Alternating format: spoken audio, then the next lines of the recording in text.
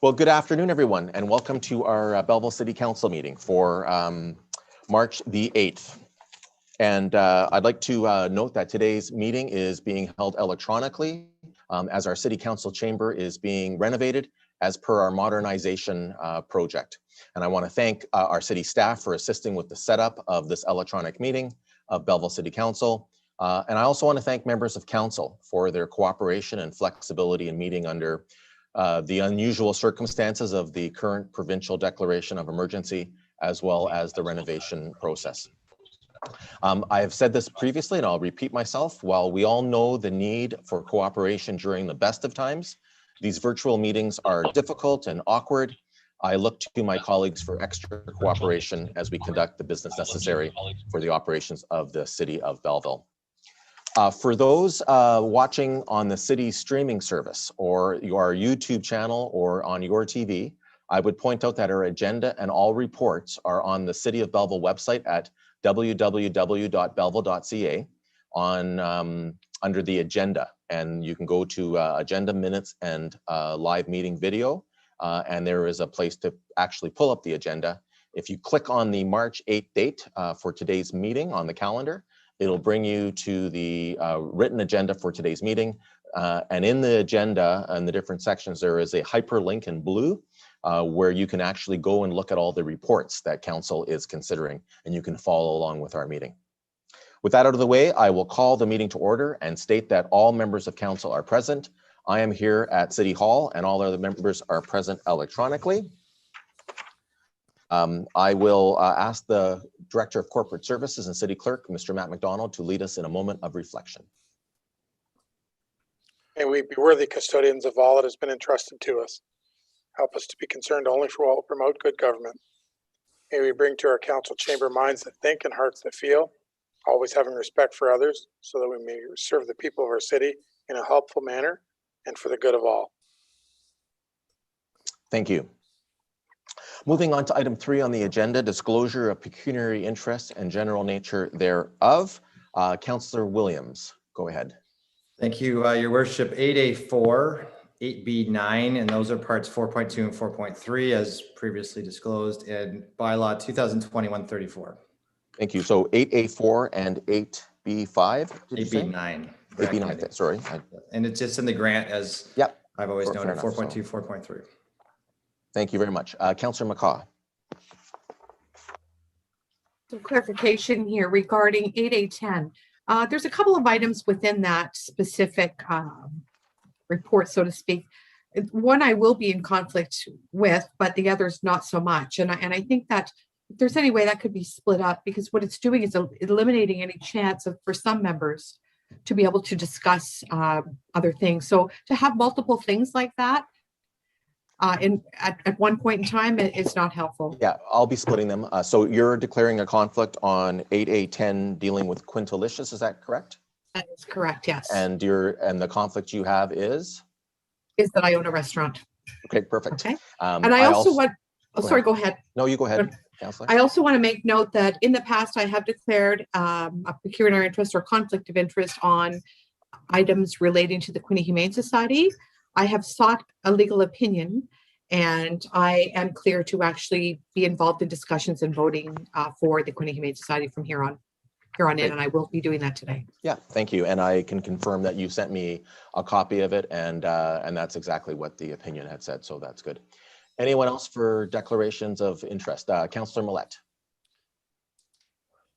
Yes, thank you, Your Worship. 8B9, as it refers to the grant committee, I'm a member of an organization named in the grant committee report, and I've notified Mr. McDonald of that in writing. Okay, perfect. Seeing no other ones, I'll declare mine. I also have a conflict on 8B10, and I have 2 conflicts there.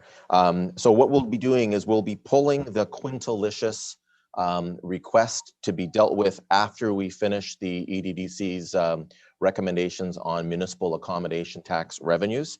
And also we'll be dealing with the retail commercial pop-up shop process separately from the other parts of the report, and I have a conflict on that. With respect to Quintalicious, I also own a restaurant, which is can participate or be affected by it. And then on the retail pop-up issue, my conflict is as a tenant of the Quinte Mall. I understand that the Quinte Mall may be considered as one of the sites for those pop-ups, so I will take a conflict. Councillor Millette will take the chair of the meeting for those two items as the mayor of the month when we deal with that. All right, thank you, everyone. We'll now move on to item number 4. There are no public meetings today. Item number 5, reading and confirmation of the minutes of the regular council meeting of February the 8th, 2021, and the regular in-camera meeting of February 8th, 2021. Can I get a mover and a seconder, please? Moved by Councillor Alsap, seconded by Councillor Millette.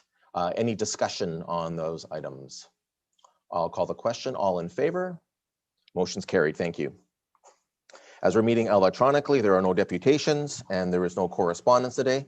So we'll move to item number 8, which is a motion to go into committee of the whole to hear and consider reports, passing of recommendations and resolutions with myself in the chair. Can I move her in a seconder, please? Moved by Councillor Sanderson, seconded by Councillor Kelly. All in favor? It's carried. All right, so we'll go to the first report, which is the loan to the Quinte Humane Society. And it is the Chief Administrative Officer's report number CAO 2021-05. The resolution is that pursuant to CAO's report number 2021-05, loan to the Quinte Humane Society, a bylaw to approve and authorize an agreement between the Corporation of the City of Belleville and the Quinte Humane Society be prepared for Council's consideration. May I have a mover or seconder, please? Moved by Councillor McCaw, seconded by Councillor Sanderson. Discussion. Councillor Thompson.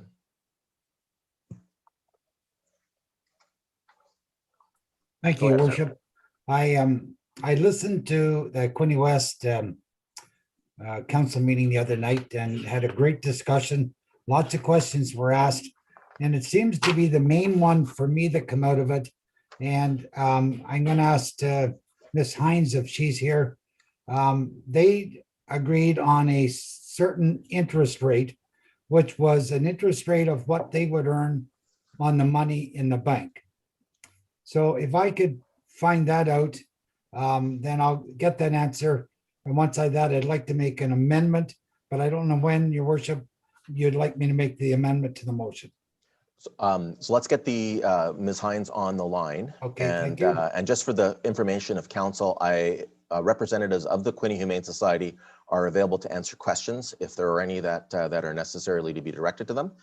But Ms. Hines, did you hear Councillor Thompson's question regarding the interest rate question?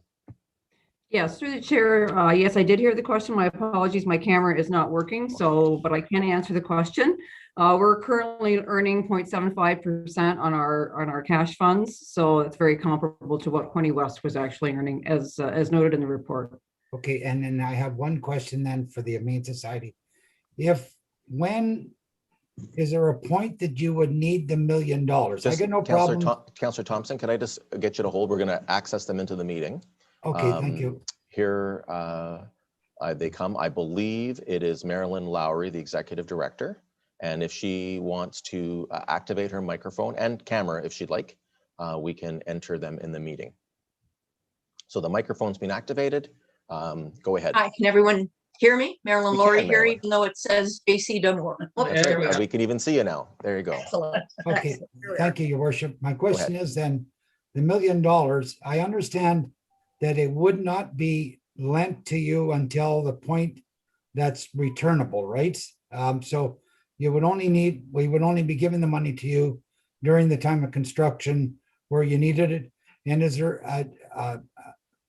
at no point does it say that you would definitely need it? There could be a point where you would not need the $1 million. Is that right? Go ahead, Ms. Lowry. That would be correct. Thank you, Your Worship. Through the chair to Councillor Thompson, that is absolutely correct. And just to emphasize that the understanding is that we would use the almost 3.2 million that we have currently raised first in terms of getting the building going, but we just needed that additional 2 million guarantee because it is a $5 million project. We don't envision, we don't know at this point exactly the payment schedule to task force. That will be determined by the design process, which we have already undertaken. But it could be a year down the road. It could be a year and a half down the road, just depending on how much that 3 million, how much we go through the 3 million. In the meantime, my colleague who is sitting next to me, JC Demore, the capital campaign manager, he will be raising the money out of the area, the areas that we serve, by approaching foundations, corporations, and that is the $2 million budget. So if commitments come in, we may not need the loan, but we need it in order to move ahead to get us out of this shelter. And just one further question, and I agree, like the Humane Society is very efficient on what they do with what they have. Are they well due for a new facility? Most definitely they are, and I commend you for the work you do. We need it in this community. There's a lot of people use it. My wife and I have used it on a number of occasions, and it's great.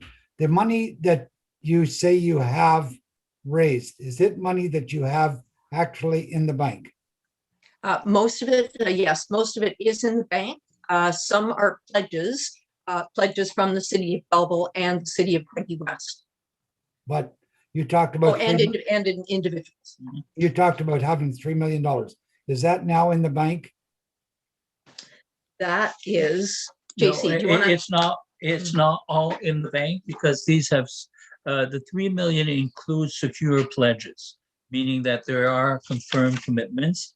Okay. Some are 3-year commitments, others are 5-year commitments, but they're part of the monies that we know that will be coming in. And that's probably one of the reasons why we require bridge financing, because by the time we finish the building, we may not have received all those pledges in. And I assure you that there's probably others coming in also pledges. So our timeline with the expenses of the building may not concur with the monies coming in from these pledges, and therefore needing the bridge finance. Thank you very much. Yeah. Thank you. And you, Mayor, I'll Yeah, so Councillor Thompson, maybe if we can let everyone have Yes, some yeah, no, discussion, no, I and I'll agree. recognize you Yep, for yep. an amendment. We can discuss it there. Well, that's good. Thank you. Okay, good. Councillor McCaw. Through you. Just in, I guess maybe in response to what Councillor Thompson is saying, or maybe suggesting or hoping to amend. What he is basically doing in essence is, by enforcing interest on a loan, is taking money from donations that are used to feed and house these animals. In fact, Councillor McCaw, can I just interrupt for a moment? Yes. Right now, we don't have the amendment on the floor. Councillor Thompson is sort of given us a hint, and I appreciate him allowing us to have an opportunity to ask questions of Ms. Hines and the Humane Society and everybody else. And perhaps he may or may not even introduce that amendment at that point. If the amendment is introduced, I'll allow you to ask questions and make whatever points you want on that at that point. Right now, the resolution is that we provide the loan based on the CAO's report, which would be at a 0%. So I'll allow you to make any comments or ask any questions on the current motion that's there, please. Certainly, thank you. So, I mean, obviously, I'm going to be in support of this because I have sat on this board. I do understand the need, and it's a great need. The provincial and federal governments have not come to the table for this organization.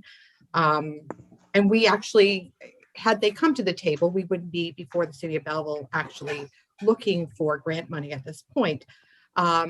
What this organization does, because it really has no funding other than pound contracts with the municipalities and basically the generous donations from individuals. So it's not as though this organization receives any type of government funding. It certainly doesn't. And I think that a lot of people don't understand that. They just assume that this organization receives some type of federal money, provincial money, municipal money, but it doesn't. So that is the reason why the need is so great for this facility. It's 20 years past its lifespan as far as I'm concerned. And even with the pound contracts for the city of Belleville and Quinte West. It doesn't even cover the feeding, the neutering, the spaying for these animals. I mean, it helps, but it doesn't cover that. So I'm obviously in favor of it. There's good reason for that. And, I guess we'll address Councillor Thompson if he decides that he wants to move forward with this amendment. Thank you. Okay, thank you. Councillor Williams, I've got you next on the speakers list. Thank you, Your Worship. And my questions to Ms. Lowry and Mr. Demores. Nice to see you both. I commend the board on bringing back a new project cost as well. I know that the first time it was about 10 million, and seeing almost half of that is great. I know that in the hotel business, sometimes hotels costs are a little bit around that. I know that's some of the things that come with design, build, and some regulations. What has changed in the design? Are you still getting the same amount of pets that are going to be housed? What has really changed from the first iteration of that design? Well, we have been able to keep the core care for the animals, because that is what is first and foremost. What we have put into a phase 2 and a phase 3 mode. Phase 2 is the community center at the one end of the building that we're just going to hold off on, and that may have a couple of more offices, but we have been able to put some offices just at the one end of the 12,000 square foot building, scaled down from 16. At the other end of the building, and this was certainly the costly part of the initial project, was a veterinary center, a veterinary clinic. That was approximately $2 million. So when we found out that we were not getting the infrastructure grant from the province and the feds, then that was certainly one of the first things to go. But the care of the dogs, the care of cats, the care of small animals, facilities for our talented animal care attendants, those are all in this secondary design. Okay, Councillor Great. Williams. And so is it still the same location? You've purchased the land already, or are you still waiting? Yes, which is the land has been bought and paid for. 34 Walbridge Loyalist Road. I was just down there yesterday. 6.3 acres. Well, great. Well, this is certainly a great initiative. Thank you for all your work into the board, and I think I'm hopeful we'll see this all pass tonight. Thank you. Councillor Sanderson, I've got you next on the list, and then Councillor Kelly. Thank you, Your Worship. So I think we would all agree that we're extremely fortunate to have the Quinte Humane Society in our community. And I'm also personally thankful that there's a sort of a like-mindedness around the council table to provide and assist in the building of what I would describe as a sorely needed animal shelter. So it has actually taken 40 years. I would change Councillor McCaw's view of 20. I think it's actually taken 40 years and 12 councils to reach the point of critical mass. And I'm very proud to be part of this council, a council that's decided to take affirmative action and address this community need. And by first, I think it was last year, that we stepped up with 400,000, split 50,000 a year over 8 years. And we also committed some additional services to the tune of about, I think it was about $250,000. And so now that the Quinte Humane Society is pared back its original plan and is looking to proceed only with critical needs, I certainly fully support the $1 million loan, and I also support that it be interest-free. So thank you. Thank you, Councillor Sanderson. Councillor Kelly. Thank you, through you, Mr. Chair. First of all, thanks. Good to see you, Marilyn and JC. I will echo what Councillor Sanderson and Councillor McCaw have said. I did a deep dive on the Humane Society, been around now since early 70s.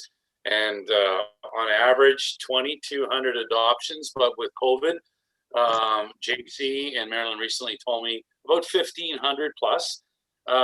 Interesting stat, over a 3-year course, over 3 years, if no animals were spayed or neutered at the Humane Society, the city of Belleville would have 260,000 kittens and puppies roaming the street. So that shows you the work of the Humane Society. Also, too, you talk about economic value with the services related. That's vets, grooming, equipment, and food. It's about $115 million for our economy per year. Average family spends about $2,400 a year in Canada, according to census, on their pets. And in Hastings County, 57% of households have a pet. And the economy, what does it mean to the Belleville area? With the economy, with the work at Quinte Humane Society on average, it's about $5 to $6 million a year. And think of all the families in this area for 50 plus years that have a connection with the Humane Society. Wonderful work. And Marilyn is hoping that someone would be kind enough in Belleville to adopt the rat Mo. He's still looking for a home. So thank you very much. I'm going to support this interest-free loan for $1 million. Continued success and good luck with the new building. Thank you. Thank you. Councillor Carr. Thank you. I don't have any questions, but just want to comment on the report and the recommendation, and certainly appreciate the efforts of the Quinte Humane Society, the board. When you look at the $3.5 million that's been raised, that's a significant undertaking for the fundraiser and for the board. And to be that far along shows the success of the organization. And, you know, as councils throughout the years, from time to time, we have to step up and help these organizations that fill an important role in our community. And, you know, while they have made great strides, you know, with any organization, there's always just that little extra push that's required to get organizations over the finish line. I recall last term it was Ms. Lowry that came to council in a different role with the Quinte Ballet School, and there was some financing that was required on a bridge basis to just again push that organization along. And they lived up to their commitments as the city lived up to ours. And so I don't see this as any different. You know, I know some people say, well, you know, if you've got this cash in the bank, you could allot it here and there and everywhere. But, you know, as council knows, we have to have cash in the bank to operate as an organization, as a corporation. But when we have the ability to provide bridge financing that is extremely low risk for our perspective and for the taxpayers' perspective. And the fact that this is just to give them that push over the finish line that they require.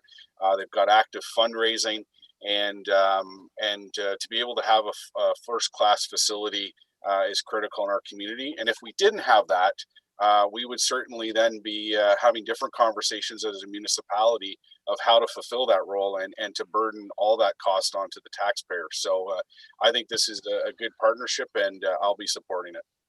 Good. Thank you. Anyone else on the first round of discussions?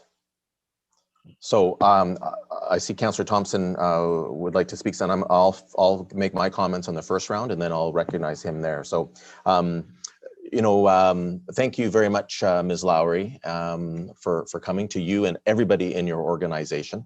You know, I've said in the past that there are two groups in society that really count on us to speak for them because they don't have a voice, and those are children and animals, both of which are groups that have not done anything to put themselves in their circumstances. It's typically adults that have put themselves into those situations, and the Quinte Humane Society is there for those animals. You know, I know that previously, personally, I have supported the work of the Humane Society financially. I have with my business as well, and I do so really happily because of that really important day. So it's a proud day for me today to finally, after decades and decades of talk about the Quinte Humane Society needing a new facility, that we are actually the last step between the dream, starting with the reality. And if council approves this today, then you've got your ducks lined up, so to speak, in the sense of you will be breaking ground later this year, and we will see that dream of a new facility actually become a reality. You know, it's a proud day for us, but it's not because of your current facility. And anyone just has to go there to look at it to see what a dilapidated structure that is substandard in so many ways. There is no more better example of something that needs to have action taken on it than the Quinte Humane Society site now, and it's very, very important. As many people have spoken about, we are considering the recommendation is to provide an interest-free loan, and certainly I support that. We have funds that we are holding in reserve for future projects that will be used to lend these funds to the Humane Society. That account will be repaid, and we have the schedule on on your correspondence of when that will be repaid. So we are really not out, and certainly I will be supporting that. The reserve funds also will be secured, because we will have a security along with Quinte West on the land and the improvements in the building as they've come along. So it is something that looks out for the interest of taxpayers. As is being rightly pointed out, we have contributed approximately $400,000 in cash over 8 years. We've given already $150,000. And so we have about $250 that's remaining on that pledge. That's part of that $3 million area that the folks from the Quinte Humane Society have spoken about. So we're, $250,000 of that is our funds. But what we've seen happen with other organizations, and I'm thinking specifically of the Hospice Quinte, when municipalities like Belleville and Quinte West stepped up and made our commitment to fund those organizations, that's when we really saw them succeed at fundraising on their own. And I am very confident that this is an important step, because once we know this is actually happening, once you'll have drawings and renderings of what the facility will look like, I know that people who love animals and want to ensure that their health and well-being is also looked after will be stepping up. So that is a good thing. The last thing I want to talk about is just some comments that some people have made in the past about why we would want to help animals. And I think that when we talk about the health and well-being of a community, animals are a big part of it. I look at the therapeutic benefits that we see with pets for seniors who may be shut in, children who are dealing with health and mental health issues, that animals are such a big part of it. These animals become part of our family, and they become part of our community. And making sure that they're looked after is something that is good. So, I certainly will be supporting this. I'm proud of today, and I will look forward to the vote that we will have here shortly. And with that, Councillor Thompson, I promised we would come back to you if you want to introduce an amendment to the motion. I will recognize that now. I'm not sure it's an amendment. I just want to, and the reason I asked Ms. Hines on the interest rate, which is very low, and that's why I asked the other question about the repayment and whether they're really going to ever really need this money. So my understanding is they may never need this money, and the interest rate is very, very low. So I just want to make it sure that in the motion that it shows it's interest free. Because right now it doesn't say that in the motion, and I would like it to read as interest free. Well, I think if you go to the report that's with it, Mr. Bove says that they're recommending it to be interest free, and that's what we would be. So it doesn't have to be in the motion then? No, say city staff are proposing that council support the loan request and agree with the Quinte Humane Society request that it be provided interest free. It is further recommended that the loan be funded from current city reserves. So if this resolution passes, the loan will be made interest free. Should they activate it, and you're quite right, they may not need it. They will use their cash on hand first, as well as anything they raise in terms of further donations. But we are there to guarantee that they have sufficient funds so that task force and their other trades can go ahead with the project. No, and I understand, Your Worship, and I think it's really overly way years past due. My wife and I have been there a number of times. I just want to make sure that, and if it doesn't have to be in the motion, then that's fine. I just think that it's someplace that we really need to consider, and the little bit of money that we would get from the interest, even if they borrow it, is not worth it to put it in an agreement. So let's show our support for the Humane Society. Thank you. Councillor Alsap. Thank you, Chair. Just wanted to state my support for everything that your organization is doing to Marilyn and JC, and thank you for being here tonight. I did see a report that our Humane Society was in one of the worst conditions of any in Canada, and that's certainly not a reflection of the great work that you guys and your staff do there and the important role you serve in the community. I think it is high time that we do get you a new facility. I just wanted to ask a question of CAO Rod Bove through the chair. What is the value of the reserve fund account from which the loan will be drawn? Through his worship to Councillor Alsap, that question might better be directed to Director Hines. Director. We have numerous reserve accounts. I'm not sure what account she's planning on using for this particular case. Director Hines.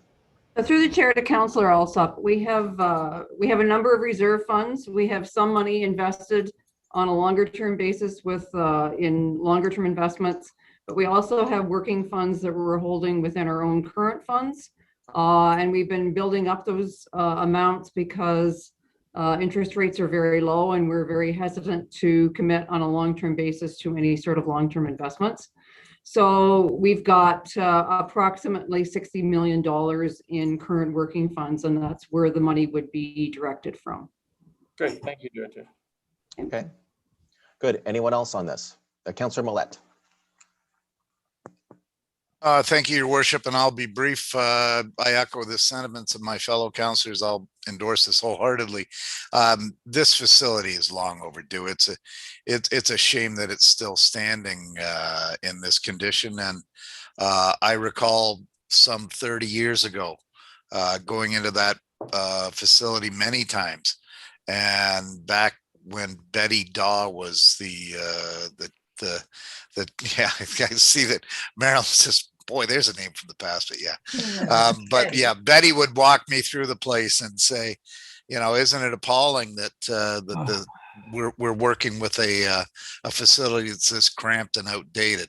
And that was 30 years ago. So this is long, long overdue, and I'm very happy to support this wholeheartedly. So congratulations, and I'll be happy to see those wagging tails when this facility opens. Absolutely. All right, if I don't see anyone else, I'm going to call the question. All in favor? It is carried. Ms. Lowry, congratulations to you. As I said, we're the last step on this process to get this project started. I would be remiss if I did not state now that former Councillor Pat Culhane would be smiling so broadly today. You know, I remember in the spring of 2018, attending that fundraising comedy for the Humane Society, where former Councillor Culhane invited me to sit at her table and we chatted. And I made a commitment to her then that, you know, I would do everything I could to help with this facility. And I know, you know, Councillor McCaw and Councillor Kelly will recall that when we made a commitment to the Humane Society, that while Councillor Culhane supported that, she was saying, what about the animals as well? And I told her, just we will keep working on this. That $11 million project was a little too much too much at once, and that we needed to look at revising these programs. And you did that to your credit. And so today she would be very, very proud. We've delivered on the commitments we've made, and it's a proud day for all of us. So congratulations, and let's get on with it. Thank you, Your Worship, and members of Belleville City Council. And indeed, this is a momentous turning point for the future of the Quinte Humane Society. Thank you all very much. With everything working well, there'll be shovel in the ground in the spring, and you're all invited. Thank you. All right, wonderful news. Thank you, colleagues. 8A2, School Bus Stop Arm Camera Implementation Committee, a recommendation to develop and issue a request for proposal. It is the Director of Corporate Services, Clerk's Report Number DCS 2021-07, and the resolution is that the School Bus Stop Arm Camera Implementation Committee recommends to the Council of the Corporation of the City of Belleville that the city proceed to develop and issue a request for proposals for the implementation of a stop arm camera program in the city for September 2021. It is moved by Councillor Kelly, seconded by Councillor Sandison. Councillor Kelly, you want to say a few words on this as chair of that committee? Yes, through you, Mr. Mayor. First of all, yes, I'm excited about this with the moving forward. We've been working on this for almost a year and a half, and COVID has kind of delayed some things. And thanks to Councillor McCaw and Councillor Sanderson for being a part of the committee, and City Clerk Matt McDonald, thank you, and city staff and Belleville Police Service have been part of the conversation since day one, and tri-board busing out of Napanee. This happens every day in our area where a bus is got the red lights out and a car goes by, and kids' safety is the number one thing. Just to kind of bring everybody up to speed, the first offense is $400 and 6 demerit points. But one of the things I would like to see, I've had more conversations late last week that we couldn't get in the information package that my colleagues received. I'm really hoping that it would be a municipally owned processing center, that we take the leadership on that.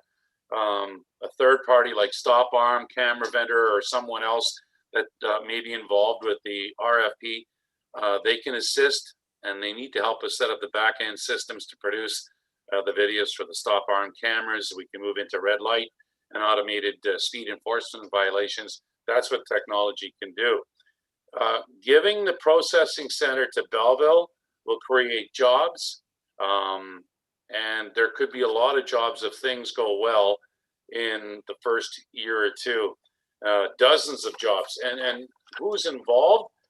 There's city bylaw officers, and right now AMO is really pushing for municipalities or a municipality in Ontario to take the lead on this. And I see no reason why Belleville should sit in the weeds on this. If we can get the processing center going, and then get other municipalities that are very interested in moving forward with the Stop Arm, it could be a moneymaker for the city, create jobs. We train the bylaw officers with MTO, they help out. AMO gets involved. So AMO has come out. They're really interested in having a municipality take the lead on this. And I believe the time's now, and this will be a really good thing for the city of Belleville. One other thing I wanted to get in was the processing center in Toronto deals with Toronto, but we have to worry about Belleville. There's so much potential. But let's get these cameras on the buses in the city and go from there. And its safety will be number one, and we'll be creating jobs in the long run for the city as well. Thanks. So if council supports this recommendation, a request for proposals will be sought. And right. That information will come back to council with all of the financial details and how it'll work and all those things, correct? That's right. Great. So I'm hoping Thank my you. colleagues are going to support this. And one more final report on this, and we'd like to get it up and going by September 21. And this way we'll be the ones driving the bus, so to speak. That's right. Wonderful. Good. Comments and questions. Councillor Millette. Thank you, Your Worship. Through you to Councillor Kelly, I guess. Councillor Kelly, when we first heard of this, or when, well, you and I first heard of it, we were at AMO there a while ago when we sat at the luncheon, but the police costs were broached by, I believe we had at the time Deputy Chief Callahan speak, and had some concerns on the costs and the manpower impact for Belleville Police. Was this addressed in any of your deliberations? We had Belleville Police Service at the meetings with us, but things have changed since we were at that luncheon, Councillor Millette. That's where the bylaw officers come into play. They're trained, they watch the video. Mr. McDonald, you can help me out if I'm missing anything, but they watch the video. So police really now are not actually having to put someone in and watch video and send the fine. It now can be all handled by a certified bylaw officer. And is that correct, Mr. McDonald? Again, through the chair to Councillor Millette. So the legislative framework has changed since this was introduced, and there was early uptake by some of the large urban municipalities in Ontario. I think the province and MTO recognize that for small urban and small rural municipalities to engage in this process. It would require them to engage the OPP that have service contracts for their areas, and there would be some challenge with that. So Councillor Kelly is correct. There is the ability for municipalities to either partner with a data processing facility or run their own, and to have a provincial bylaw enforcement officer view the video, identify a penalty, and then issue a fine by mail, similar to red light cameras, things of that nature. It's all part of the same legislation, and then proceed through the court system in that manner. Yes, thank you. And I did see that in the framework, but I wanted clarification because at the last discussion we had as this group, there was police involvement, but I see, evidence processing is clearly spelled out, but I just wanted to make clear on that, again, we're not imposing, as was feared earlier, any impact on police in this respect. Do we have any idea of, sorry, your worship, with your indulgence, if I might ask, do we have any idea estimates of potential revenue from this stream? Are you directing that to me? I will, go ahead. Yeah. All right, thank you. I don't know. Well, through you, Mr. Mayor, and for Councillor Millette, the city of Belleville on any given day will have 110 buses roaming through the city in and out. The cost is $400 for the ticket, 6 demerit points. There's a breakdown, and I think the city's take after everybody gets their cut, and Mr. McDonald will confirm this, will be about $200 for the city of Belleville. Yes, because Councillor McCaw and myself are on the provincial offenses committee for Hastings County, and we just saw a rather grim report that we didn't make as much last year. So thanks. And I think if we move forward on this and we become the center for other municipalities, because like I said, AMO's looking for somebody to take over processing center. It's going to create jobs, and we will get the city of Belleville will get a cut from other tickets. If somebody gets caught, and we've got Brockville in the mix, we would get a cut of that ticket. So potentially this could be a big win for the city of Belleville and something new, and I'd hate to see it go to another municipality. Okay, anyone else for questions or comments on this item? Councillor Thompson. Just a quick one. When we go for an RFP, does that just brings us back the proposal in general, right? There's no commitment then at this point? Well, council will make the decision when the request for proposals come. We'll consider them. If we like what we see, then we can approve it and enter into an agreement.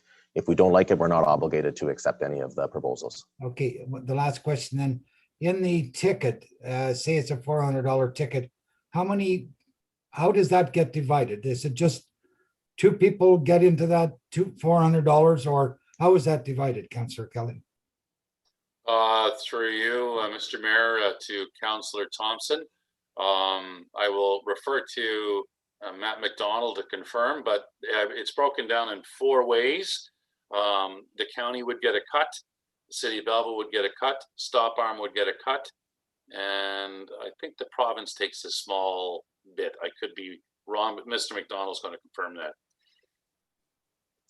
Through the chair to Councillor Thompson, I believe Councillor Kelly is correct. So it's very similar to most other provincial offense revenue that comes in. We have those terms defined to us by the agreement we have with Hastings County for provincial offense services. And then this would be additionally shared with the vendor who installs the cameras. Majority we will find out the terms and conditions through an RFP. But the vendor that we've had the most contact with install cameras and technology on buses at no cost to the municipality or the bus operator. But in exchange for that, they take revenue from each offense. So for every ticket that's collected. Okay, thank you. Okay, so before we vote on this, we've had good discussion, but let's remember what is really important in this. The revenue cuts is not important. The establishing of the data processing center. What's important is the safety of our children. And that is the key. And that is why I support this wholeheartedly. Those of us with children or with grandchildren or with neighbors, there will be nothing more horrific than seeing one of those bright and cheerful children excited about coming home from school to share with their parents all the wonderful things they did in class, and not knowing that as they darted around a bus in that excited state, a driver was ignoring the stop arm and a fatality would occur.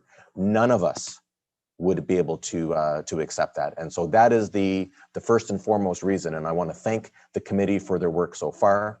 Obviously, there are a lot of details to work out, and there'll be different proposals with different revenue streams and those kinds of things. And I look forward to doing to making that decision. Councillor Kelly, I agree. We would like to see this up in the fall. The safety and the security of our community is what is driving this, pardon the pun. We are focused on increasing the safety for people, and it's another big step for the city of Belleville. And if we can provide the lead, and we can be the first to market in Ontario, and we can take that leadership role, we do so. Our kids are worth it, and I'm proud of our council taking the step. So with that, I will call the question. All in favor? It's carried. Thank you again to members of the committee for your work.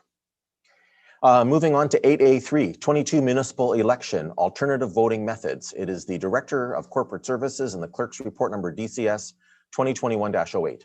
The resolution is that pursuant to the Director of Corporate Services Clerk's Report number DCS 2021-08, Council approves the use of alternative voting methods, internet and telephone voting, and that a bylaw to that effect be prepared for Council's consideration. Can I get a mover and a seconder from the floor, please? Councillor Williams and Councillor Millette.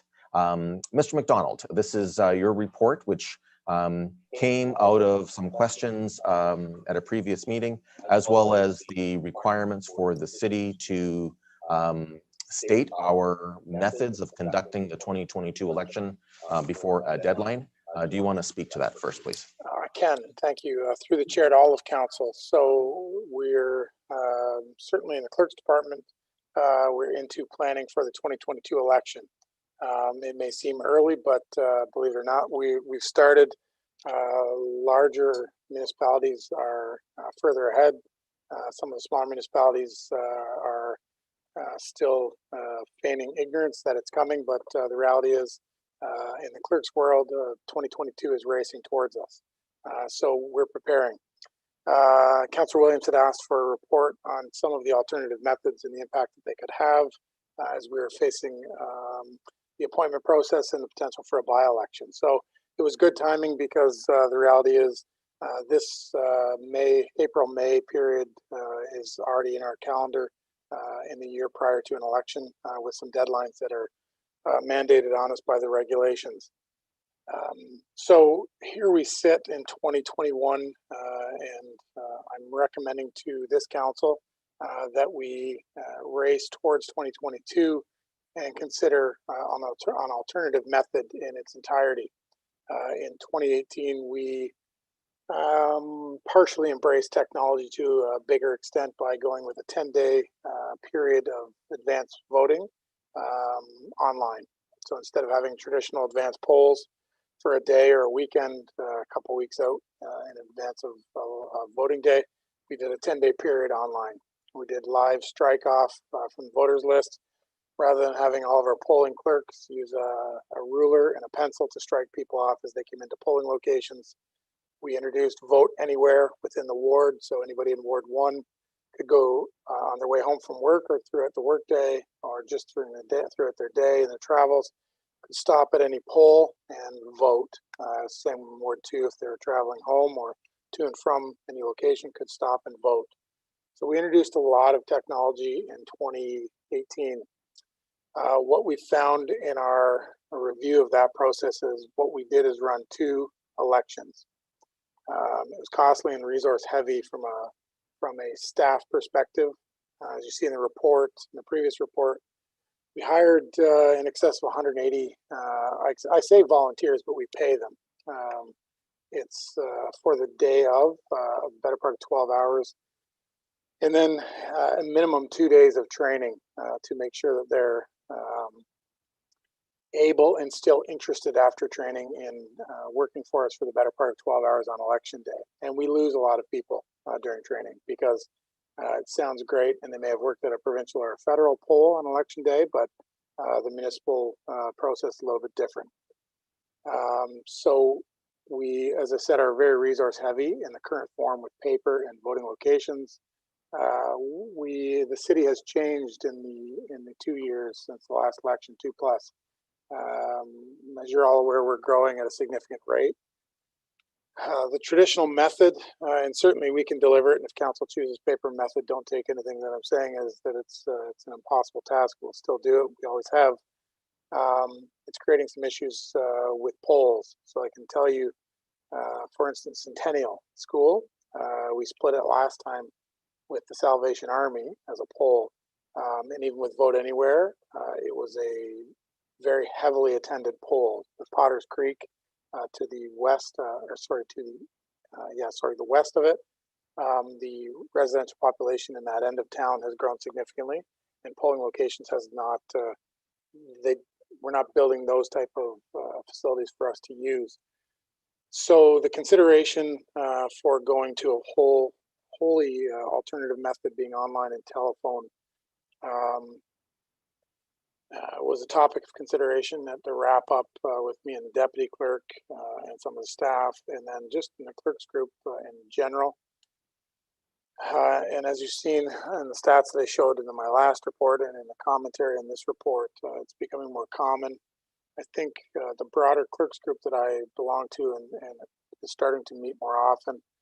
Lots of consideration given, and again, as stated in the report, to some of the unique conditions that we're facing as we race towards 2022 and the pandemic. Use of schools. The Ministry of Education has been loath to make voting day a PA day or a PD, a professional development day for school staff. So the last 3 elections, we've mixed voters with students. Schools are obliged legislatively to allow us to use schools as voting locations in the Education Act because we're electing trustees as well. So it's good for them, it's good for us. Super challenging for me as a clerk who is mandated to run this and take all precautions necessary to mix the general public with students in a school. I know it causes them concern, principals and administrators of schools doing that as well. In a pandemic situation, it creates an increased level of concern for me to potentially mix the public and students in an unknown situation where I'm planning 12 to 18 months out. And yes, we're all incredibly hopeful that the world is completely normal in October of 2022. But I'm in planning stages now and have to plan accordingly. So we plan for the worst and hope for the best, obviously. The other consideration that I have is of my 180 plus volunteers, paid folks, again, the vast majority of those folks are in that demographic that meets public health's high risk category just by age alone. Fantastic people who have volunteered for us at least twice for me. And I certainly cannot tell you how much I appreciate their work because, again, it's the better part of 12 hours on election day. It's a long day, but it's very important work that they're doing in volunteering in the community. I take it very serious, so do they, and I know you do, or you wouldn't be sitting here. It's almost the exact same 200 people that I saw 6 years ago now, and I would anticipate if we do a paper election, I'll see them in 2 years. So they'll be that much older, as am I. So that's a concern for me. So what I'm selling you on here tonight is that as we've transitioned through the pandemic and pushed almost everything that the city provides that we can provide online, and people have gotten more confident and comfortable doing that, is that this may be the time that Belleville transitions to that format for its elections. What I'm proposing, though, too, and you'll see it in the report, it's not reflected in the resolution, but I understand and certainly am completely in favor of making sure that the public has some input in this. I'm not interested in forcing people down a road that they're not interested in going and having an impact on voter turnout. Part of my mandate, my job as the clerk, is to increase voter turnout and provide ease of access while maintaining the integrity of the voting process. So I'm certainly interested in hearing what the citizens of Belleville have to say based on what I'm proposing. So I think with that, I've taken enough of your time and pled my case. Well, it's an important issue, and I appreciate taking the time to really be in depth with that. So just so everyone understands, you know, you're proposing that we move away from paper ballots, that we have an entirely electronic style of election. So we've used online voting successfully for the past 2 elections.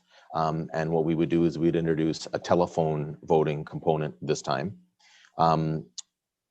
We could still accommodate in-person voting. So we would not necessarily stop having people be able to go to a polling location, but rather than marking a ballot, which would then go into a tabulator, and that would require a separate voting process, we would have a ballot that would be electronic. So for example, they could still go behind a screen or a container and use a tablet and be able to select their choices for all the different positions that are there.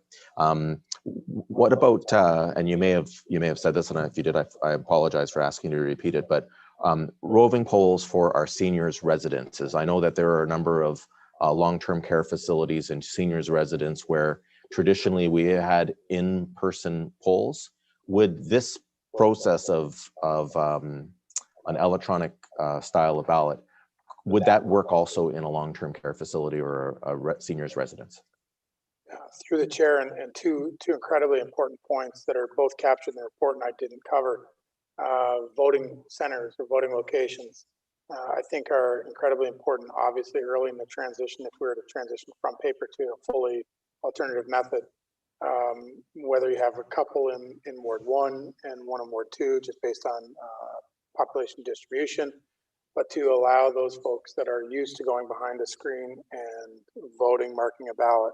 I know some of my colleagues in other municipalities that transitioned last election did that, and they had one, and they said lesson learned was they should have had a couple more until people were comfortable with that look or with that manner. Some of them experienced lineups on voting day with people standing in line with a smartphone, waiting to go into a voting center to cast a ballot electronically. So staff were, obviously helping them and saying, you can vote on that device right here without waiting. But people like to go behind that screen and vote, whether it's on a tablet or on paper. So that's important. As far as the roving polls that we've traditionally taken around the community to retirement homes and to our long-term care facilities, we're still obliged under the Act to do that, regardless of the method, and we would. Ultimately, it allows for some ease for those residents of those facilities that have the ability to do it, whether they have a landline or a cell phone in their unit or computer access, but we'll still make arrangements with the home administration and all of those residents to attend with electronic devices and allow those folks to vote with assistance, no different than the roving polls that we've always had. But I can tell you my guess and the anecdotal comments from other clerks is that the assistance provided with an electronic device, large font on a screen, as compared to with a pen and a traditional ballot, it was more successful in getting accurate voter intent, whereas someone in that age demographic may have a very hard time marking a ballot with great intent to the extent that we on the back end are able to run it through a tabulator accurately and ensure that that vote, where intent may be clear, but the marking is not, is counted. I think our ability to ensure that those people are able to actively participate in the voting process goes up. I think we certainly are not going to disenfranchise any of those folks. Okay, and then so thank you for that. The second question I would ask along those lines is, when would people be voting? So previously we've had advance polls where people could vote in advance of the actual election day, and we had those for people that could vote online through the internet advance polls, but also could vote in person in advance polls. So if we were to eliminate the paper ballots, would we still have those two components to allow for advanced polling, advanced Yeah, voting, I should say. certainly to the chair and to all of council, yes, we can still determine the period when we start the voting process in advance of voting day. Most municipalities pick a date, make sure that they clearly advertise that it's in all the literature that goes to the voters with their PIN, so that they can start voting out as far as the first day of eligible voting for an advanced poll in a traditional poll. You can start your online voting and your telephone voting on that day. Most municipalities choose that day and let people start right away. Some people like to wait right until the last day, voting day, to make their decision. So you allow people that want to vote early if time permits, if traveling, if work, for whatever causes them to vote early or midstream or on voting day, they're able to. We would likely open it as soon as we could. They're able to. There is no restriction on that. It's the cards go out. We pick dates when voting information goes out to all eligible electors. Again, I think the challenge, and I highlighted it in the last report to council, and again in this one, is one of the increased costs that would come with this would, compared to the exorbitant cost of producing paper ballots, would be in the first year of any change in election method would be the advertising and marketing to ensure that people were educated in the manner and in the process when they could start voting, that if they vote and then they see an all candidates meeting that changes their mind, it's no different than putting a ballot through a box. Once you voted electronically, you voted. So all of those education pieces are very important in the front end prior to the voting period opening. But yeah, there's advanced period. All of those things are still available and still used by municipalities that transition. Okay, great. And so the last question I have, just in terms of the process. So, you know, we've been a council that has reached out and has asked for feedback on a number of important decisions. One of the first ones when we became a willing host for a cannabis location was we took some time to allow people to speak with us. We also ran online polling. You're proposing that this matter come back to council on April the 12th, and that's designed to give some feedback from the community to talk about what they like or what they don't like. Can you maybe just sort of outline how you see that process of consultation, how we can make sure we have a good, robust one? You know, I think ultimately the real question is, are people comfortable with leaving the paper ballot process? That's really the one that we need input, because we've already had online voting, and so telephone voting is kind of an extension of that. It's very similar, but really the big change will be for some people, they won't be able to take a pen and mark an X in that circle and then stick it in that slip and bring it up to have it read by that by the machine, the tabulator. So we'll want to give people some time to give us their feedback. I know that we won't be able to tell them exactly how much this will save us or how much it will cost us until we, you know, get to the point where we're issuing contracts. But what would you see as the process for consultation with the public on this? Through the chair and again all of council, I think you know, council goes down this path and approves this and or tables it for a couple of meetings for public consultation. Certainly, I'd work with communications as early as tomorrow to get a release out. We'll make sure that social media is engaged. We'll get a traditional media release out, and we'll be seeking any input or questions in the clerk's office.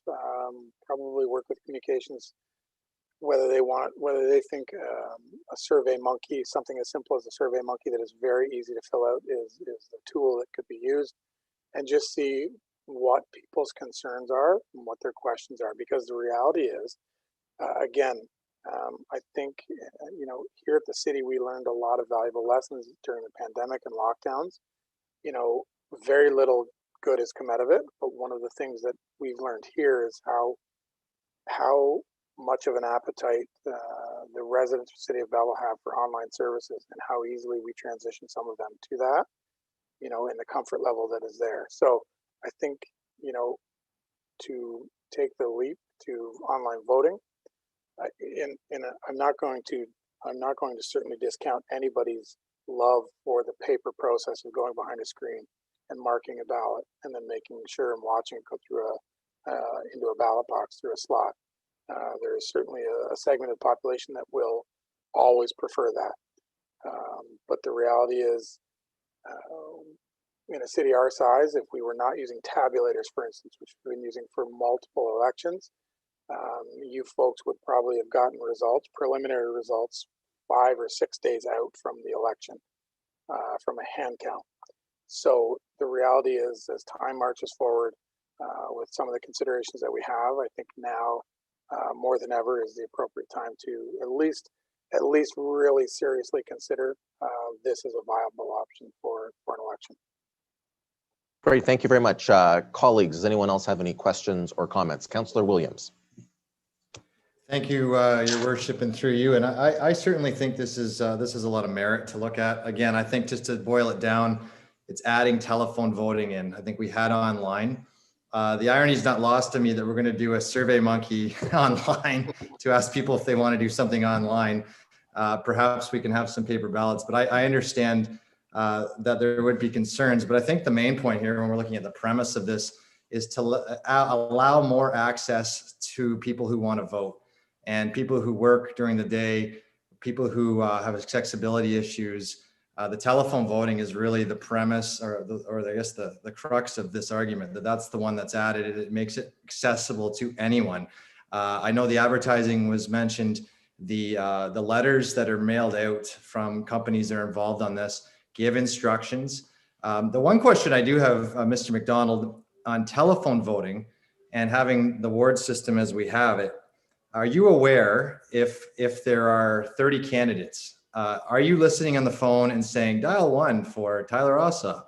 You know, as someone who can speak from being someone on the last of the list, that could take a long time. Or is it a system that you know of that would be, you know, the numbers are already listed, the instructions, councillors or mayor would be listed by number so that when they enter those numbers, they're inputted. Is it something that you're familiar with at all, or is that something we can get more feedback from?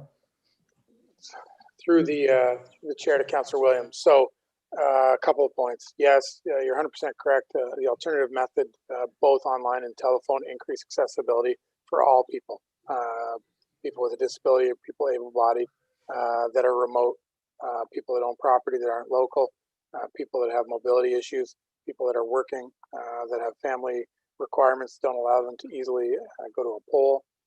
So it increases just general accessibility to the process. To your second point, the process for online or for telephone voting generally is very heavily automated instructions on the phone. And that's partly because you will, again, run into accessibility issues. So yes, the person at home with an accessibility requirement generally has the equipment available to them that they need for day-to-day living. But the reality is the audible commands on the phone, you're 100% correct. For anybody down ballot alphabetically, that's the challenge, is people have got to wait. They're looking at it, but certainly for equity purposes, it is audible so that the instructions are very clear and legible and clear for all parties. So it's set up that way on purpose, but I think certainly if we go to market, if we were to choose this method and go to market and speak to all of the vendors, that's certainly a discussion that we can have as to what are the options when it comes to the audible commands on the telephone voting for alphabetical and down ballot. I'm sure you can override it, but is that something we want to enable or disable to ensure that people are listening to the full set of instructions prior to voting? At the end of it, though, I can assure you, before you submit your ballot and are done voting, it prompts you and it will read back your choices to ensure that you voted or that you're about to submit the correct choices. That's great. I think that's key. I think just the same as your advertising, it is, yes, the instructions, that they're clear, they're concise. I think as much as we're going to alleviate the accessibility for voting, we certainly don't want to convolute it. We don't want to create more of a problem. You know, when I was researching some of this, all of Nova Scotia has done this. They just had elections in October. I spoke to several councillors from Cape Breton Regional Municipality, and so they only have telephone and only online. Now, perhaps because of COVID or other reasons, the voting turnout went up 10% in October. So it was something that was embraced by the population. And speaking to the councillors, they said it was great. I think they're still tabulating the costs. I know closer to home, Tweed went through the same process, telephone and online only. And I know that they were satisfied. And I think, as the mayor's mentioned, they had, sorry, I got someone in the background. So as they mentioned, they had a room where they had the laptop if people wanted to do that. And I certainly recommend first time around that we'd make it as easy as possible and wait for feedback, but probably have something in Ward 2 and Ward 1 that would make that easier if that's the way we're going. But as far as I've seen, well, again, this is not something we're starting from scratch. We're not the first ones to pilot this. It's been done. I think the point of this, if I'm going to vote for this, and I do support this, is that we're making it easier for people to vote over a couple weeks period. And we're making sure everyone who wants to vote can do so. And if they're working, or whether it comes to accessibility or you know, in October, if there's a bad snowstorm or weather, there's the possibility for everyone to vote who wants to. My last question was on what we call is get out the vote. And do you know, Mr. McDonald, on whether or not candidates will be able to see if people haven't voted? And I know that in the federal and provincial systems, when they do this, sometimes they're able to. And what that allows is for candidates themselves to contact people who haven't voted to try to make sure that they do vote. So that's just another part that might be a benefit. But is that something you've heard of at all? Through the chair to Councillor Williams. So certainly this is one of the options that the vendors have put in to, I'm sure, assist clerks in convincing council to go to an alternative method, is that it is available by all vendors that I'm aware of, is that candidates at that point, so you would still be councillors, but for election purposes, you would all be candidates. So registered candidates would get access through the vendor to voters lists, and you could log in most times through their portal with your credentials and see who has or has not voted. So it gives you real-time access to voters lists to see who has and has not voted, so that you can campaign accurately. Okay, and I see that as a benefit too. I know in a country where democracy is not mandatory, this allows perhaps some more ways that we can ensure people exercise their rights, and another benefit perhaps of this. But I think it's great, and I would look forward to the consultation with the public to see different. So thank you. All right. Councillor Millette, I've got you next on the list. Thank you, Your Worship. I don't have any specific questions that haven't already been answered, but I do want to say that I'll support this wholeheartedly. I remember I have no objection to the paper ballot days. I got to know some of the people at my ballot location over the years, and they're great. They're great people. But as the clerk said, those people are getting older, sitting sometimes in an uncomfortable hall. You know, it's not glamorous work. But what I will say about this new system, I can remember people lamenting the loss of rotary phones and getting their news from a newspaper in the afternoon as their primary source of news. Those two models have long gone, unfortunately, for the latter. But I will say this, that don't underestimate senior citizens and their ability to embrace change. And I think if it's easier, more accurate, we've got a very sharp switched on generation of 60, 70 plus year olds out there. So dismissing them as the people that are going to steadfastly hold on to the paper ballot, I think is wrong-headed. But I believe this is a good way, as has been mentioned, to increase voter participation, and I'm going to support it wholeheartedly. Thank you. Thank you. Mr. McDonald. So Councillor Millette, through the chair, to address that, my concern for that demographic is more for having them sit in a community center, gymnasium, church, or community facility for the day, because I can tell you all the research that was provided in the report a month ago to you about turnout.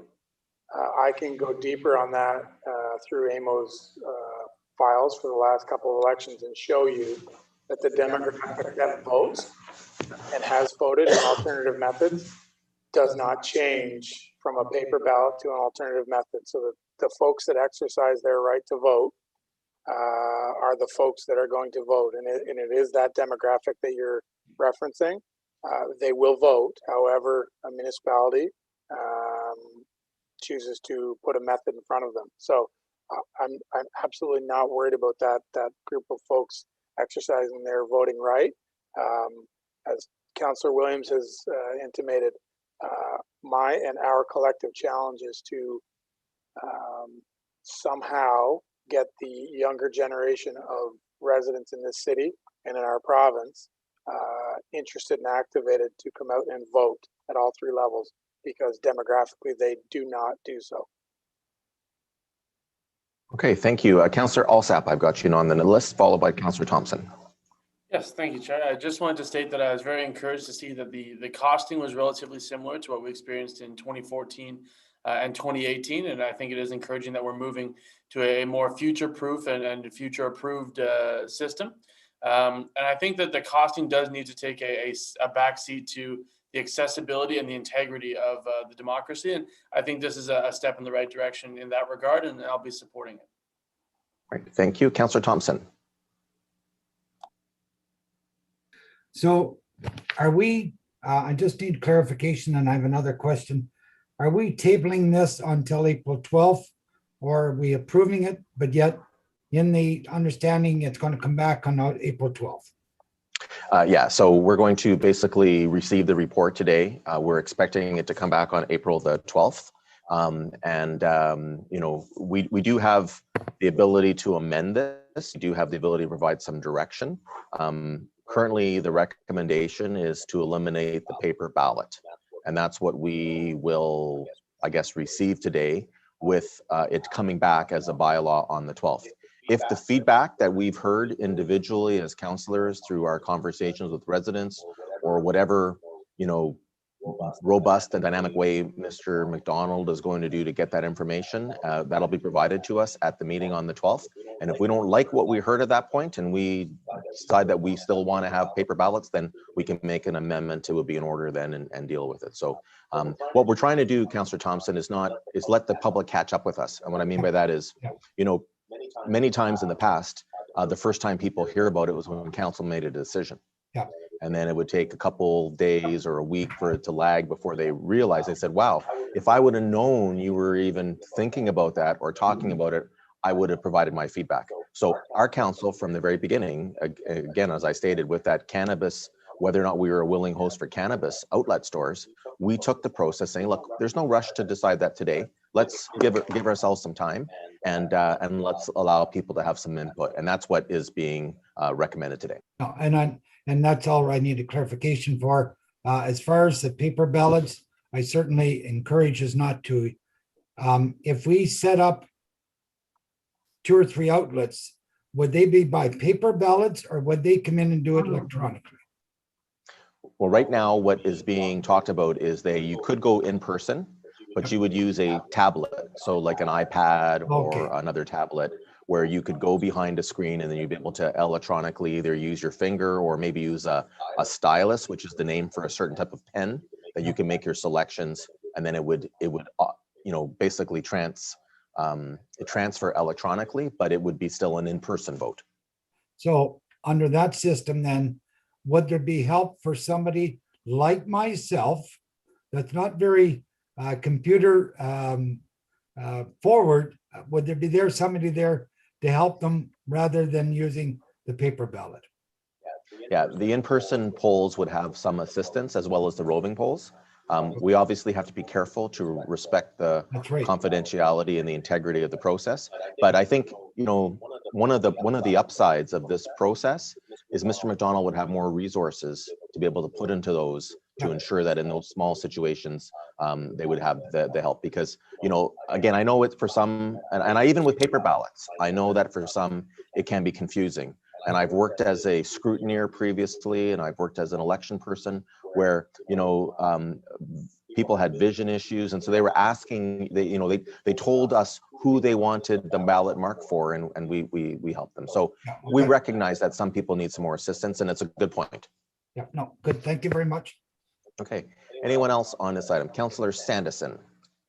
Thank you, through the chair. Certainly, I would echo many of the comments that have been made, and I think it's a step in the right direction, and I think the community will embrace it. One of the obvious benefits of this is that people no longer have to stand in line outside a polling station to be able to cast their vote. So I'd be very surprised if this doesn't receive a warm reception. Thank you.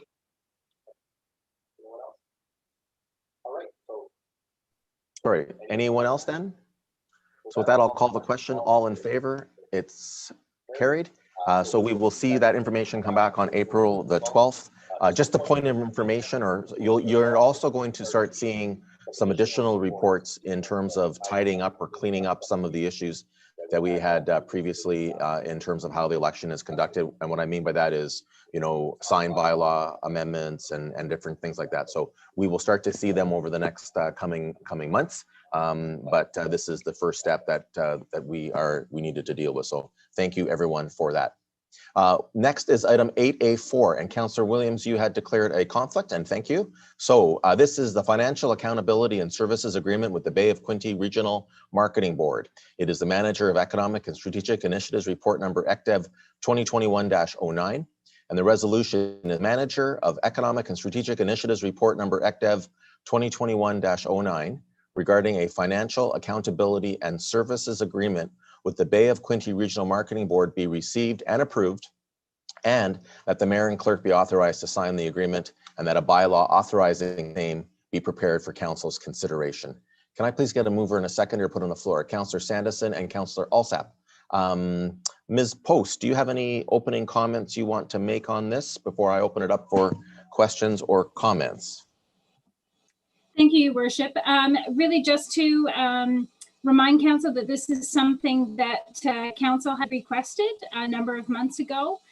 It's intended really as a framework to guide the Bay of Quinte Regional Marketing Board in terms of how they use these valuable funds. You'll recall that their mandate is marketing the region outside of our area, and we think that these municipal accommodation tax funds are a huge shot in the arm to their organization and will allow them to do some amazing marketing of our region, which actually has already begun. Okay, just a housekeeping matter. So in the report that we currently are in, that expires, as you said in your agreement, I believe that expires on the 25th of June, right? So we're signing an agreement before. But in that previous agreement, there was a requirement or an obligation on the part of the BQRMB to provide a report to council on their activities with these funds. And I know that 2020 was a difficult year in the sense of, we were hoping that, a couple more weeks and we would be back to normal and we could welcome tourists. And I know that we had an ad hoc committee struck to talk about marketing in post-COVID times, and we had made some recommendations and we had some resources, but unfortunately it just wasn't safe to be welcoming people to travel back into the community. Do we know where that report is from BQRMB? Yes, I believe that report has been completed, and I will make sure that council receives that right away. So that will be then dealt with at the next meeting later this month. It'll be on the agenda, so make public then? That's okay. Correct. Good, thank you. I suspect that may have been asked by some other councillors, so that's good that we got out of the way. My colleagues, any questions? Councillor Kelly, I see you first, go ahead. Through you, Your Worship, I represent the city and the Bay of Quinte Regional Marketing Board, and I just want to get a couple things in. Doug Stevenson and his staff, there's 4 in total, recently won a national and a provincial award staycation campaign and immigrant documentary. So it's some great stuff happening with the BQRMB. Also, too, Mr. Stevenson reported last week that for this area, we had the lowest occupancy loss in Canada in 2020, 9% loss. The average across the country was 31%. So people were still coming to Belleville and area. And they've been involved with Quintilicious that's on right now with 21 restaurants in Belleville. And they're working also too on offering up a $40,000 grant for marketing for the city of Belleville. So with different groups that may want to try to attract some of that 40,000 towards what they're hoping to accomplish. So that's where we're at. This organization is doing a great job, and some really good news coming for the Belleville area over the past year. Great, thank you, Councillor Kelly, and thank you for serving on that board for us. Councillor McCaw. Thank you, through you. So just, which is kind of interesting what Councillor Kelly had just said. Can you just verify, or are you able to talk a little bit more about the grant you just mentioned? I'm just wanting to know. If Councillor Kelly is able to talk about this grant you referred to. Councillor Kelly, go ahead. Yes, through you, your worship, and for Councillor McCaw, it's $40,000 in grants for marketing for the city of Belleville. That's what Bay Quinte Regional Marketing Board will be coming out with, I believe, in the next few weeks. An opportunity for people to go for that money. Thank you, Councillor Kelly. Also, getting back to the report coming to council, will that report spell out who maybe, I mean, maybe they're not contracting out any of the work the Bay of Quinte Marketing Board with our MAP funds, but if that were the case, would we know who they were actually contracting out to for any assistance that they were not able to provide? Does that make sense? Yeah, Councillor Kelly or Ms. Post, whoever wants to answer that. Go ahead, Ms. Post. Through your worship to Councillor McCaw, if I'm understanding the question right, you're wondering if the report will detail who they contract to provide them with support? As it pertains to the city of Belleville. So as I was reading your report, I took note of one of the last paragraphs on just above analysis on page 2, talking about nothing would prevent them from approaching either Bay of Quinte Regional Marketing Board or the city with proposal for funding. So that just kind of made me wonder if the Bay of Quinte Regional Marketing Board will be contracting out services that they will be providing the city of Belleville. And if that's the case, will we get to see who those people are? Will we have a say in who those people are? I guess is my question. Through the chair to Councillor McCaw, I'm not sure that would normally come through council. It would certainly go to the Bay of Quinte Regional Marketing Board. So it would be something that their board would need to approve. And it may be something that is referenced in their annual report. I'm not sure things are set up to bring that forward to council before they would make a decision.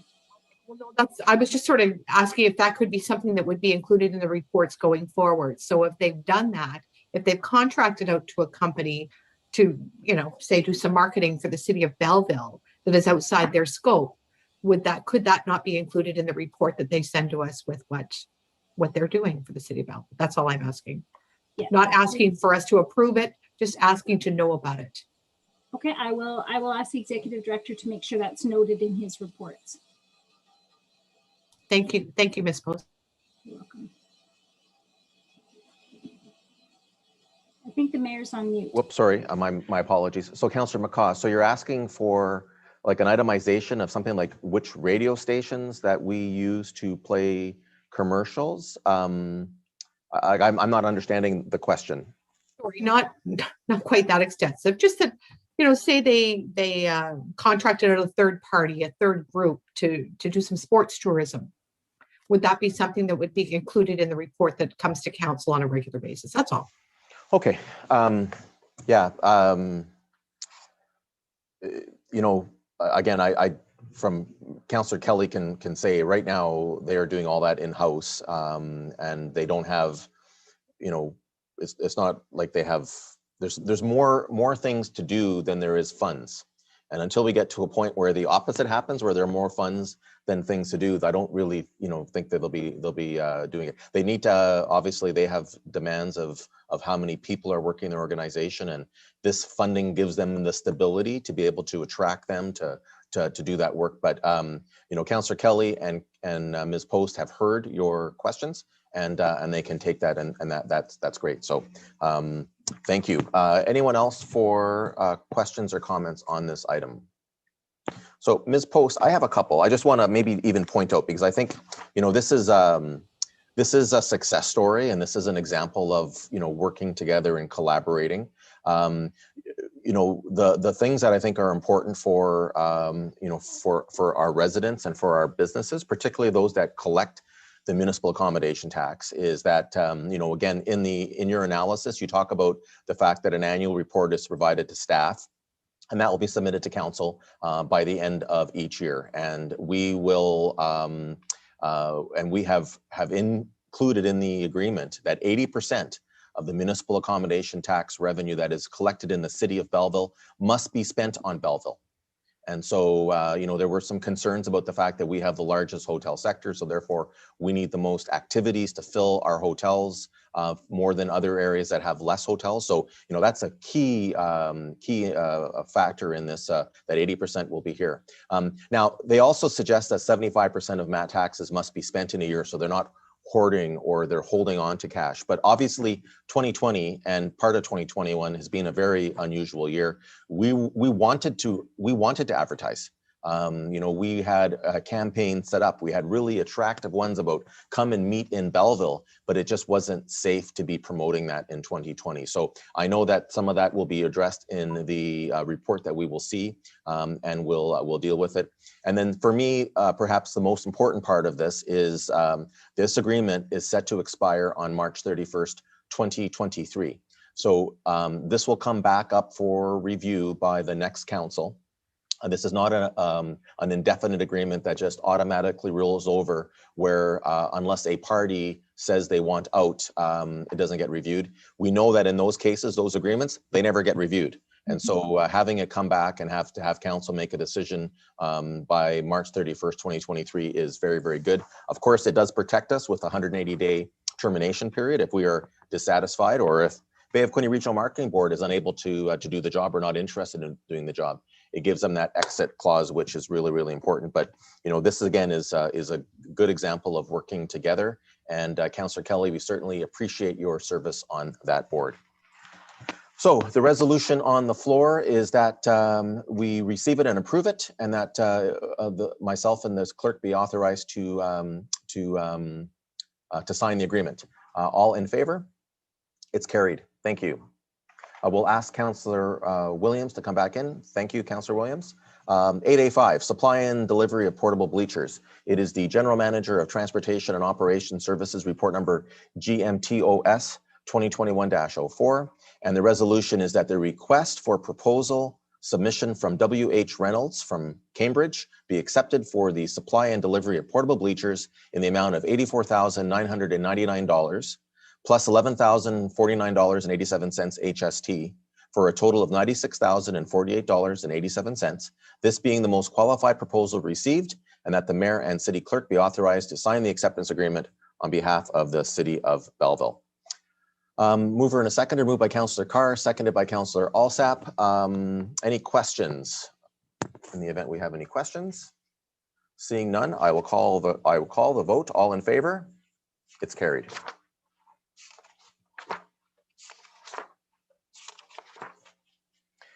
Purchase of a tractor with attachments. It is Capital and Fleet Asset Managers report number CFAM 2021-03, and the resolution is that the request for proposal submission from Deerhaven Farm and Garden Limited be accepted for the supply and delivery of a new 2021 tractor with attachments in the amount of $349,200.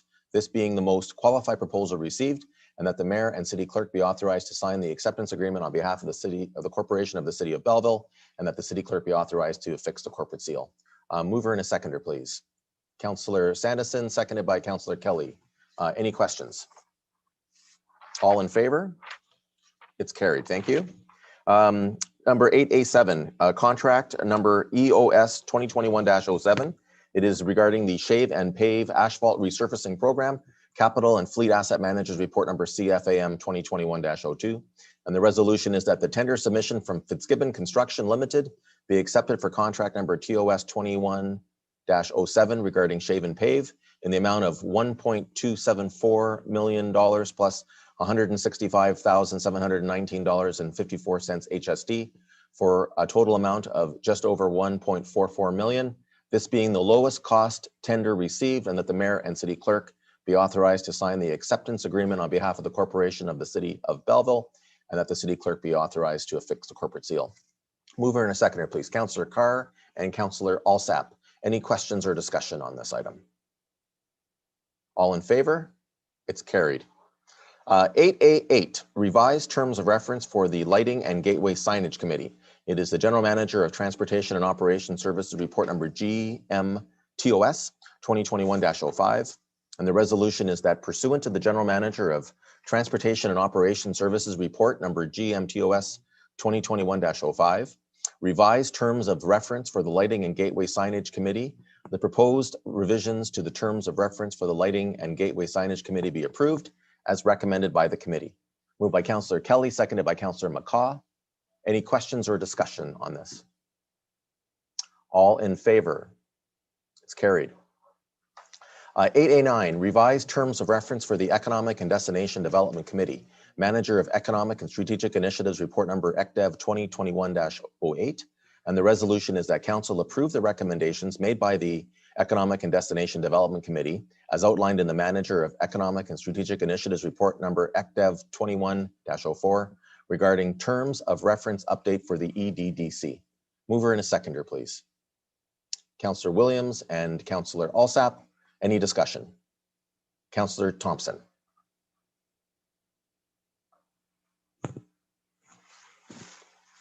Sorry. Go ahead, yeah.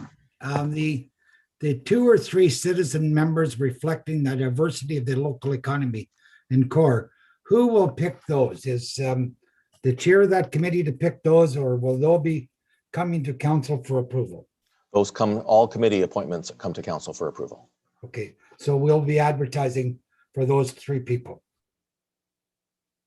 Just one quick second.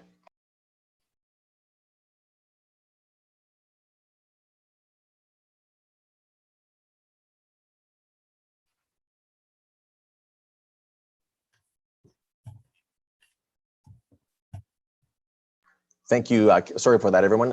Just speaking with the city clerk. So we will have to advertise for people to apply, and those recommendations will come to council for approval. Great. Thank you very much. Okay. Anyone else on this item? Seeing no further questions or comments, I'll call the question. All in favor? It's carried. So 8A10, this is the one that Councillor McCaw and I have conflicts on. So what we're going to do is we're going to split it.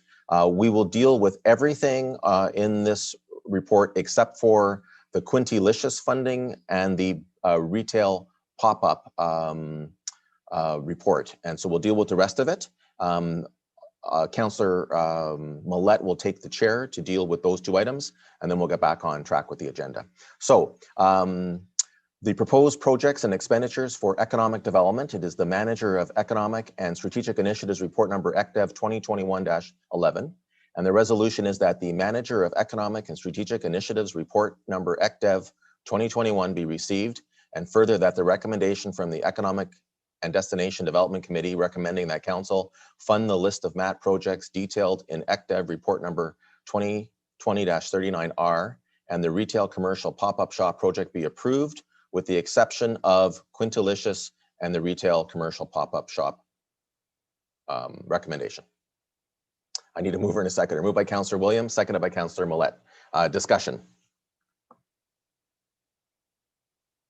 Seeing no discussion, I'll call, sorry, hang a second. I do have some items.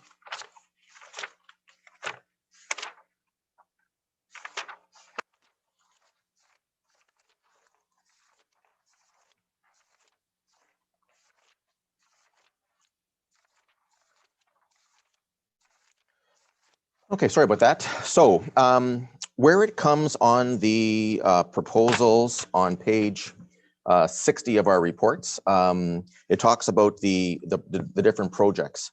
And so there were 3 items that I wanted to raise and I had some questions on. I'll start with the last 2, which deal with the last 2 items on that list: Waterfront Development Reserve, as well as a Future Projects Reserve Fund. And I note Ms. Hines is on the call here. So I want to ask her about reserve accounts for the city of Belleville. Good afternoon, Ms. Hines, or Director Hines, I should say. I wonder if you can answer a question for me. So I see they're proposing a waterfront development reserve and a future projects reserve fund. My understanding of the municipal accommodation tax is that it is already in a reserve fund. And correct me if I'm wrong. I think some people are confused sometimes. They think that we have, 60 or 80 different bank accounts. We have one bank account that all of our funds are in, but we do reserve certain monies to be spent for certain things. And so we collect revenues from hoteliers in the region that are, and our accommodation sector that have municipal accommodation tax, and that goes into a reserve fund that is spent on items that deal with that. Is it normal that we would have a reserve fund that's already out of a reserve fund? Through the chair to mayor and council. No, we try to keep our reserve funds at a manageable level. We currently have a reserve fund for the municipal accommodation tax, and that's where, as is noted in Karen's report, there's funding in that account already. We try not to create any additional reserve funds. We don't want to impose unnecessary restrictions on funds. Basically, we're advising that we wouldn't recommend creating additional reserve funds for MAT tax because we already have a MAT tax reserve fund. Okay. Maybe you can be a little bit more clear for me, because I'm not aware of having a sub-reserve fund of any department in the city. Do we have places where we have reserve funds and then we have an additional reserve on a reserve fund? The only example that I can think of necessarily would be the Ontario Lottery and Gaming proceeds, the casino proceeds. We do, but we have a policy in place for how those funds are to be spent. And council has approved that policy. And so we allocate those funds in a proportionate fashion based on that policy annually. But that is the only area that I can necessarily think of. Well, we didn't establish a separate reserve fund for those different items. Those funds go into the OLG partnership agreement reserve fund, and then all those funds are then spent. I guess I'm just wondering, and if that's even in order for us to be able to consider, because again, those funds already from the municipal accommodation tax, we put them in a reserve because we don't want to spend them until after we receive them. That's my understanding of the situation. We don't want to commit the expenditure of those funds before we actually know what we're getting. COVID is a good example. Had we had an idea of what we estimated we would receive in 2020 for municipal accommodation tax or for the casino reserve account, and then COVID blew those numbers out of the water. There's nowhere near. Had we committed the expenditure of all those funds, we wouldn't be unable to fund them. So we set up the reserve, and the reason why we do it is because we only spend it after we receive it in the subsequent year. I'm at a loss to see where else that we would do it. Were you consulted, Ms. Hines, on the establishment of these reserve accounts before it came to council? No, I was not. I did the first experience I had with the idea of creating additional reserve funds was through Karen's report. Okay, so I think we need to pull it out, and I think it's not just a problem of the process, but it's also incorrect. The second question I wanted to ask was regarding the tourism wayfinding signage plan, and the Economic and Destination Committee is suggesting that I'm assuming that they develop a plan and policy regarding implementation of proper coordinated wayfinding signage. Is that correct? Am I correct in reading that? That's what the recommendation is? Through his worship, I assume you're asking that question of me. Whoever can answer, yeah, whoever can answer. Yes, that's something that we were recommending would be an appropriate use of municipal accommodation tax funds. We have been working with the Lighting, Display, and Signage Committee on that, and they've identified the need for additional signage as well. Okay, and that's great, because that was my question, is I know that is already a duty or a responsibility of the Gateway Signage Committee. If you go to page 48 of our package, it has the revised terms and mandate that we just approved, and it says develop and implement policies and procedures related to the use of the Belleville sign and mobile stage. But that would not be an economic development and destinations responsibility. Those would be funds that would be available to that committee to use for that project. Am I correct in that? What I think that committee was referring to was tourism wayfinding signage throughout the community.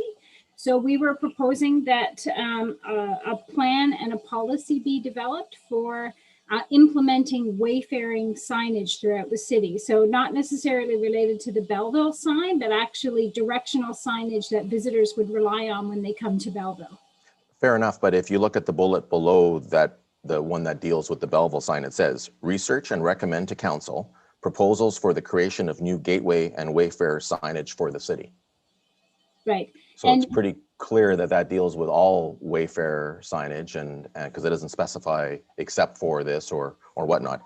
So I have no problem with, I think it's a good idea that, you know, they need a budget and they need to work on it, and that's great. My only concern is, who do they make that recommendation to? Do they make it to the EDDC committee, or does it come directly to council? Because right now, the EDDC committee is not the supervisory role of the Lighting, Display, and Gateway Signage Committee. Of course not. I think the proposal was that we would work in partnership with the Lighting Display Committee. We think we have a lot of value that the EDDC and the department could bring in terms of creating that policy and that plan for tourism wayfinding signage. Okay. No, and I agree, and I think working together is great. So I'm going to ask Mr. McDonald, you know, so how can we deal with these three items? Do we make an amendment to remove them? You know, are they the three of them, because they deal with other, you know, first the two reserve accounts are clearly not in order, but the tourism wayfinding signage, you know, I think it's a good idea to make the $70,000 available to that committee, but I'm just not sure it through the EDDC report is the right way. To the mayor, I think you can pull and deal with items individually, similar to grant committee. So we pull items from time to time from grant committee or recommendations from committees and deal with consolidated reports with multiple recommendations from committees in that manner from time to time. Okay. Ms. Hines, as our Director of Finance, we should just delete the two reserve accounts recommendations, and then how would you like to see us deal with the Wayfair signage, $70,000, so that committee can actually use it as they develop their plan and policy? I would suggest that the recommendation reflects that. The recommendation currently does? I'm suggesting that any recommendation that comes from this decision would recommend that it be directed to that committee. Okay, so if we were to have an amendment, do you want to just remove them and then introduce a new resolution that the tourism wayfinding signage plan be allocated $70,000 of the municipal accommodation tax for their plan and policy development? Yes, I would suggest that the resolution reflects the fact that the committee will direct the funds. Okay. So, Councillor Millette, I saw you putting your hand up. I'm not sure if I was on the same track as you on that. If you want to add your comments, yes, now, thank you. For an amendment. No, and you know what? I'm fine with the amendment. I was trying to provide a little backstory because we seemed this came up about a year ago at the Lighting and Gateway Signage Committee, and with the increased mandate at the beginning of this council's term for that committee, we had a meeting early last year at which we actually said, okay, just what are we supposed to do with that portion of our mandate? And we did have some rather in-depth discussion about some signage, gateway signage. Staff had some input, but then it ground to a halt because we literally had no budget or further. So, I mean, if we're talking about the $70,000 and the ability of the gateway sign or the lighting display and gateway signage, it's just flows off the tongue, the name of that committee. But for what that committee now can use to further address that part of our mandate, it's a very valuable addition. But however we do it, we don't care. We'll certainly get on it if we have a budget to do it. Yeah, so we'll pull it out and then we'll have an emotion immediately to make it available so that the spirit is still there. So okay. I'm looking for an amendment. Who are the movers and seconders of the motion? So Your Worship, I was the mover. I don't mind changing the motion to reflect. I don't know if you need to make an amendment. Okay. I do agree. Yeah. So the amendment would be, or the motion would be pulled and redone to eliminate the bottom two, which are just stay in Matt. And sorry, what was the amendment for? What was the change? It would just delete the two reserve accounts and then the tourism wayfinding signage plan, and then we'll immediately introduce a motion to give them the 70,000. That's right. Yes, and I think that to me, it is staff who developed this. Staff can work with staff on how that rolls out. Committee is not the one developing it; it's staff, and so yeah, I think it's the way to go. Okay, thank you. So, who was the seconder on the motion? Councillor Millette, you seconded it. You're good with those, with that. So the amended motion now is everything on there except for Quintilicious because of the conflict, and then also removing the tourism wayfinding signage plan and the two reserve accounts. So that's the amended motion. Any other discussion on the item? I'll call the question. All in favor? It carries. Councillor Millette, you're now going to make a motion that that 70,000 from the municipal accommodation tax be for tourism wayfinding signage plan policy and development be made available for the lighting display and gateway signage committee. Correct? I so move. Yes. Moved by Councillor Millette, seconded by Councillor McCaw. Any discussion on that item? Discussion, Councillor Kelly. Through you, Mr. Mayor. Why is it 70,000? Why do we stick to that number? Because it's more than zero. No, I know. I'm on this committee, and so is Councillor Millette and Councillor McCaw.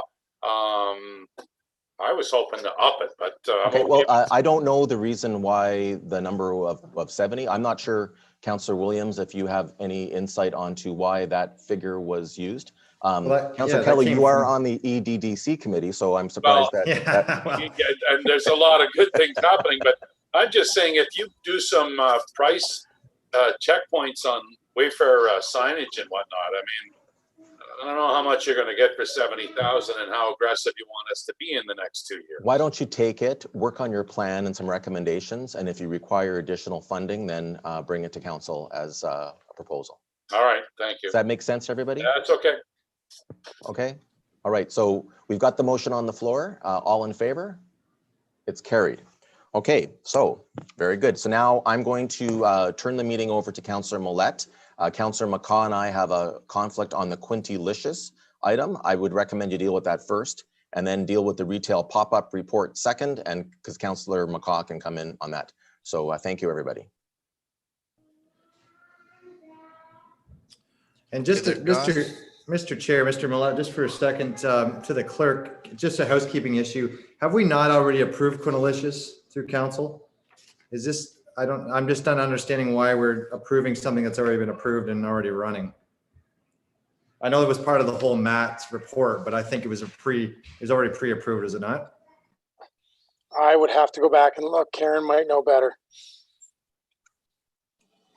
Yes, through the chair to council, yes, it was approved by council on December the 14th, and that program is running. We included it in this report so that the committee and council could have a comprehensive view of what those MAT funds were being spent on.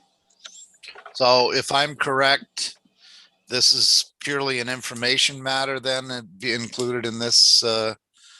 Yeah, so it's not an action item as separate for us to consider at this point. Correct?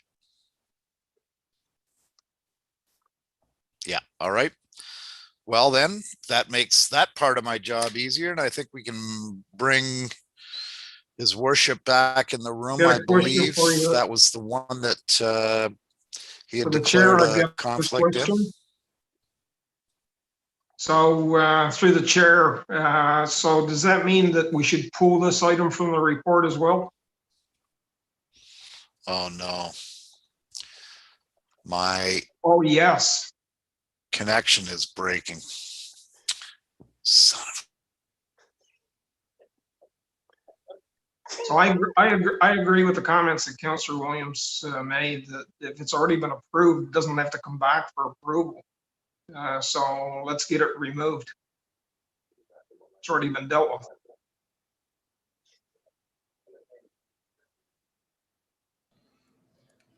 I would just say it's on the report. I'm just saying, I don't think we need to, I think the report's been already approved. I just don't know if we need to approve that separately, that's all. So Councillor Millet is coming back in probably on his phone. Yeah, I'm sorry. I've been blanking in and out on my regular, on my internet connection here. So Councillor Millet, the discussion was that it's previously been approved, so it doesn't need approval. In so much as that it's on a report, if the committee or if council even just wants to receive it just for my record keeping purposes. Yep. Okay. Because we've got members who've declared a conflict and they'll be hanging. That's fine. So if you can get a mover and a seconder. Yeah, a mover and a seconder to receive. You can't see, but I can't see them. Councillor Carr and Sanderson and Alsop all had their hands up. Councillor Alsop and Sanderson, first and second. Perfect. Any discussion? All in favor? Gary. You had lots of hands up. That's good. All right. I'm rebooting here to make my connection come back, but moving to commercial pop-up project. So we'll just make sure we get Councillor McCaw back in, because I think she can come in for this one. So just one No, moment. she was out for Quinny Licious and his worship was out for He was out for both. both. That's correct. Thank you. So we'll get Councillor McCaw back in. Just give us one moment. Yeah.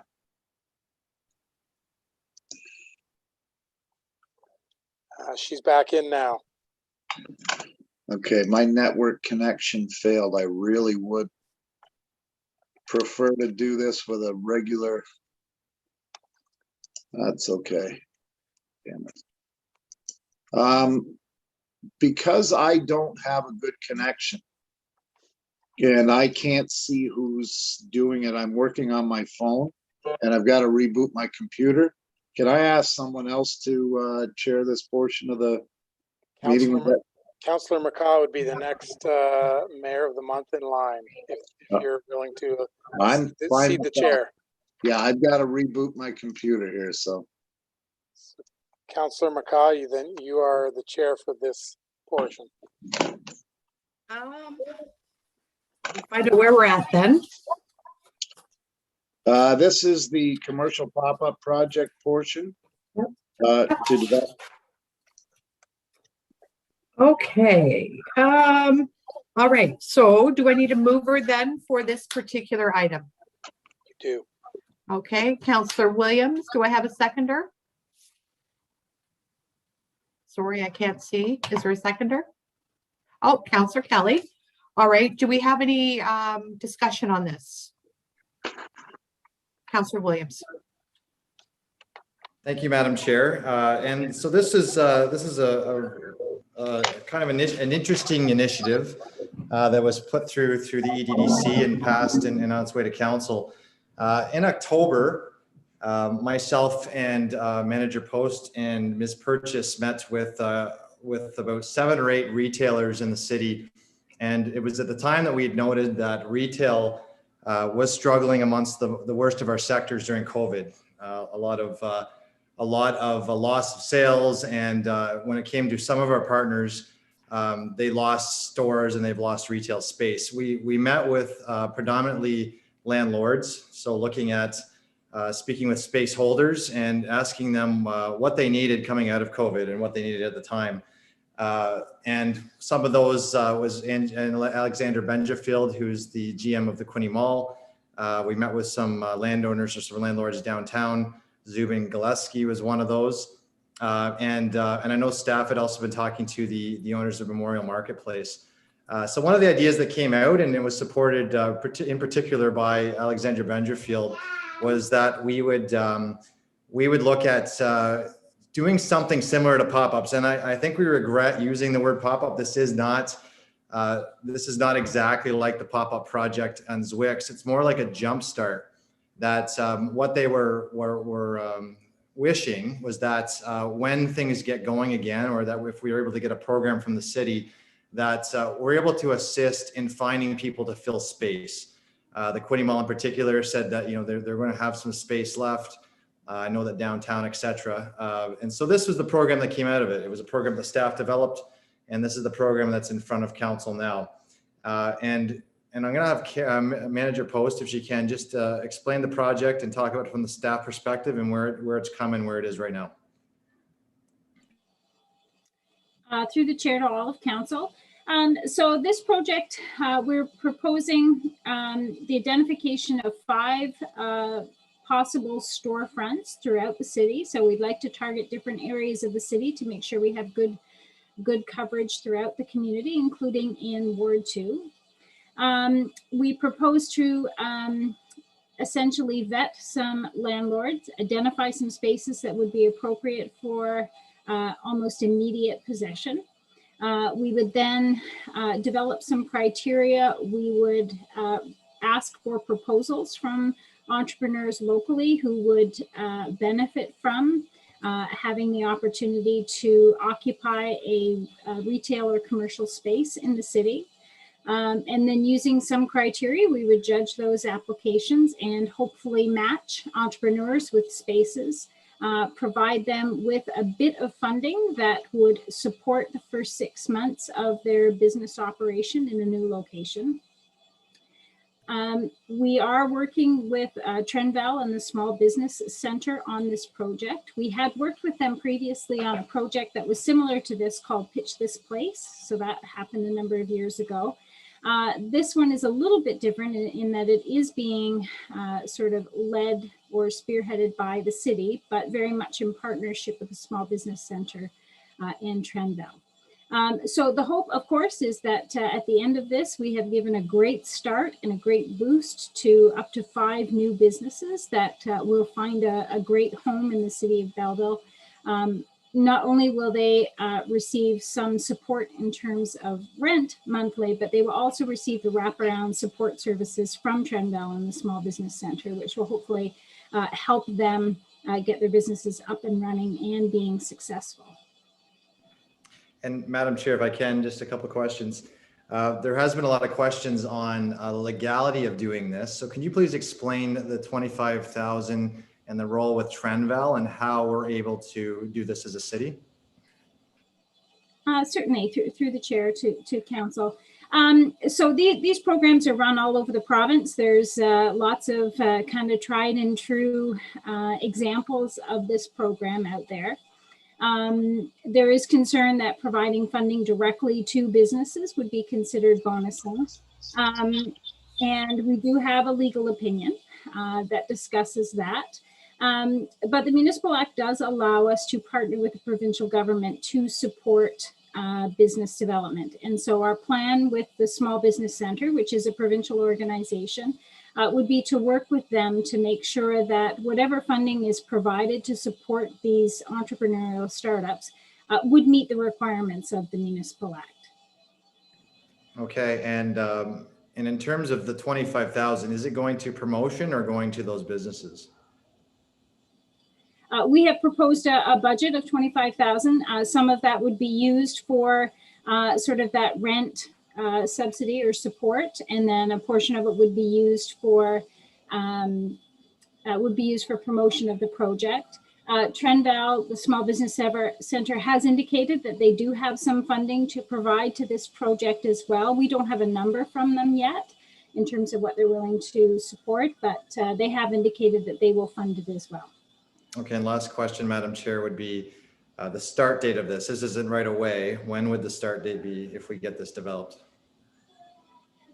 Yes, so it's going to take some time. There's lots of legwork to be done. As you can tell from the responses, we haven't sort of set out all of the parameters under which this program would operate. We know it's a proposal that we think has some real legs. We think it's got some real benefit to it, but there's a lot of details to work out. We've brought it forward to council now. So if this is something that council is interested in implementing, we find out now, and then we'll commit the staff resources we need to get this program up and running. We propose that the next few months be spent doing that planning, narrowing down all the details, and working with potential landlords, developing the request for proposals. And then we have this program actually start in the fall of this year. So September, October, sometime around then. We expect that the pandemic, hopefully, will be in the recovery phase. And we think that is the perfect timing for getting some of these new commercial ventures up and operating. Thank you. And just a couple of comments from me, and then I'll let that go. I think this is about entrepreneurs. It is something similar. That's the thing similar to pop-ups. I think in the pop-ups we had over 30 ventures apply for that kind of thing. I think this is only about 5, but I really believe in that innovation and rebirth of retail. And retail they've had a tough time through COVID in Canada. There's been up to 30% of retailers just go. And I think it's very important that we look not only, and I like that you mentioned Ward 2 as well. It's not only downtown retail is in the Quinte Mall, it's at the Moore Marketplace, it's all over the city. So anywhere that we can help jumpstart retail when we're getting out of the pandemic. So not now, but in a couple months or 6 or 7 months from now, I think that's going to be really important. So I think this program has some merit, but looking forward to making sure that we get through the legal part successfully, and looking forward to hearing from some more discussion. Thank you. Councilor Sandison, did you have your hand up? Yes, I did. Thank you, Madam Chair, through you. So I'm not sure how the earlier discussion about adding a staff resource would allow the current department to commit staff resources they don't have to this thing. So that's point one.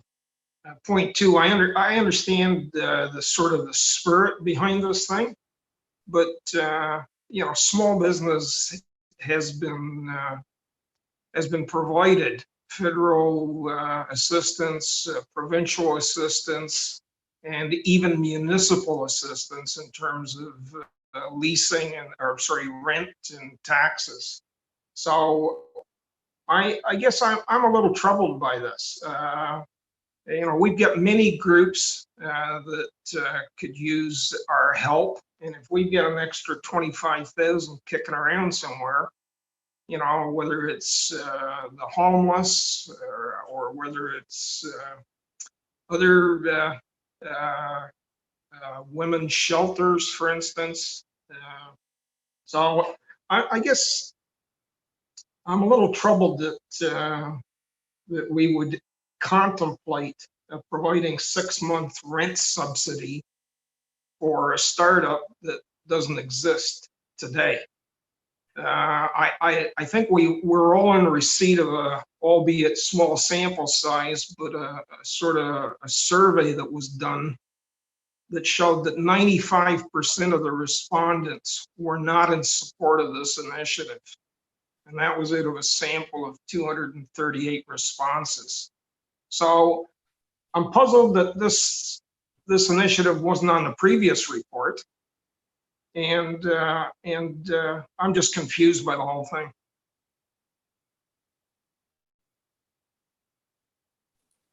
Okay, any other comments from anyone? Okay, so I'm not sure who was first. Let's go with Councillor Alsop. Thank you, Madam Chair, and through you to Manager Post. Is there a mechanism built into this policy where we'll be able to get meaningful feedback from surrounding businesses? Because, you know, to speak to what Councillor Sanderson was just referencing, for instance, if I was a small bakery downtown and a new bakery was going to open up that was being subsidized in terms of their rent, you could see why that might be a problem competitively, especially given, you know, that the challenges that that sector of the economy has had during COVID.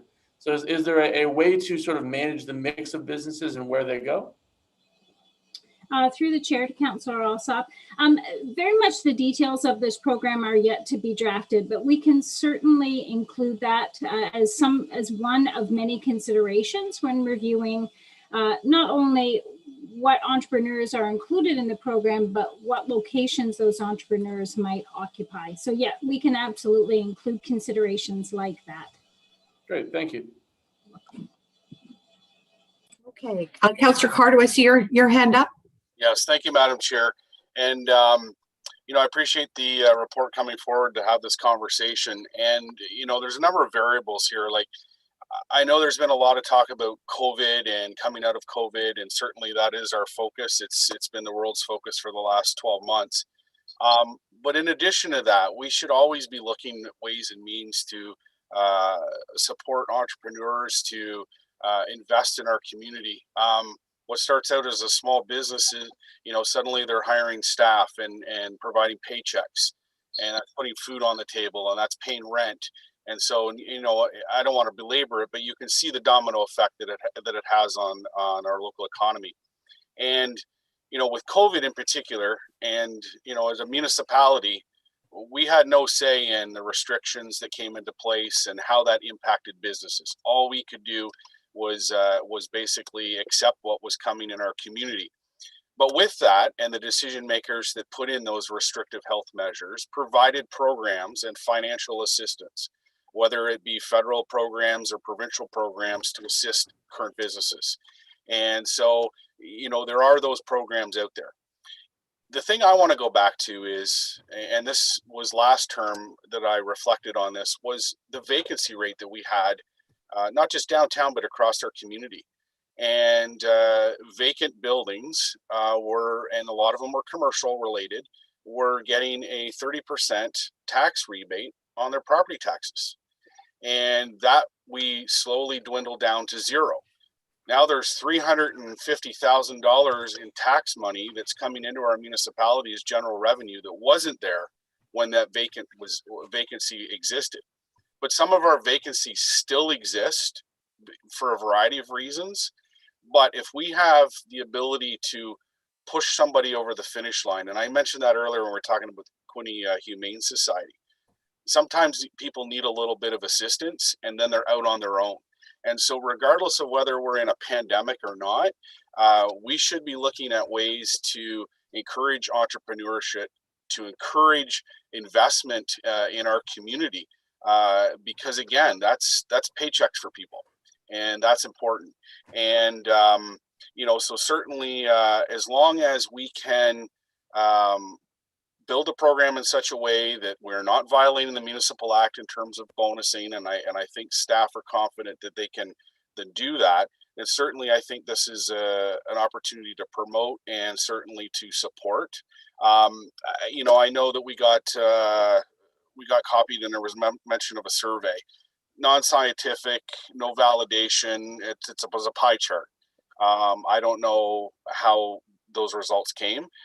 Certainly appreciate the comments that we've received, because there has been a few that have been received where people, you know, said like, look, you know, what about all the businesses that were impacted by COVID? And like I said, there are programs available. We can't help everybody. We just have limited funds, and you know, we stretch them out. We're certainly supporting the homeless with $50,000 annually for the rest of this term to Grace Inn. We just provide a bridge loan to the Quinte Humane Society. We're doing everything, and we've got a lot of irons in the fire. But I think this one here is a small nominal amount of money when you look at what our annual operating budget is. and provides an opportunity to create jobs. And if we can create jobs, then I think we're moving in the right direction. So I'll certainly support this initiative. Are there any more comments? Okay, Councillor Thompson. Thank you very much, Chair. I'm going to support the motion. I have one question. The $25,000, how do you decide what business gets what amount? Is there a formula or is there a specific reason that they can apply for the funding? Through the chair to Councillor Thompson. So what we've kind of set a framework of at this point is that we would identify 5 properties, up to 5 properties. We have proposed, a rent subsidy of up to $500 a month for 6 months. So, everybody would be, I guess, eligible for the same subsidy. Okay, all right, that's good, thank you. But, when we talk about vacant buildings and you talk to retailers, the old story goes, if there's more retailers, it attracts more people. So if we can fill those businesses in these buildings that were vacant and attracting more people downtown, it's going to, in a long run, benefit the other retailers that are there, because people attract each other. And when they're there, more people there, there's more excitement. And we proved that last summer by all the outdoor cafes. There was more people around. There was great interest in downtown. So let's try to see if we can fill some of these vacancies, get some people, not only downtown, but out in Ward 2 or in the Quinte Mall.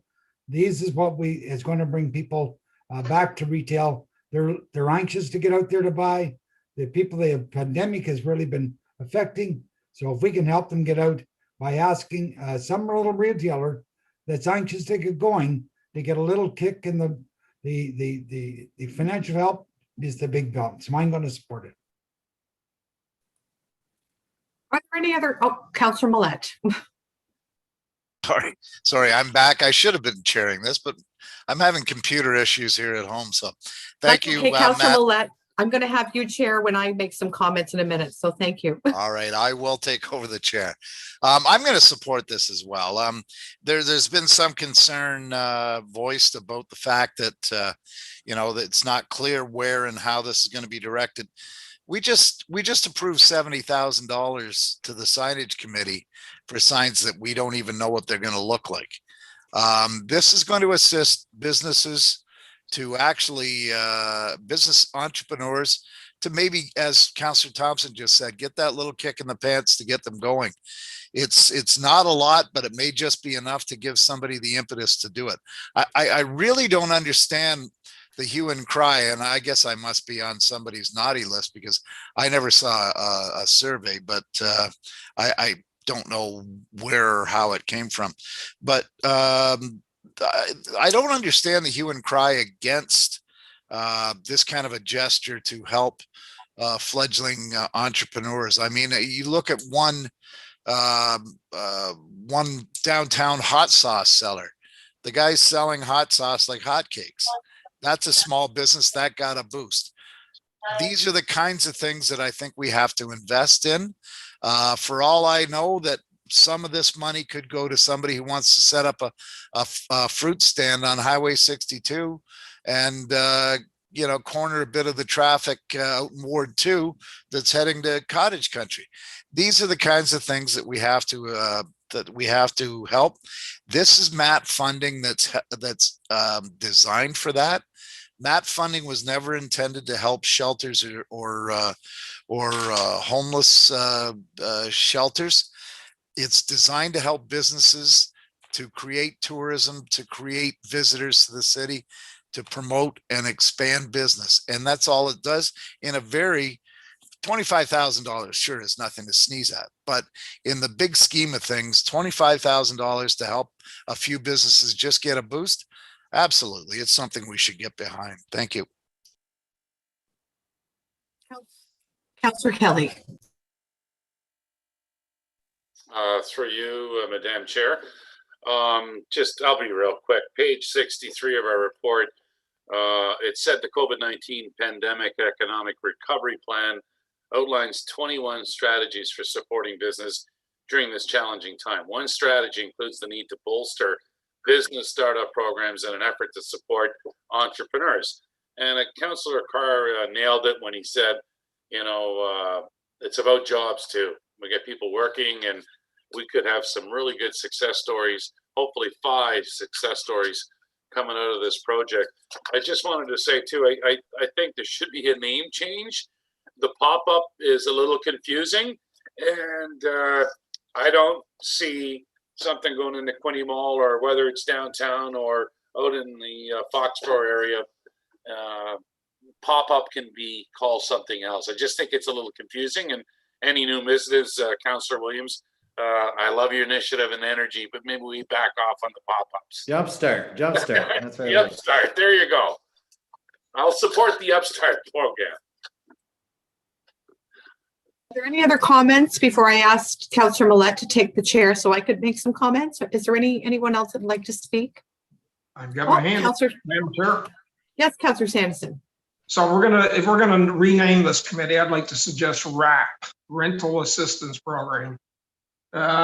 So the issue, I think, and maybe I'm making more of it than needs to be made, but if you're going to provide rental assistance to a number of businesses that are in a startup mode to the tune of $500 a month, what sort of response might we expect from existing retailers that are struggling today through COVID and are just, walking into the relaxation of COVID restrictions? I guess the question's for Manager Polks. Have we given any thought to that sensitivity? Through the chair to Councillor Sanderson, absolutely, that's always on our mind. One of the reasons that we identified the need to support new business development or entrepreneurs was because right now the federal and the provincial government, they have had programs to support existing businesses throughout the pandemic. But in our opinion, the focus has been taken off new business development for obvious reasons. It was difficult to start a new business during the pandemic. So we really wanted, recognizing that there were other supports in place for existing businesses, we really wanted to make sure that we had a program that would help entrepreneurs launch new business when the time was right, give them a little bit of financial support, as well as those wraparound supports around helping with business plans and so on. And so we felt that it filled a need that wasn't being filled by other government levels at this point. Okay, thank you. You're welcome. Comments before I hand the chair to Councillor Millette? Okay, I don't see any. Councillor Millette, can I have you take over the chair so I can make some comments? I have the gavel. Thank you very much. If I might, through you, ask Director Beauvais a question if he's on the line. Is it normal to bring recommendations without thorough vetting and legal opinions before council? Through the chair to Councillor McCaw, I think obviously it's preferable if we have all the answers when we bring reports to council. In this particular case, as Manager Post has mentioned, the idea is to sit down with our potential partners at Trendval and/or the Small Business Center and review what we think is a good program and get their input and attempt to satisfy the concerns that have been provided to us by the city solicitor. And then when the program is fully vetted and laid out, then we would bring that back to council for their final blessing and go from there. Unfortunately, in this case, the legal opinion came somewhat late when the agenda was pretty much prepared. So we did send that out after the fact to council.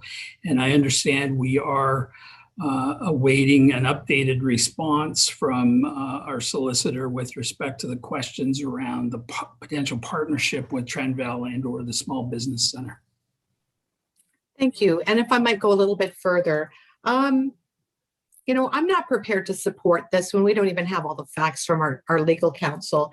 If I read her message here today, I certainly brought this up in the EDDC meeting that this was illegal under Section 106 of the Municipal Act for the fact it was municipal bonusing. As usual, Councillor Williams, the chair, dismissed what I was saying. And here we have our legal. Mr. Chair. Here we have our legal opinion. Don't, Councillor Williams, I have the floor. Here we have our legal opinion. Councillor McCaw, Councillor Williams, you raised a point of personal privilege. Yes, sir. I just like a retraction, please, as the as usual comment. And again, there's no disrespect here. We well then I'll just, I'm so. sorry, Councillor Williams, I'll take the as usual out, but you did dismiss this item at the EDDC meeting. I ruled on it as a chair. I don't dismiss things. Anyways, that said, we can Enough. agree to disagree on that. Councillor Millette, may I continue?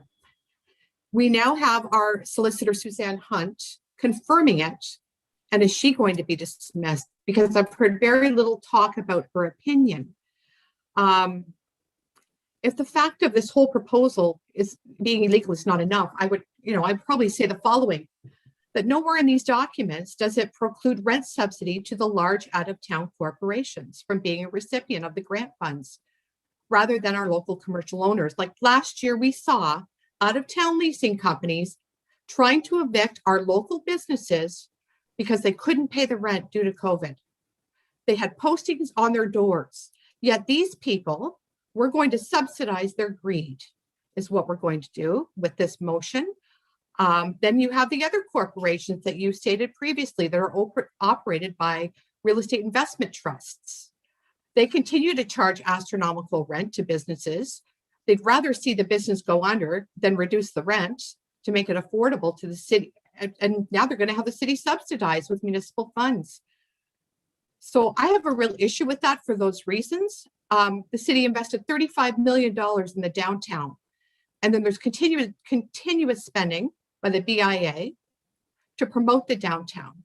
And they're now being forced to compete with the large real estate investment companies who have deep pockets, who are having to evict our businesses, and you want them subsidized. There's also the idea of the potential for double dipping once they're in there.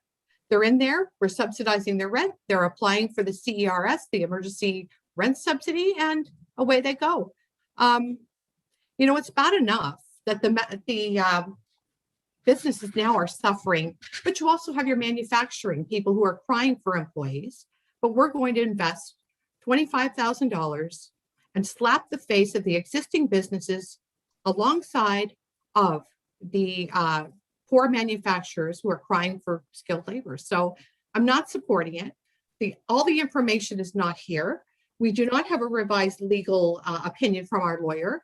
What I'm reading right now basically states that no, it is illegal. And I'm not going to support something that is illegal.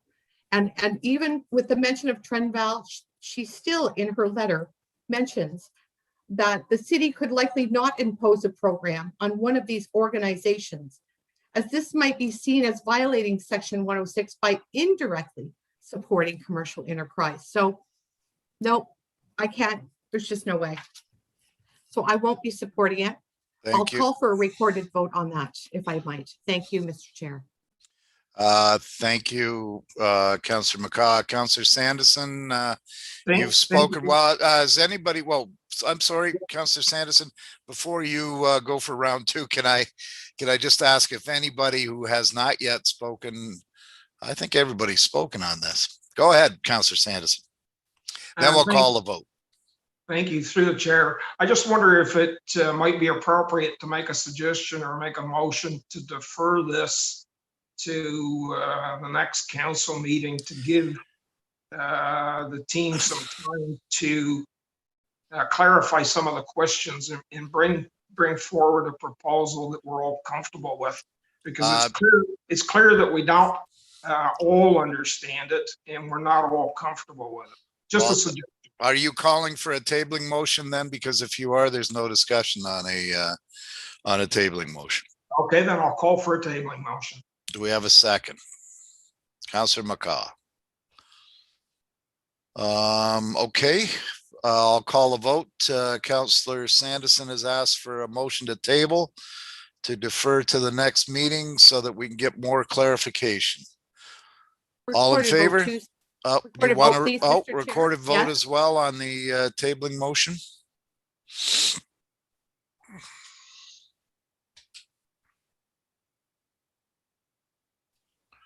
Are you ready, Mr. McDonald? I am. So this is on the tabling motion. Correct. Councillor Kelly, No. Councillor Malat, No. Councillor McCaw, Yes. Councillor Sanderson, Yes. Councillor Thompson, No. Councillor Williams, No. Councillor Alsop, No. Councillor Carr. No. Tabling motion fails. Then we will call the vote on the original motion, and that motion is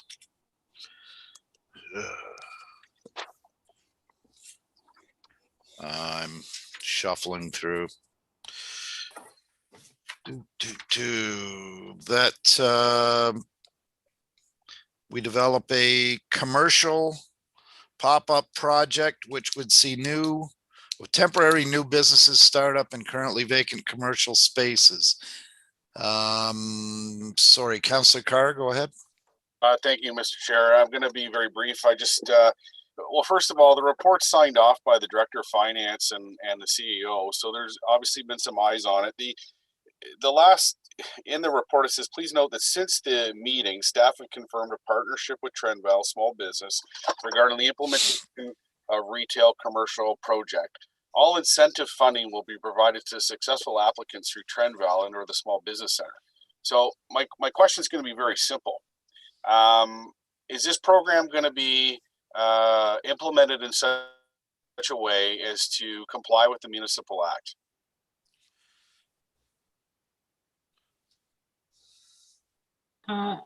Through the chair, I assume that's a question for me.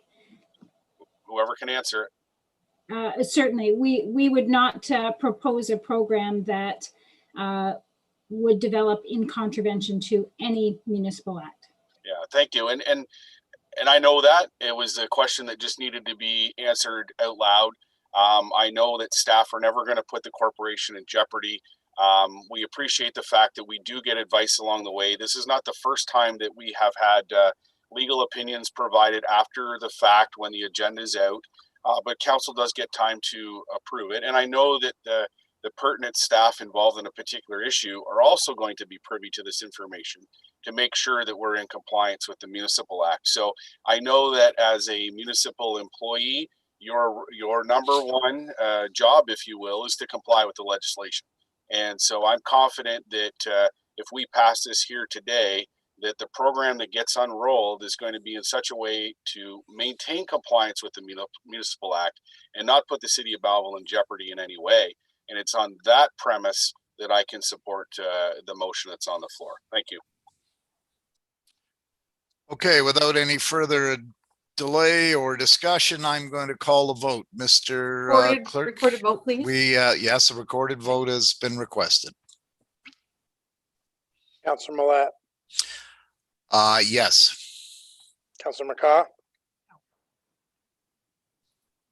Councillor Sanderson, No. Councillor Thompson, Yes. Councillor Williams, Yes. Councillor Alsop, Yes. Councillor Carr, Yes. Councillor Kelly. Yes. Motion carries. Thank you. And we can call his worship back into the room to resume as chair. Thank you all for your cooperation.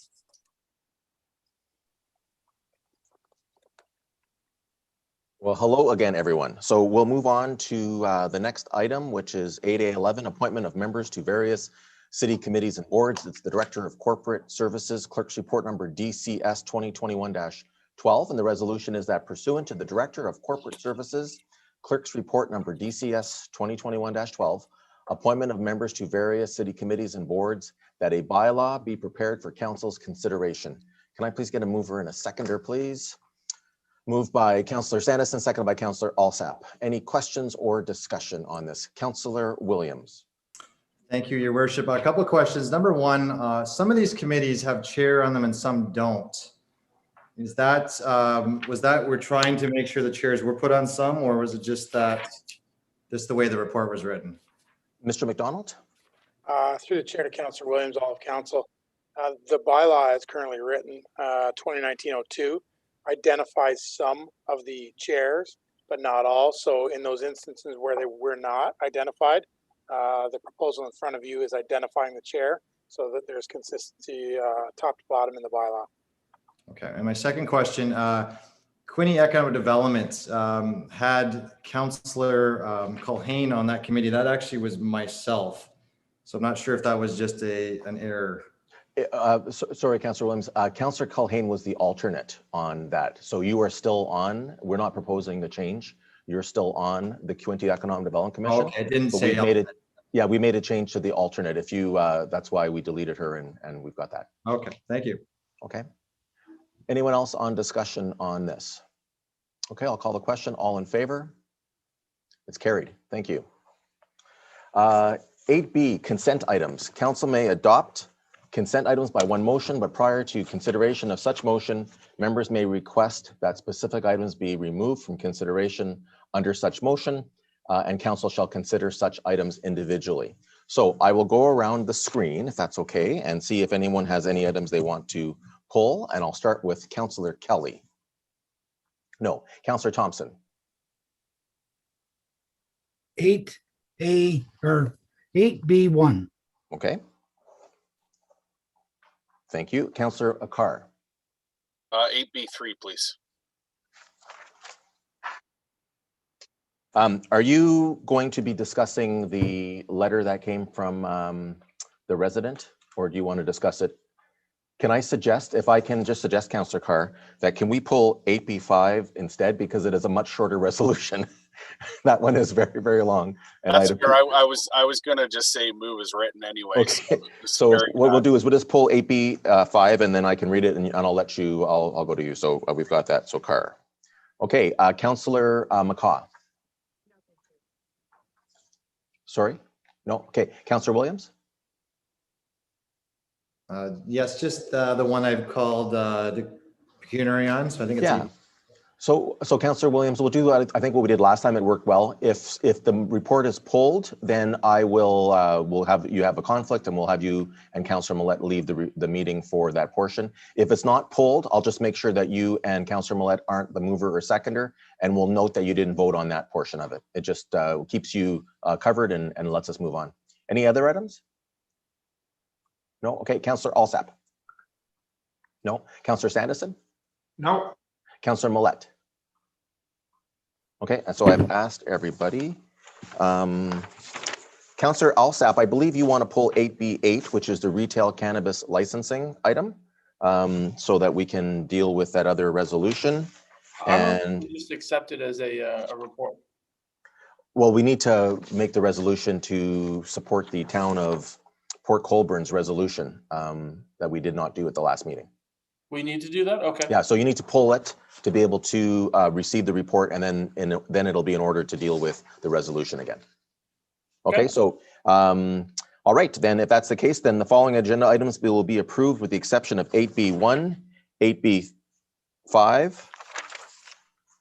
8B8. Can I get a mover and a seconder, please? Moved by Councillor Alsap, seconded by Councillor Carr. All in favor? It's carried. 8B1, a delegation of authority actions to March the 4th, 2021. It is the Chief Administrative Officer's report number CAO 2021-04, and the resolution is that the CAO's report number CAO 2021-04, delegation of authority actions to March 4th, 2021 be received. Moved by Councillor Thompson, seconded by Councillor Kelly. Councillor Thompson, you had asked for this item to be discussed. Go ahead, sir. Yeah, just a question. What makes the difference between the CEO making an authorization for a certain amount of a bid where he can do it alone without coming back to council? What's the amount? Is there amount that he has, or is it a certain project? Well, we delegated the authority, council's authority on certain items to the CAO while we are dealing with COVID times. And so there is no amount necessarily. He would have the same authority that council does. But we provide this report so you can see what he's been up to and what he's approved in case you have any questions or have any concerns. Mr. Beauvais, CAO Beauvais, did I get that correct? Do you have anything you want to add to it? No, I think you're correct, Your Worship. The only thing maybe I would add is that the issues that I sign off on are issues that, particularly as they relate to RFPs and tenders, are only items where the recommendation is that the lowest bidder be chosen, and that the item is within the budget that was established by council. Okay, Councillor Thompson, anything more on that? No, that's good. Thank you very much. Good. Anyone else? Seeing none, I will call the question. All in favor? It's carried. 8B5, dedication of reserves, Block 43 and 59 on Plan 21M, 20 Potters Creek subdivision, Phase 3, and Block 59 on Plan 21M-299, Potters Creek subdivision, Phase 7, DeWall Place. And it is the Development Technologist Report number APS 2021-08. And the resolution is that a bylaw to designate and dedicate blocks 43 and 59 on Plan 21M-270 and Block 59 on Plan 21M-299, City of Belleville, as part of the public highway, and name same DeWall Place be prepared for council's consideration. Moved by Councillor Carr, seconded by Councillor Alsap. Councillor Carr, thank you for indulging me. Go ahead and you'll speak on it regarding the correspondence we received today. Yeah, so thank you for that. And yeah, I just thought I would just touch on this as chair of planning, and this is certainly continues on with the Potters Creek development, and as the city clerk referred to earlier, this portion of the city is growing rapidly. The residents had some concern as to the blocks related to the apartment buildings in proximity to the existing homes that are there, as well as there was some issues in related to grading. And, you know, through consultation and through the planning process, this particular plan now falls in line more with the draft plan of subdivision from 2008. And in addition to that, although not part of this application, the next phase is going to have some implications, perhaps, on a road network, and the existing homeowners on Avonlow and in that area there and Hastings Park Drive are looking to make sure that their neighborhood continues to be preserved. And I've said all along that, you know, certainly we encourage growth and development, but we have to make sure that it's complementary to the existing development. It can't come in and cannibalize or take over an area. When we look at some of the residents and existing residents we have now, homes have been there 20, 30, 40, 50 years or more. And so we have to make sure that our development is not intrusive, but certainly comes alongside there. And so in this particular instance, because of the work of staff, and in addition to that, the residents also commented on the fact that a number of us, you know, I'm just kind of going through here and looking at the email. He highlights the fact that the mayor was out there, Councillors Kelly, Sanderson, as well as committee members, Ms. Brown and Mr. Joyce, and also former Councillor Pat Colhane had spent some time out there talking with the residents. And you know, as we did a walkabout of the development encroaching in on their backyards, we were able to have some very good discussions. Planning staff have done a commendable job to work with the developer to relay or to allay some of these concerns. And so therefore the residents in the area have no concerns with this application. And then we'll just take a look at 9B as it comes forward. So thank you. Thank you, Councillor Carr. And Councillor McCaw, I believe I owe you an apology because I believe when we dealt with this previously, you declared a conflict and I didn't catch it for you today. So please accept my apology. You're declaring a conflict on the item now. And if you just want to turn your screen off, we'll let you know when we're back in. Thank you, I'll do that. Okay. And that's because Councillor McCaw lives in the area. So again, I should have remembered that. I apologize, everybody. Anyone else have any comments? Yeah, no, and I want to, again, I think, you know, too often when we go through the process of development and subdivision agreements and some of the progress that the city has to go through for new housing, sometimes residents are very dissatisfied with their opportunities for input. Sometimes you have developers who don't want to hear the concerns and address them. And sometimes people don't bring forth their comments. You know, I said at the planning committee meeting that what's happening in this area of the city now is exactly the way the process is supposed to work. You know, a developer who is invested and is local, along with a consultant who also is invested in local, understands the community, understands the area, brings forth an idea about what they'd like to see for development. The neighbors have some concerns, they bring them forward, and we all work together to deal with this. I want to say back in the early fall, perhaps, it was still warm, it was before winter. You know, when this application came forward, there were some questions asked at planning, and they left and they went through this with everybody.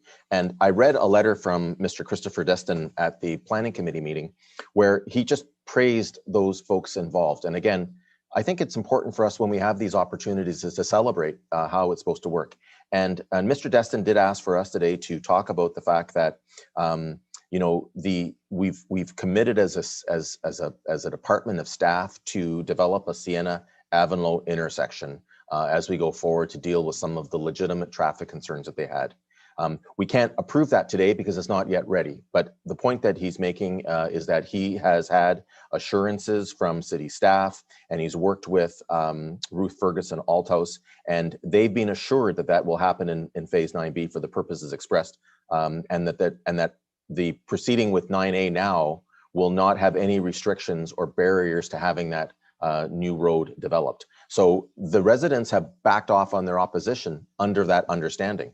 So, you know, and he makes a really good point that without a formal plan in place, Hastings Park's residents have placed their trust in the professionalism of city staff and Ruth Ferguson Althouse to alleviate their concerns with future planning as they have expressed.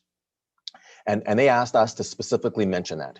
And they are also having confidence in us as city council that we will remember this and that future councils will remember this as they move forward. So putting this on the record now gives them an opportunity to always be able to come back to it. As Councillor Carr stated, that a number of councillors and members of the planning committee went out there and met with the residents to understand their comments. And the last thing I would just say is I would just read the sentence here, that city staff led by Director Ashton have been very generous with their time and respectful of our concerns. We are grateful that Ruth Ferguson Althouse is working with city staff to develop an alternative plan for the future and for the patience of Adrian Bax, the developer, in developing this Plan 9A. So this is the way it's supposed to work, as former Councillor Pat Culhane would always say when she was dealing with public input, and it's a good story, and we would like to see this replicated other parts of the city as developers and residents and consultants and city staff all work together for a good outcome. So thank you to everybody. If anyone doesn't have any other comments, I'll call the question. All in favor? It's carried. Thank you. 8B8, retail cannabis licensing. The principal planner's report number PP 2021-15. And the resolution is that report number PP 2021-15 dated March 8th, 2021 regarding retail cannabis licensing be received as information. And it's moved by Councillor Alsap. I need a seconder for this, please. Councillor Kelly. Councillor Alsap, at the last meeting, you had raised this issue of radial separation for retail cannabis stores so that we didn't have them all clumped in one area. And we had some discussion about the fact that the previous council had taken a similar approach with payday lending institutions. We didn't want them all in one area. And And on the advice of the clerk, we defeated the resolution, and then we sought a report from staff, which would show us whether we had the legal ability to do so. The report is out. I don't know if you want to touch on that, and then we will receive it, and we can reintroduce the resolution that we didn't go ahead with while we're waiting for this report.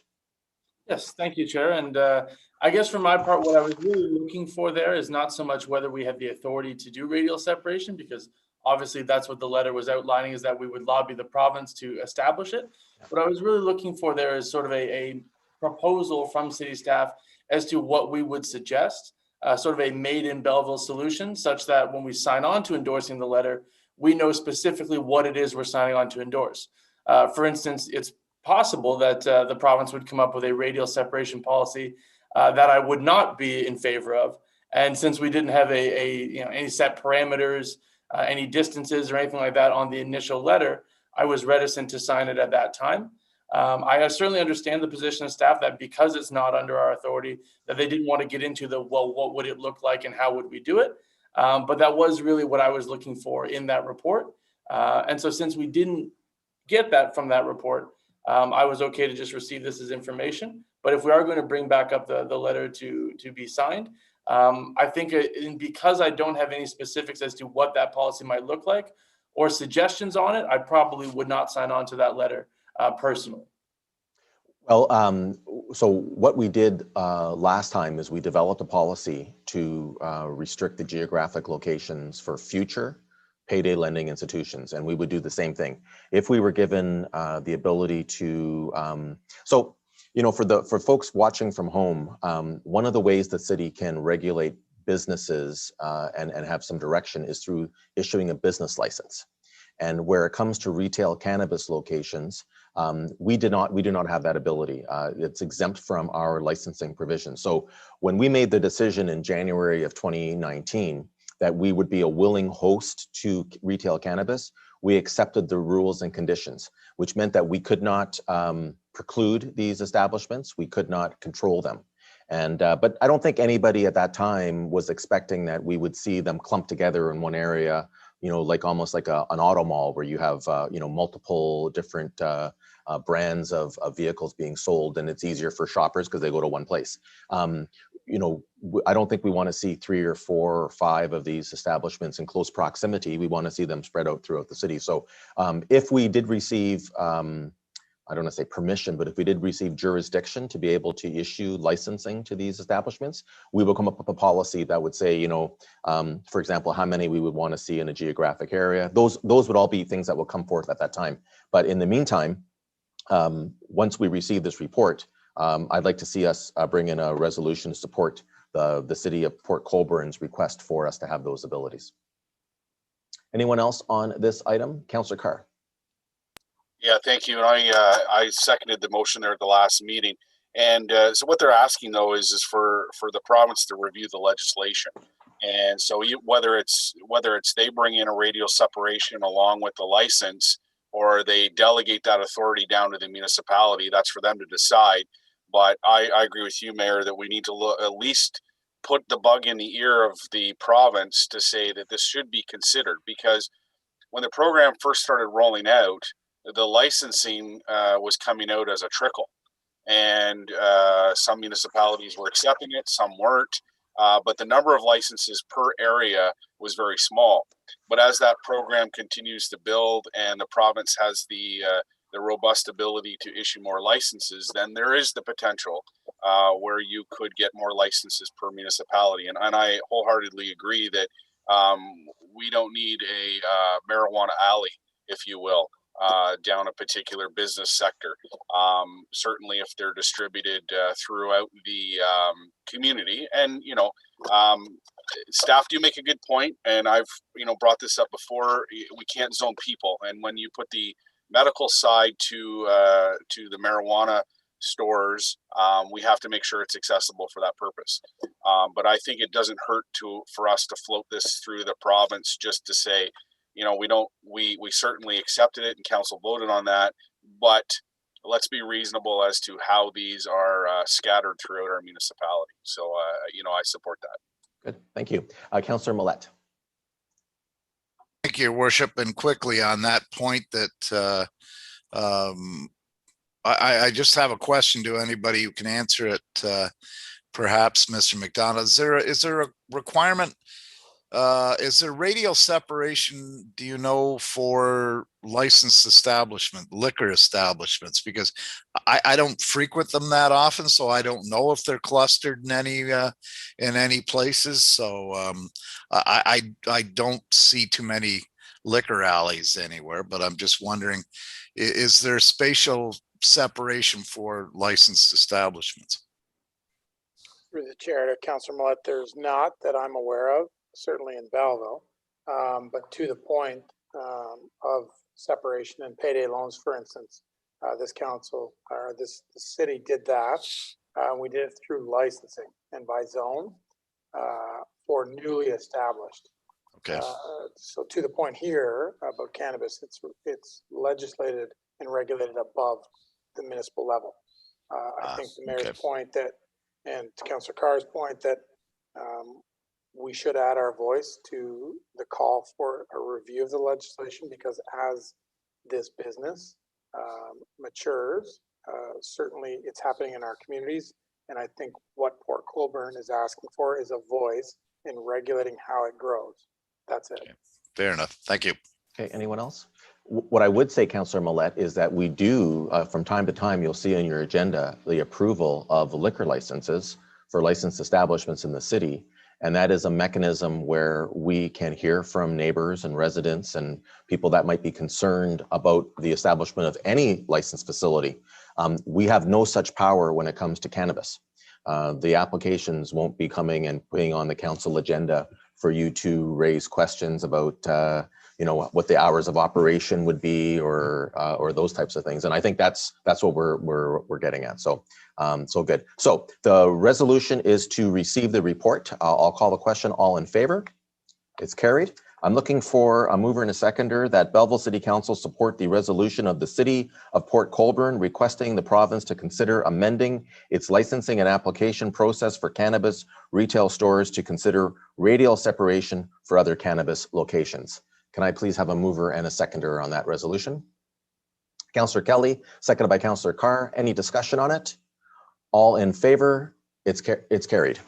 Great. So that is the last of the 8Bs. We'll move to 8C for council information matters, where we may adopt consent items by one motion. But prior to consideration of such motion, members may request specific items be removed from consideration under such motion, and council shall consider such items individually. So I'll go the other way. I think my screen is changed a little bit.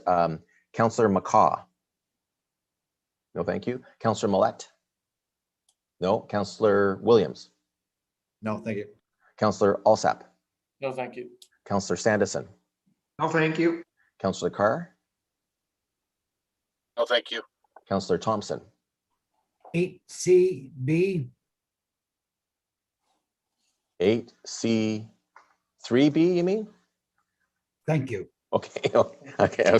I was wondering if we had different agendas. Okay. Sorry. Thank you. No problem. Councillor Kelly. No, thank you. Okay. Can I also ask someone? We'll pull 8C3A as well, which is the fire college decision. The following agenda items be received, save, and accept 8C3A and B. Moved by Councillor Carr, seconded by Councillor Millett. All in favor? It's carried. Can I get someone to move 8C3A, request that the province of Ontario reverse decision to close the Ontario Fire College campus in Gravenhurst. It is the February 17th, 2021 resolution from the Township of Perry. Can I please move by Councillor McCaw? Is there a seconder? Councillor Carr, thank you. And I appreciate folks pulling this for me. So you may be aware that the Ontario Fire College is being closed in Ontario. This is a place where our firefighters or firefighters that are selected to be hired go for training, as well as not just full-time firefighters, but also our volunteers. And they do a number of activities. The province of Ontario is proposing to replace these with some centers, but there will be a valuable piece that's lost I had discussions with our local firefighters association, and they support keeping the facility open. I know that there is not a great likelihood of our success, but I do think it would be a good gesture for us to support asking the province to keep it open, and I'd ask everyone's support on it. Does anyone else like to discuss this item? I'll ask for a vote. All in favor? It's carried. Thank you. B, request the Ministry of Government and Consumer Services review the Municipal Freedom of Information and Protection of Privacy Act in response to advocacy for reform, and that is for MFIPPA, MFIPPA legislation. And it is the February 1st, 2021 resolution from the Township of Guelph, Aramosa. Councillor Thompson is moving, seconded by Councillor Millette. Councillor Thompson, you raised this issue. Go ahead, sir. Yeah, I'd like to have a little bit of conversation with our clerk, Mr. McDonald. Do you feel that in this area that is a concern with this letter? I sent Mr. McDonald an email today, but he's busy and he didn't get a chance to reply. So I'm bringing it up. I'm not sure I want to support it yet. I really want to get some information from Mr. McDonald, whether this is important in our area. Mr. McDonald, Director McDonald.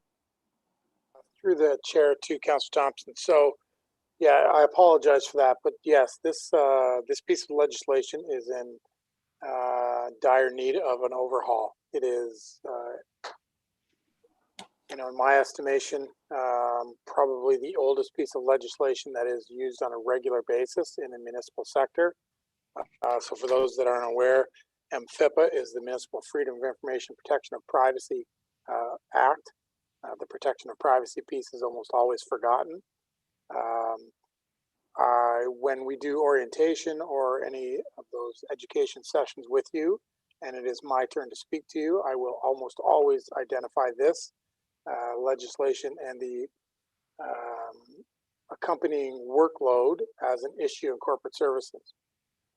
It is more and more frequently becoming an increasing capacity issue and a resource issue. It stretches across the corporation.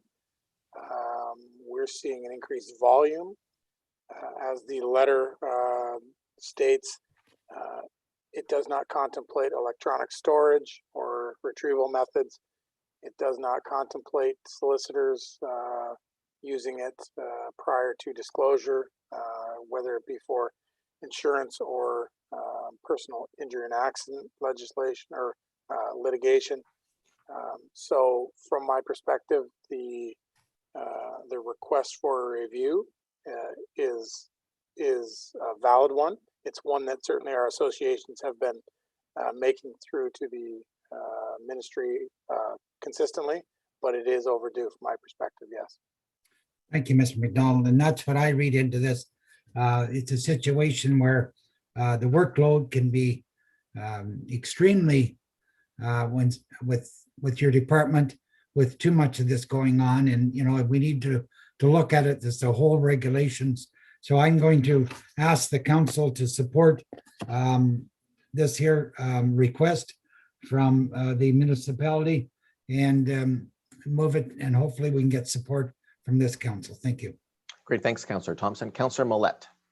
Yes, thank Councillor Thompson for bringing this up. I had looked this earlier, and I was also going to suggest that we forward this on with our support of council.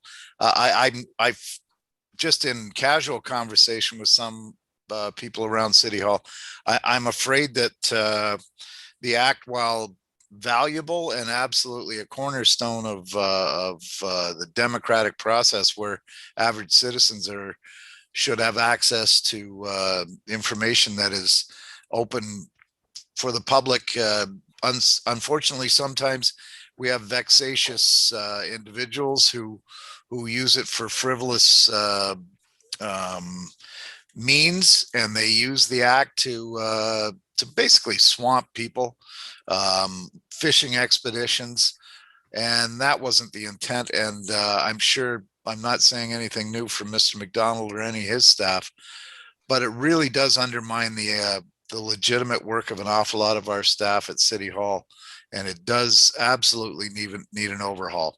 As for the protection of privacy portions of it, if you're ever in the news media, we ran up against that all the time. So it is used, but you just never see it. Thanks very much. Okay, anyone else on this item? Okay, I'll call the question. All in favor? It's carried. So that takes us now to rise and report. Can I get a motion to rise and report, please? Moved by Councillor Carr, seconded by Councillor McCaw. All in favor? It's carried. And we're now on the bylaws portion of the meeting. So with everyone's indulgence, I'll just read the numbers. Okay, I'm just double checking, Councillor Williams, because you had a conflict on one. So we'll separate it and deal with it first and then move forward. He had a. Yeah.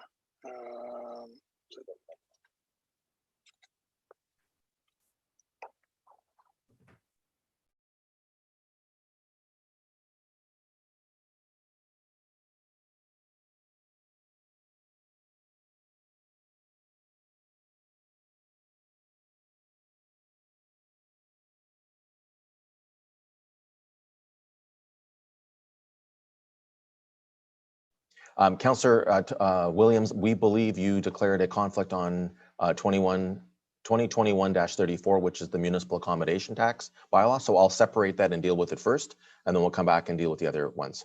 So Councillor Williams is going to leave the meeting and it'll be recorded as such. First reading of bylaw number 2021-34, a bylaw to approve and authorize the execution of a financial accountability and services agreement between the Corporation of the City of Belleville and the Bay of Quinte Regional Marketing Board. Moved by Councillor Kelly, seconded by Councillor Alsap. All in favor, it's carried. Second reading of bylaw number 2021-34, moved by Councillor Carr, seconded by Councillor Alsap. Any discussion on it? I'll call the question. All in favor, it's carried. And third and final reading of 2021-34, moved by Councillor Kelly, seconded by Councillor Thompson. All in favor, it's carried. Councillor Williams can rejoin us in the meeting. Thank you. And thanks to Mr. McDonald for catching that for me. After 4 hours, plus we had almost 2 hours of in camera today, I'm not quite as sharp as I sometimes am. So some people would say I'm never sharp, but I think sometimes I'm a little more sharp. First reading of bylaws, and I'll just read the numbers if that's okay with everybody. 2021-35, 36, 37, 38, 39, 40, 41, 42, 43, 44, 45, 46, 47, 48, 49, and 50. Moved by Councillor Alsap, seconded by Councillor Carr. All in favor, it's carried. Second reading and discussion of bylaws number 2021-35, 36, 37, 38, 39, 40, 41, 42, 43, 44, 45, 46, 47, 48, 49, and 50. Moved by Councillor Alsap, seconded by Councillor Millette. Any discussion on any of those bylaws? And so I just want to point out, not to get in a big debate about it, but numbers 45 and 46 deal with our coal tar remediation. And we have some exciting news coming out later this week. But that's what that bylaw is that people are asking regarding the transfers of properties. If no one else has any questions or comments, I'll call the question. All in favor? It's carried. And then third and final reading of bylaws number 2021-35, 36, 37, 38, 39, 40, 41, 42, 43, 44, 45, 46, 47, 48, 49, and 50. Moved by Councillor Sanderson, second by Councillor Kelly. All in favor? It's carried. So we're going to move to new business now. And I have a brief statement to make, and then we have some business we have to attend to. So The warming room for Belleville has been activated several times this winter, including over the last few weeks, and we expect it to continue to be open over the coming weeks from time to time. A reminder that it is operating at the former Belleville Police Service building and is open from 8 p.m. till 8 a.m. on days that the weather forecast activates the space. I should take this opportunity to remind residents that Hastings County Emergency Housing provides services to anyone experiencing emergency homelessness every single day of the year, including during the winter. So if you or anyone you know needs emergency housing services, please call toll-free 1-866-569-1941 for immediate assistance. The city-operated overnight warming center is not a housing service. It is simply a service provided during extremely cold temperatures. Housing services, including emergency housing, is provided to anyone in need through our partnership with Hastings County. And lastly, on this issue, I would like to provide some information regarding the tragic death last week of a person on the former Quinte Hotel property. And tragic is the word that I would use from the beginning to the end of the circumstance, and it's a good opportunity to provide some context. About 1 to 2 weeks before, OPP from the Napanee detachment brought this person and his spouse to Belleville because we have services such as Grace Inn and the Overnight Warming Center. Staff at the Overnight Warming Center were familiar with this individual who did not want to stay there because of our policy that does not allow drug use. On the evening of March the 1st, the Overnight Warming Center was open, and there were 14 individuals who made use of it that evening, leaving an additional 14 spaces which went unused. It is a very sad situation, and unfortunately, Belleville is not immune to the issue of worldwide homelessness. We're dealing with increased demand and some individuals who do not wish to take advantage of the resources available. While we are not the only municipality struggling with this, we are doing more than any other jurisdiction in our region and more than any other council in Belleville's history. I am grateful that we tried to do what we could to help this individual, and I thank everyone involved in trying to prevent not just this tragic situation, but the many others each and every day that our city staff intercede with and end up in a better situation than this.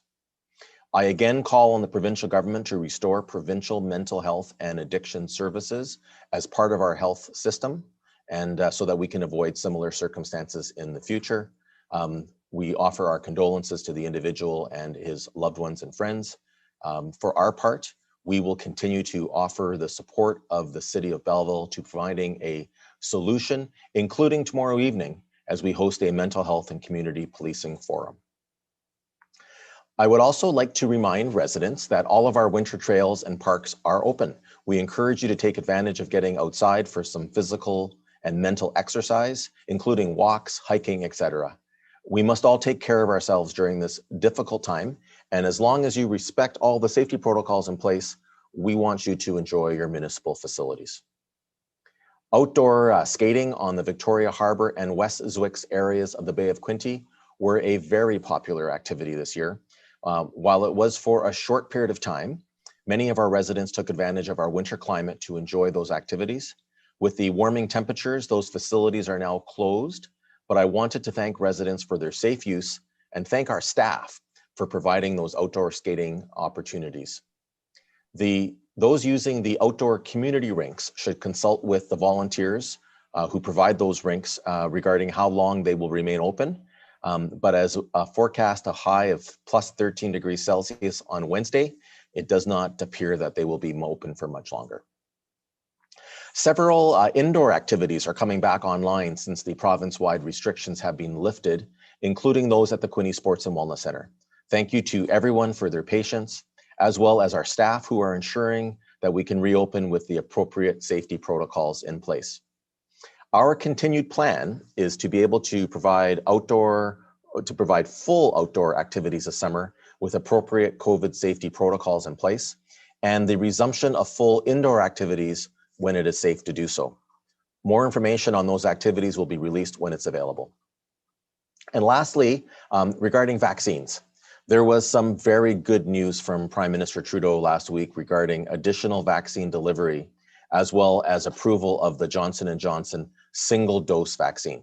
With that information, the province of Ontario is significantly speeding up the schedule for residents to be vaccinated. Currently, we are moving in on 10,000 individuals who have already received it at least one dose in our region, including every resident of Hastings Manor and the McQuidgee Lodge receiving 2 doses.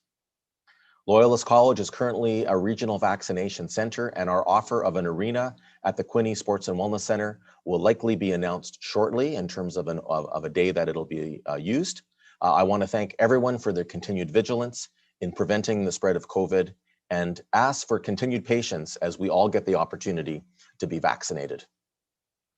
I also want to thank all those involved in administering the vaccines for their service. They are also part of the front line of our healthcare and emergency services that have been heroes throughout this pandemic, and we look forward when all of us will be vaccinated. For more information, I want to encourage everyone to visit our new and improved city website and see all of the services that are offered, including registering for activities, payment information, and how to find answers to questions. Just go to www.belleville.ca for all the information on the City of Belleville, including a page devoted to news on the COVID-19 related issues. Lastly, I also want to remind everyone that in an effort to assist with the financial difficulties imposed by COVID, we have delayed the first installment of 2021 property taxes from the end of February to March 29th. If you're able to pay on time, we would appreciate it, but if you need this additional time, please take advantage of it. And we have done the same with the second installment later this spring. We recognize that this is a difficult and stressful time for many in our city in so many different ways. I want residents and businesses to know that your well-being is our highest priority. And as a council, we remain collectively and singularly focused on your safety and your health in all of our decisions. We thank you for your cooperation and support of our efforts. There's a couple of business items that we need to deal with. First of all, I have a motion for new business that bylaw number 2021-53, a bylaw to approve and authorize an agreement to provide medical services between the Corporation of the City of Belleville and Dr. Tristan Hadley under the city's Family Physician Recruitment Program be read a first, second, and third time, and finally passed this 8th day of March 2021. Can I please get a mover and a seconder? Moved by Councillor McCaw, seconded by Councillor Kelly. Any discussion? So wonderful news. We have a new doctor and a local one from Belleville. So that is great news. Thank you to everybody that's involved in it. And we'll look forward to welcoming Dr. Hadley to his practice here. I'll call the question on this motion. All in favor? It's carried. Thank you. And the second item under new business today is a motion regarding the city and the QP Local 907 collective agreement ratification. And the motion is that the memorandum of a settlement concerning the 2019 to 2023 collective agreement between the Corporation of the City of Belleville and the Canadian Union of Public Employees and its local number 907, representing inside and outside city employments, be ratified, and that a bylaw number 2021-52, being a bylaw to approve and authorize the execution of the renewal collective agreement between the Corporation of the City of Belleville and the Canadian Union of Public Employees and its local 907 for the term April 1st, 2019 to December 31st, 2023, be read a first, second, and third time, and finally passed this 8th day of March 2021. Mover and a seconder, please. Councillor Alsap and Councillor Thompson. Any discussion? I'll call the question. Actually, I'm sorry. I'm supposed to mention a couple of the details for the members of the public. So the previous agreement expired on March 31st, 2019, and there were a number of meetings, including a final meeting on February the 19th, when a tentative agreement was reached. The term of this contract is from April 1st, 2019 to December 31st, 2023. The compensation for staff changes are a 1% increase effective April 1st, 2019 to December 31st, 2019, a 0% increase from January 1st, 2020 to December 31st, 2020, a 1.5% increase effective January 1st, 2021, a 1.75% increase effective January 1st, 2022, and a 1.75% increase effective January 1st, 2023. And there are no changes to benefits and no other substantive changes to the agreements. It's been moved and seconded. Does anyone else have anything they want to say on that? I'll call the question. All in favor? It's carried. Anyone else have new business items they wish to raise at this time? Councillor McCaw and then Councillor Carr. Due to the short time frame required, I was asked to bring a motion forward now, and my apologies to that. It was recommended by Mr. Ling, our facilities manager and director of finance, so that this could maybe be included on the operating budget coming up March 30th. Is that possible to bring that forward? Well, it's possible. Why don't you discuss it a little bit and then we can figure out how the best way to deal with it is. So this motion is to have the city agree to the matching funding of $150,000 for the CNR Tribute Monument at the Quinte Sports and Wellness Center, and that the item be referred to the March 30th, 2021 operating budget. Okay, Councillor McCaw, I'm just going to ask Director Hines if she can activate her microphone and answer a question for me in terms of how we should best deal with this.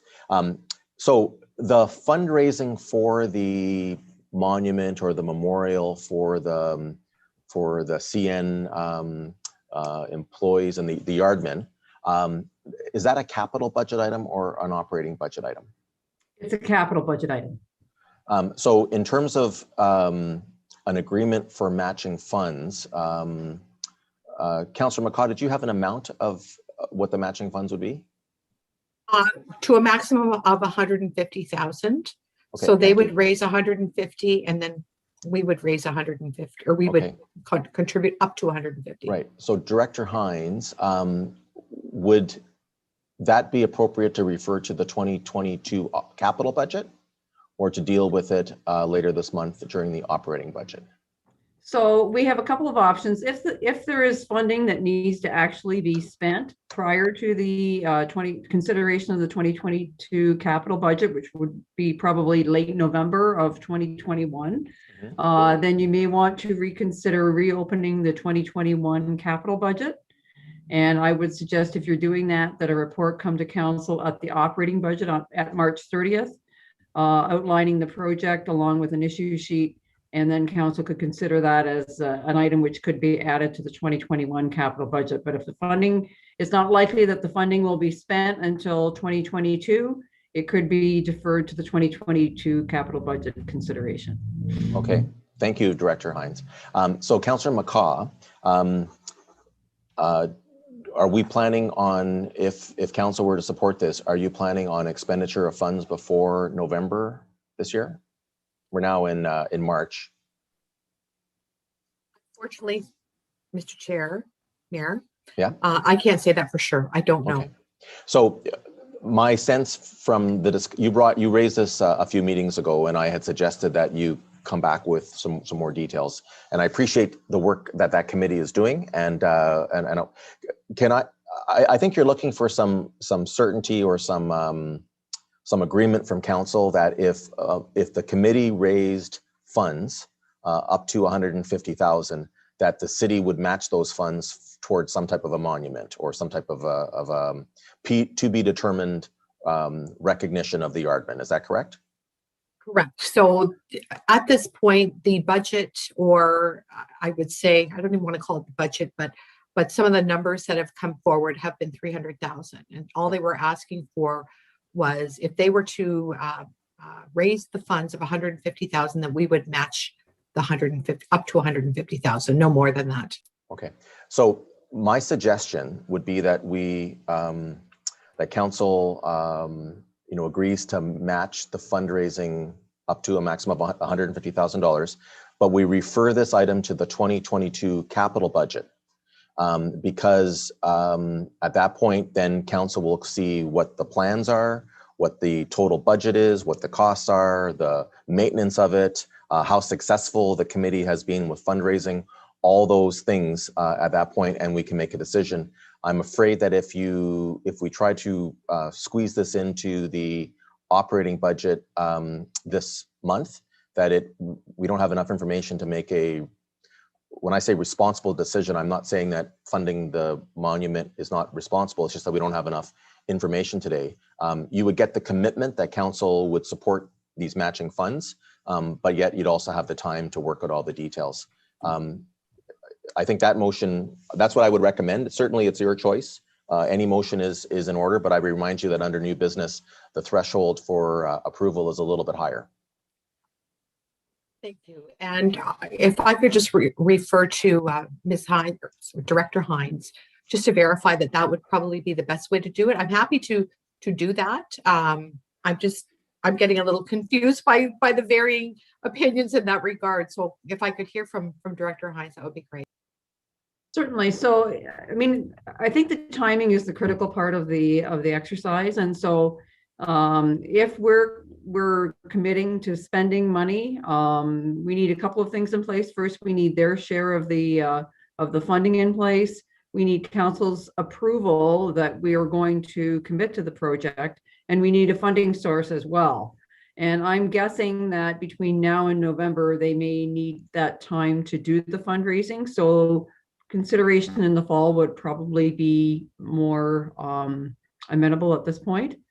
But if for some reason the funding came forward, then we could reopen the 2021 capital budget and entertain the decision at that time. So back to the mayor. So your recommendation is if I bring this forward now for approval, but referring it to the budget of the fall. Is that what I'm hearing? So basically, we would give our commitment if the organization raised up to 150,000, if they raised 150,000, that the city would match it to a maximum of 150, so they could raise more if they wanted. But at least then, we would see that they would have that money in hand. As well, we would see exactly what's being proposed for the monument. I think I go back to I forget who made the comment earlier about we were being asked to approve an expenditure for something that we don't know what it's going to be, don't know what it's going to look like, all that kind of stuff. Now, I could be wrong. Council today may not agree to that either, but I have a sense that it probably won't pass if we try to shoehorn it in for this month. Thank you for that. I mean, the commitment is what's important here. They've been unable to get any type of commitment from the Belleville Senators as promised. So at this point, we've had no commitment whatsoever in that regard. So, I mean, I'm happy to put this on now for approval and refer to the fall, to the budget in the fall. I'm fine with that. At least if we have the commitment, we know we can move forward with the fundraising. Okay, so just if I can, I was writing this down as you were speaking. So that Councillor McCaw is moving that the city agree to matching funds of up to a maximum of $150,000 for the Yardman Memorial Project and refer the matter to the 2022 capital budget. That's correct. Okay, so I hope that will work. Is there a seconder for that motion? Is there a seconder for that motion? Councillor Kelly is seconding it. Colleagues, anybody have any questions or comments? I know we're doing this sort of on the fly. It does require 6 in order to pass, and if it fails, it is a reconsideration matter for the rest of this term. Questions or comments from anybody? Okay, Councillor McCaw.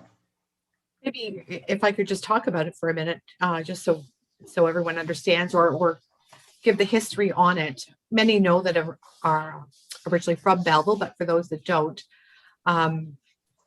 as you may or may not remember, the CNR Yardman raised a significant amount of money in the 1970s, and those funds were used to build the Quinte Sports Center, now known as the Quinte Sports and Wellness Center. At the time, the arena was named after the CNR Yardman in recognition of that significant investment in the city. Back last term, an agreement was made between the City of Belleville and the AHL Hockey Club, the Belleville Senators. That agreement included naming rights for the renovated Yardman Arena, which saw the existing Yardman name yanked from the building, and the Belleville Senators were then afforded the opportunity to sell those naming rights for a profit. During that whole process, there was some discussion with the senators that they were going to do something to honor the Yardman, which we've yet to see. Today, that Yardman Arena is now known as the CAA Arena, as the naming rights had been sold to CAA. At that time, the commitment was made to the CNR group that they would be recognized. So now here we are, they're not being recognized. We're here today, and we still don't have a monument, and we don't have any commitment from the city or the senators.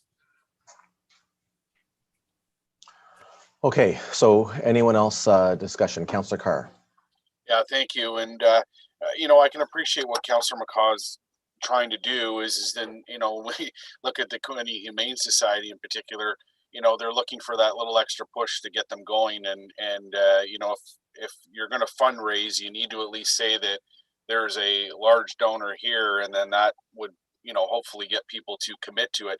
I certainly think that there is a need to recognize the Yardmen and the CNR and what they've done. It's recognizing community builders. And the fact that they did fundraise, and I've read the history on there and saw the pictures of the groundbreaking and what have you, and it was a group that come along and built the facility we have. And when you think about what it started with at that facility, and now what we have today, and then up to and including our one of our major tenants being the Belleville Senators, professional hockey, it's come a long way. If it hadn't been for that thinking in 1970 and that fundraising and that group of citizens taking on that project, we might not necessarily be sitting here today.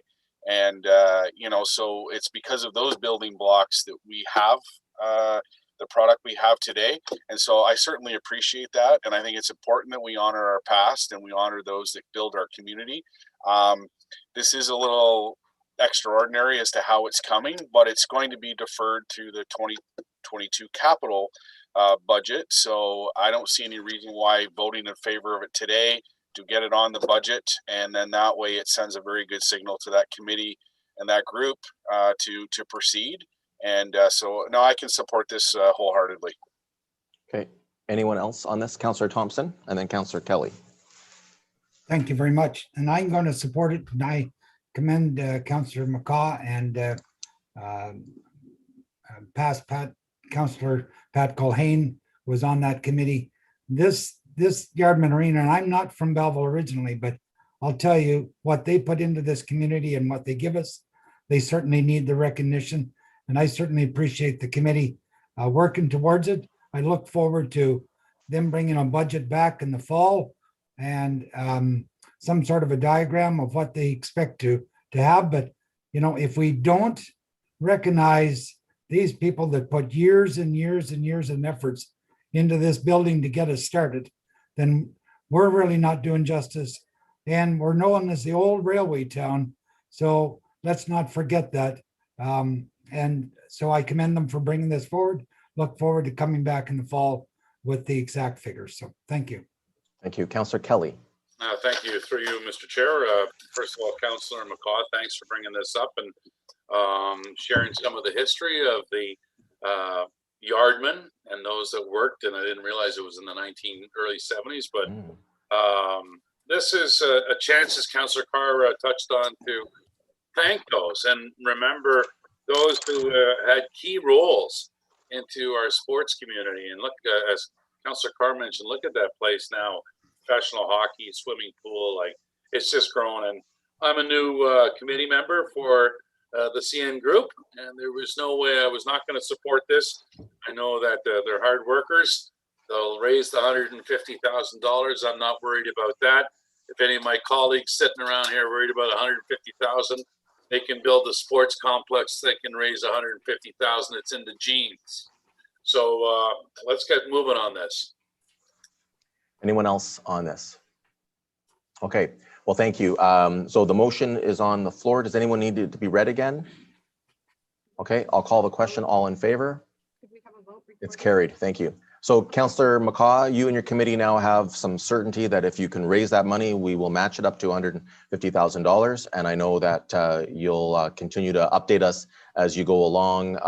And if there's people out there that are interested in donating, they can do so, and they do get charitable tax receipts for that as well. So that's a good thing. Thank you very much. All right, new business. Councillor Carr, I think I saw your hand up as well. Go ahead. Thank you. And I see the clock turning here, so I won't take too long. It'll be 3 years in July that there was that announcement out in Corbyville for the Connect to Innovate program. And I wouldn't be doing my job here if I didn't ask for some answers on some questions. Have we got a response back from MP Ellis's office via the minister as to the status of that program? I know I saw a response that we were promised further information. Mr. Bove, I don't know if you remember. I know it's been quite some time, and they were following up.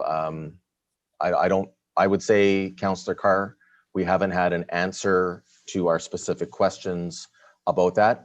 I would just also remind everybody that we did have Eorn appear before us, but we also had the other company. Can you refresh my memory? The ExploreNet on the schedule for the November 9th meeting, but unfortunately, because of the passing of Pat Culhane, we had to cancel all the deputations, and we haven't had any since because we went back into COVID restrictions. But Mr. Bove, do you recall any follow-up correspondence from MP Ellis's office?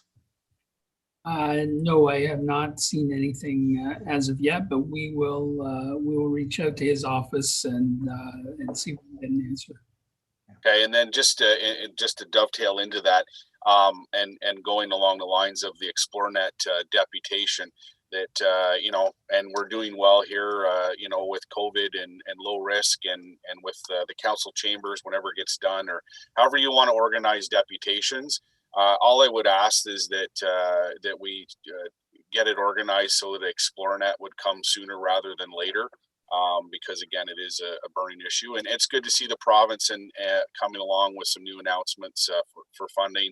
And Mayor, as you mentioned, Eorn's well on their way with their project, although that will take some time for delivery. It's just I'd like to see some of these projects that have been announced actually push out product, as we get 1 year into a pandemic and we're online doing everything. So thank you. You're welcome. And it's a good point. We actually have contracts that will be issued this spring from Eorn. So that's a huge step going forward. But we are also in the federal election cycle. So we're going to hear a whole bunch more announcements. And it's been 3 years since the last group of announcements that haven't resulted in us getting that service. So absolutely. Anyone else for new business? Councillor Sanderson. Thank you, Your Worship. So 3 items that I'd like to bring up. Number 1 is the 2021 operating budget, and the executive management team and finance committee working group will be meeting tomorrow afternoon, and that'll be our first look at the draft budget.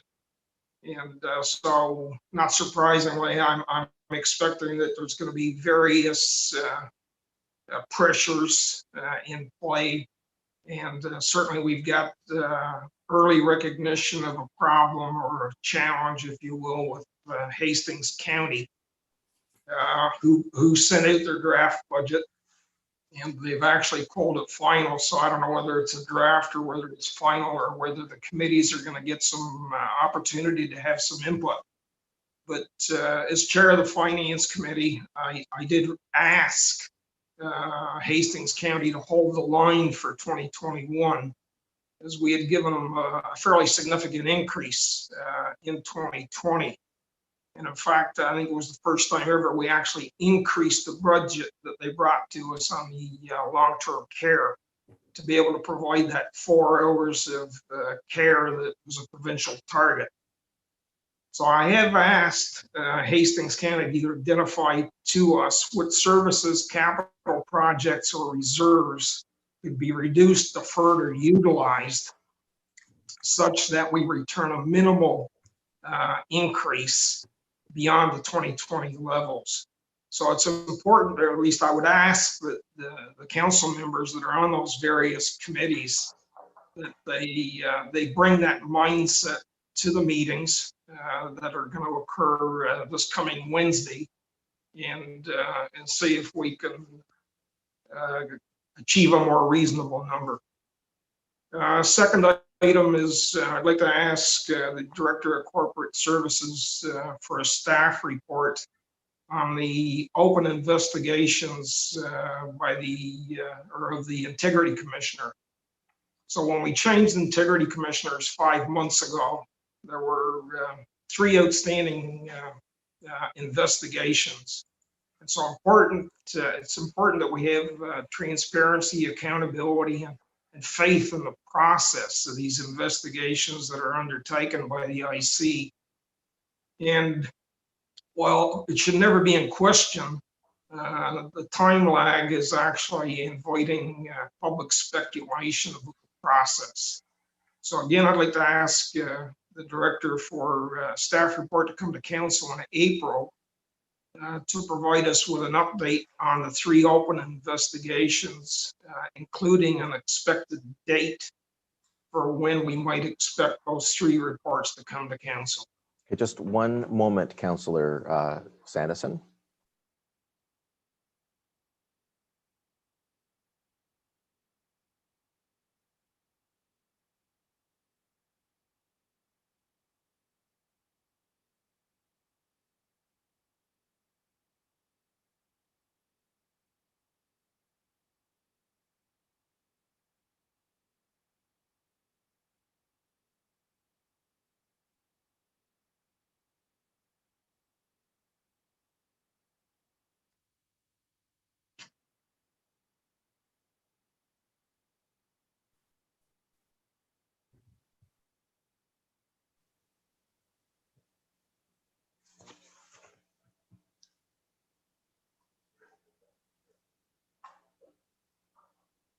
So, Councillor Sanderson, I've got some good news for you. Director McDonald can actually provide you an answer right this moment, if you'd like. So I'll recognize Director McDonald. Sure. So through the chair to Councillor Sanderson. So as this has been brought up before, I reached out to the city's former Integrity Commissioner, Cunningham Swan, who confirmed that they had closed all files on ceasing operation for the city.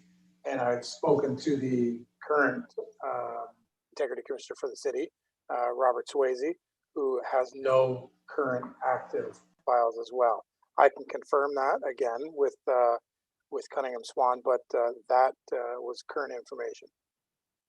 So, Councillor Sanderson, the former IC closed off the accounts. There were no active investigations at the end of his service for us, and Mr. Swayze has, as last that we had heard, hadn't received any additional items for investigation, nor had he received anything to complete from the previous Integrity Commissioner. So yeah, I guess just from a process point of view, then would the initiators of those complaints that resulted in an investigation at least being partially completed, would they have been notified? Mr. McDonald? Through the chair, from my perspective and mine only, they absolutely should have been. Okay, so great. There's no open complaints. Good. Last item I want to touch on is to provide a little bit of an update on the Protective Services Advisory Committee. And for the viewers at home, if council will indulge me, I just want a little bit of the mandate, which is basically to review a report that was prepared by Palmax related to the provision of fire and emergency services. And for us to engage with stakeholders, consider the options regarding the delivery model to provide fire and emergency services for the future, and then come forward and make a recommendation to council. So COVID has certainly been a challenge, but between waves in November, the committee was able to meet separately with both the Belleville volunteer firefighters and the Belleville Professional Firefighters Association. And again, that happened just before the lockdown. And it was to gain their insight and feedback. And certainly they weren't shy in terms of the recommendations that were contained within that Paul Max report. Just for, again, for the public's information, the current allocation of financial costs across the city are really not in alignment with the services that are provided. So part of the contemplated changes that we will be bringing forward will include a correction to the current cost sharing boundaries for both fire and emergency services. And while the committee's completed a large portion of the task, and the pandemic has obviously slowed us down, I still expect that the committee will be able to provide a recommendation to council in the summer. And I would also like to take this opportunity to recognize and thank retiring Fire Chief Mark McDonald for providing the leadership and management of the fire and emergency service. Mark's contribution to the city and certainly to our committee was outstanding. And I wish him every success in his new venture. And that's it for me. Thank you. Thank you very much, Councillor Sannison. And maybe I see Mr. McDonald is on the line. I know that he did not want to have a big ceremony. Chief McDonald, I should say, not Mr. McDonald. I apologize. He didn't want to have a big ceremony. But Chief, if you want to take a look, there you are in the dark. I know that you have made your selection on your retirement gift from the city, and we hope that you use it very, very well. But as Councillor Sannison has said, and certainly I and all everyone else here want to thank you for your service to the citizens of Belleville, helping to keep us safe and provide leadership for your department. And we wish you well in your future endeavors. Thank you very much, Your Worship and Council.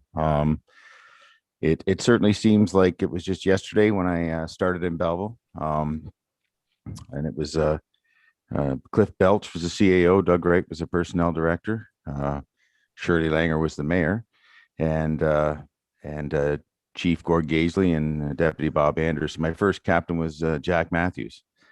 And Grant Parks, he's a retired firefighter. He's an elderly gentleman now, and he always said to me when I first started, your next 30 years will fly by and you'll wonder where it went. And I certainly do. And I have the fondest of memories. And I can't thank the citizens of Belleville enough. It means a great deal to me to have been afforded the opportunity to work for Belleville and work with great people. In the volunteers and the career firefighters, and with the fire chiefs in the area, and the support of 3 councils as a member of the management team. So I thank you for your support and for the previous council support, and I look forward to turning over the next chapter with 2 grandkids now to keep us more than busy. Excellent, good. On this topic, if anyone else would like to say something, Chief McDonald, I'll permit it right now. Councillor Thompson. I just want to wish him the best. I have talked to him personally. I made a phone call to him, wishing him all the best. He's been a great addition. I remember when he took over as chief, the personnel was very supportive of him. And, you know, he supported us well. He's been diligent about working with the unions and the fire department and all the councillors and the staff and the mayor. We just couldn't have asked more for him. I want to wish him the best in his retirement, semi-retirement. He's gone from a full-time group to a volunteer group, and which will be great for him in his semi-retirement. So congratulations, Mark. Thank you very much for everything you've done for us. Okay, Councillor Millette. Thank you, Your Worship, and through you to Chief McDonald. Well, a couple of old ruggers here. I still don't know enough to shuffle off the stage, but for those who don't know, Mark and I many years ago used to scrum down against each other when in the epic Kingston versus Belleville battles. But that explains why I'm as short as I am, and he's still he's still the size he is. Mark's a great guy. He's well respected throughout the community and throughout our fire department. He walks tall in Kingston as well. The Kingston Panthers greatly respect him. I do as a man and as a rugby player. Good on you. Cheers to you, Mark, and all the best. I'm sure we'll cross paths standing at the side of a rugby pitch sometime soon, reminding each other of how good we once were. So cheers, buddy. Take care. Thank you, Councillor Millette. Councillor Alsap. Yes, I just wanted to congratulate you on a fantastic career of service with the city. And I hope you thoroughly enjoy your semi-retirement, hopefully one day a full retirement. And I just wanted to say I really appreciated the opportunity to have the orientation with you before you leaving. I thoroughly enjoyed that, even though you said that I was the brother who didn't get the good looks. So thank you for that. I appreciate it. Thank you. Councillor Kelly. Through you, Your Worship, just congratulations, Mark, and great to see a Pembroke boy do so well. Wonderful career and good health. Enjoy the grandkids and enjoy that next part of your journey. Thanks to Councillor Kelly. Councillor Carr. Thank you, Mayor and Chief. Thank you for your service. I know you public safety runs through your blood, and it's evident in terms of how you managed your department. And not only are you leaving the staff in good shape, but you leave a legacy of facilities behind that you had a hand in. When we look at the fire headquarters that we have there, and I know that that was a big endeavor. And I don't think people really understand the enormity of what that was to get that accomplished.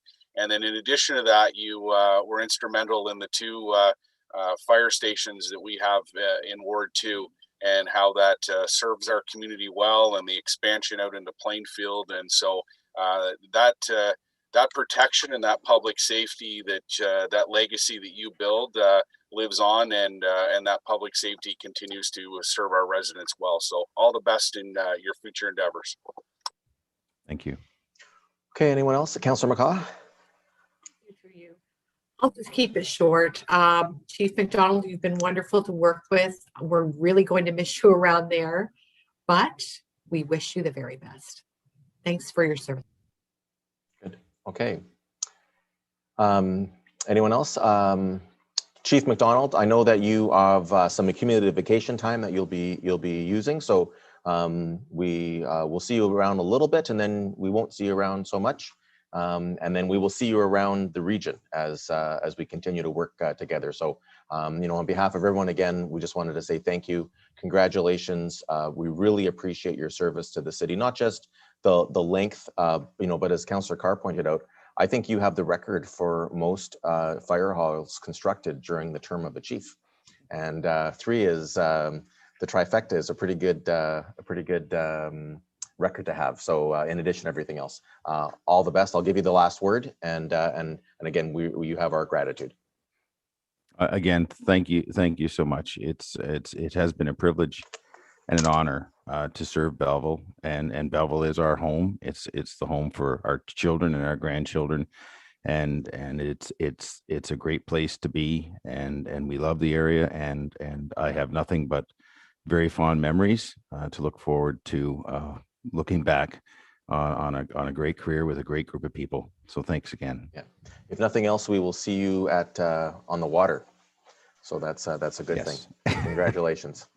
Okay, back to new business. Councillor Williams, I think you had a new business item you wanted to bring up? No, already answered. Thank you very much, sir. Oh, thank you. Anyone else for new business? All right, seeing none, we have a motion. So Councillor McCaw, there's a motion on the table that you had brought. If you'd like to read it, and then we'll get a seconder if you'd like. You're on mute still? You're on mute. There we go. Okay. Yes, thank you. You'd like me to read the motion? You can. That's there. Yeah. Sure. No, I can do it. For council to consider a resolution that would direct staff to prepare a letter to the Honorable Doug Ford requesting the implementation of term limits, maximum of 3 terms, for all municipal members of council across the province, and further that a request for support from all municipalities across the province should council support the resolution. Okay, is there a seconder on the resolution? Councillor Sandison? Okay, Councillor McCaw, you have the floor for discussion. bring the motion forward today in support of fairness, diversity, renewal, and progression. For a municipality to grow and thrive, it needs to be fueled by progression, diversity, creativity, and renewal, among many other things. For far too long, this city, along with other municipalities, have been led and governed by many of the same familiar faces and associates of those faces. Being a previous member of the Mayor's Ad Hoc Committee, I came to some new realizations about barriers that limit others from entering municipal politics. There are strong voices, kind voices, smart voices, and diverse voices that comprise this city, yet we may never hear from them. There are many reasons for that, ranging from feeling intimidated, lack of financial resources that is sometimes required to run a successful campaign, or they simply feel as though they don't stand a chance against incumbents, and most notably incumbents that have been on council for any length of time. We've all heard the term, nothing changes if nothing changes. Continual change is needed in our community as well as in others, but I will only speak for our community. I realize and I understand that decisions regarding term limits are that of the provincial level of government. However, we need to do our part.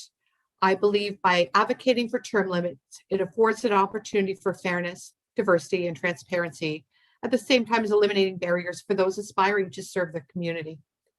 3 terms is a long time. It's 12 years. If a member of council has not been able to fulfill their commitments or their agenda within 3 terms, then perhaps they may be more successful in some other line of work or some other political arena. Being a council member should never be about you, me, us. It should be about those we serve and what we can accomplish for the betterment of those we serve. It should also be about advancement of new ideas and a new agenda. And that only comes with bright new minds around the table. The city belongs to everyone who resides here, and our community is very fluid, especially now. It changes every day. People are moving in, they're moving out, people are being born, and unfortunately, people are passing away. Changes around us, and we also need the different voices to represent the community change and the makeup on somewhat of a continuous basis. I've heard all sorts of things like, sure, let the voters decide.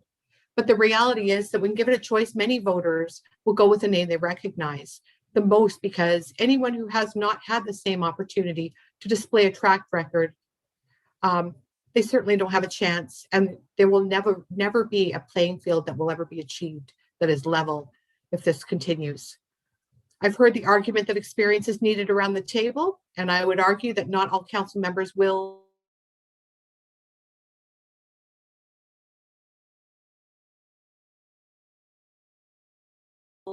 lead council at the same time. So Councillor And McCaw, strengthen their education processes for new council members. Councillor McCaw, you broke up there. I think, Sure. Can you go back to your comments where you're saying about the experience of councillors, and then your internet sort of froze. Sorry. Yeah, no Okay. problem. So I'm just saying that, some people might argue that experience is needed around the table, but I would say that all council members will not leave at the same time. And if it does happen, it affords a municipality an opportunity to strengthen the education process for new council members, very much like we did this term. I mean, I think our training has been a lot better this term than it was last. There are many arguments to be made against term limits, but I think there are even more to be made to promote them. We can agree to lobby the province in an effort to make a progressive step in favor of democracy, or we can opt to remain the same. A+ in some areas, F- in others, and in some cases, it'll remain that way in the same holding pattern for years and decades. I respectfully ask for your support in lobbying the Honourable Doug Ford for the implementation of term limits and the distribution of our request to all municipalities in the province. But at the same time, I would ask, if you're approaching the end of your 3rd term, or already exceeding one, and intending to run again in 2022, please vote against this motion. Be true to others and be true to you.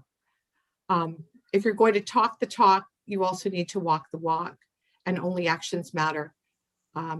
That's what I have to say on it, and I'm open to hear other opinions. And when it's over, I'd like to ask the clerk for a recorded vote. Thank you.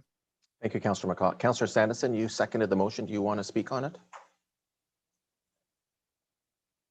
Thank you, Your Worship. I'd prefer to hear from others before I come. Yep. Okay. Anyone like to discuss the matter? Councillor Carr. Yeah, thank you. I won't belabor this long.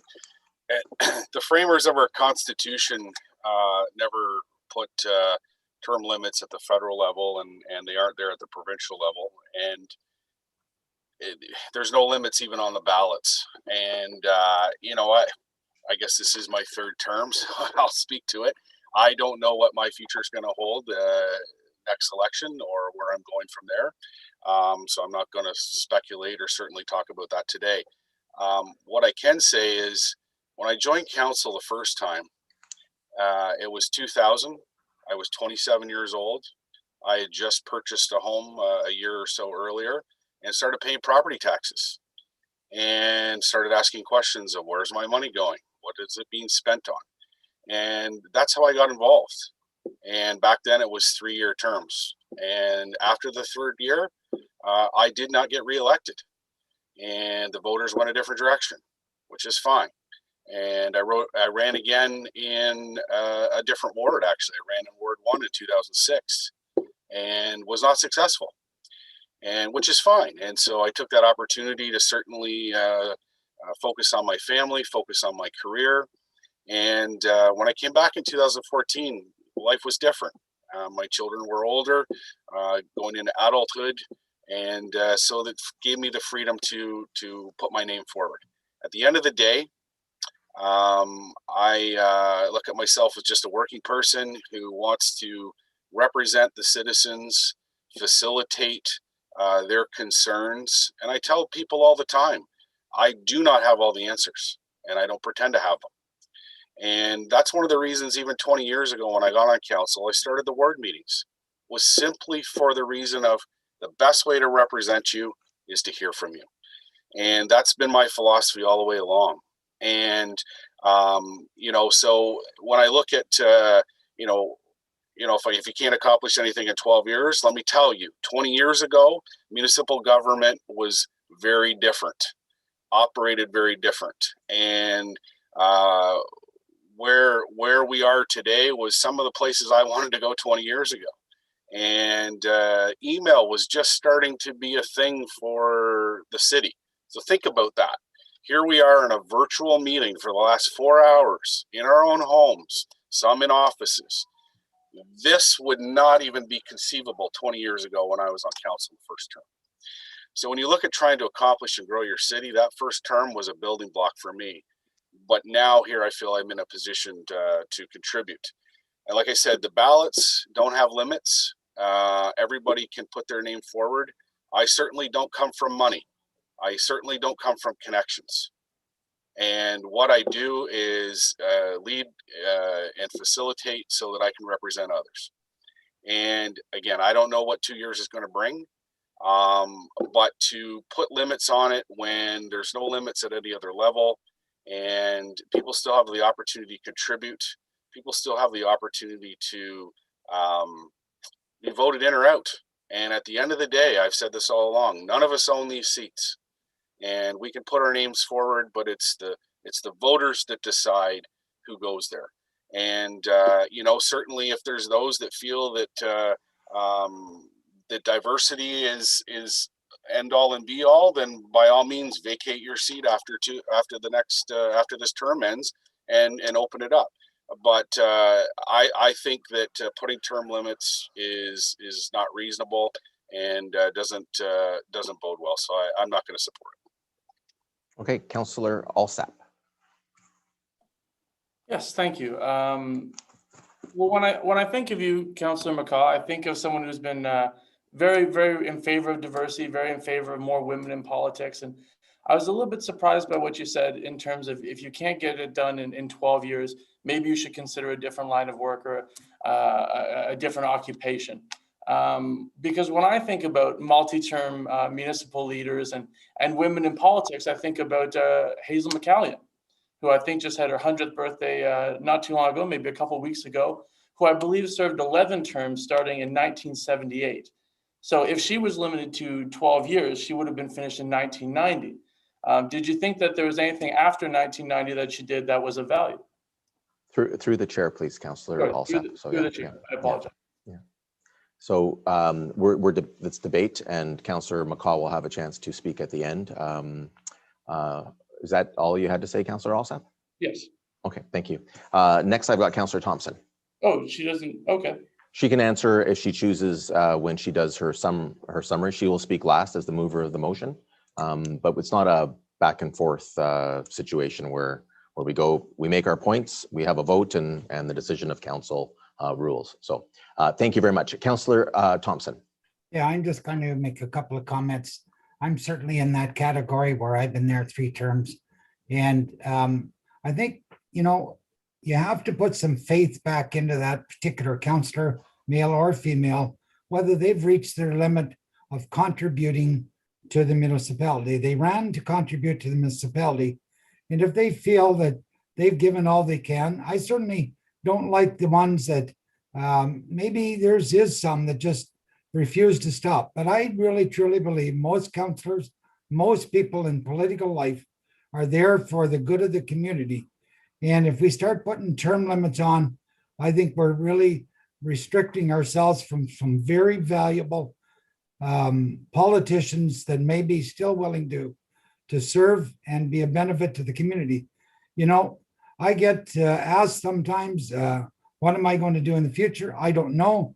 Some of them will say, well, we want you to stay. And I'm sure there's others say, I wish he'd just get out. But, I think by putting a limit on it is the wrong thing. I feel that as long as I've got something to give to the community, then I'm of value. And I should know better when my term is done without somebody saying, you're done because you've served your 3 terms. So I'm not going to vote in favor of it. Okay, thank you. Councillor Williams. Thank you, through your worship. And I recognize the spirit of Councillor McCaw's motion. I think we've really had a good education, I think, on this process. I tend to think of it as we're looking for reasons to get people into politics, not to take them out. And I think every time we have a ballot and a vote, it is a new slate. And I know I've mentioned this before, and we talked to it with Councillor Kelly in the past. I'd really like to see a motion that looks to reducing many barriers that exist to get people into municipal politics. At one point, Councillor Carr talked about the start time for council. Maybe that's something that we've heard from some people that doesn't let that in. Sometimes it's an education of what council is and how do you get into it, and what does it entail. I think the process we went through at the committee was good. I think to get some individuals who we saw go into committees interested in politics, and I think that was good to get people into the first step, which is always committee work to get to council. But I would really like to see a motion that looks at many different barriers. I don't tend to think that limiting people from running is going to be that one, but I think that there are many.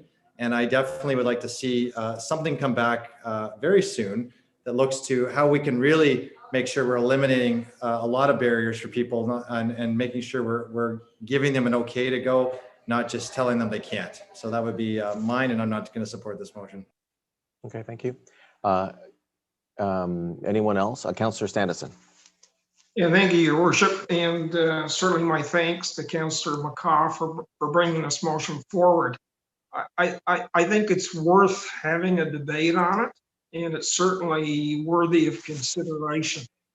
And certainly while you don't see it at, as Councillor Carr pointed out, at the federal or provincial level, sometimes good ideas start at the municipal level and gravitate their way up. So I think on balance, I think I come down on the side of favoring it. And the reason is, certainly when I decided to run for council, what I did is again, every individual is different. And this is just my thought process and my approach. What I did is I delivered a list of key objectives that I wanted to accomplish, and that was refined as I went door to door. And certainly some of the items that made it to my priority list weren't there before I started campaigning. So just to sort of give you an example, I'll try not to take up too much time. Here are the top 10 items that made it to my list. So upgrade the public transit fleet and expand service in the Ward 2, increase financial accountability, provide support to Habitat for Humanity, strengthen the city's executive management team, eliminate off-premise signs, establish a new ward system, address the needs of housing, specifically lobby for traffic lights at the intersection of Highway 61 and Doucette, road and infrastructure improvements, and increased support for long-term care. So those are my top 10. And so with the help of council, our local government reps, as well as provincial and federal cabinet ministers, many of these items have been accomplished or are in process of being accomplished. So I think when somebody brings key priorities, that approach, it is something that I think over the course of 1 or even 2 terms, you should be able to, and things do take time. Rural internet's a perfect example. But it gives you a slate of objectives that you want to accomplish.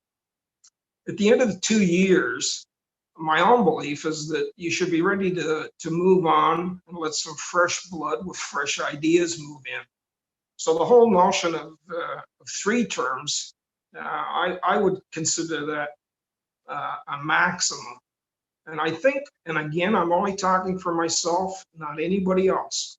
I think beyond a 3-year window, I think there's a real,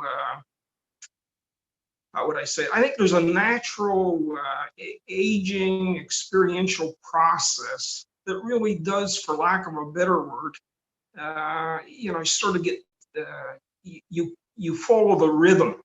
So rather than, beating the drum and setting a new path, you're actually, you just follow the rhythm.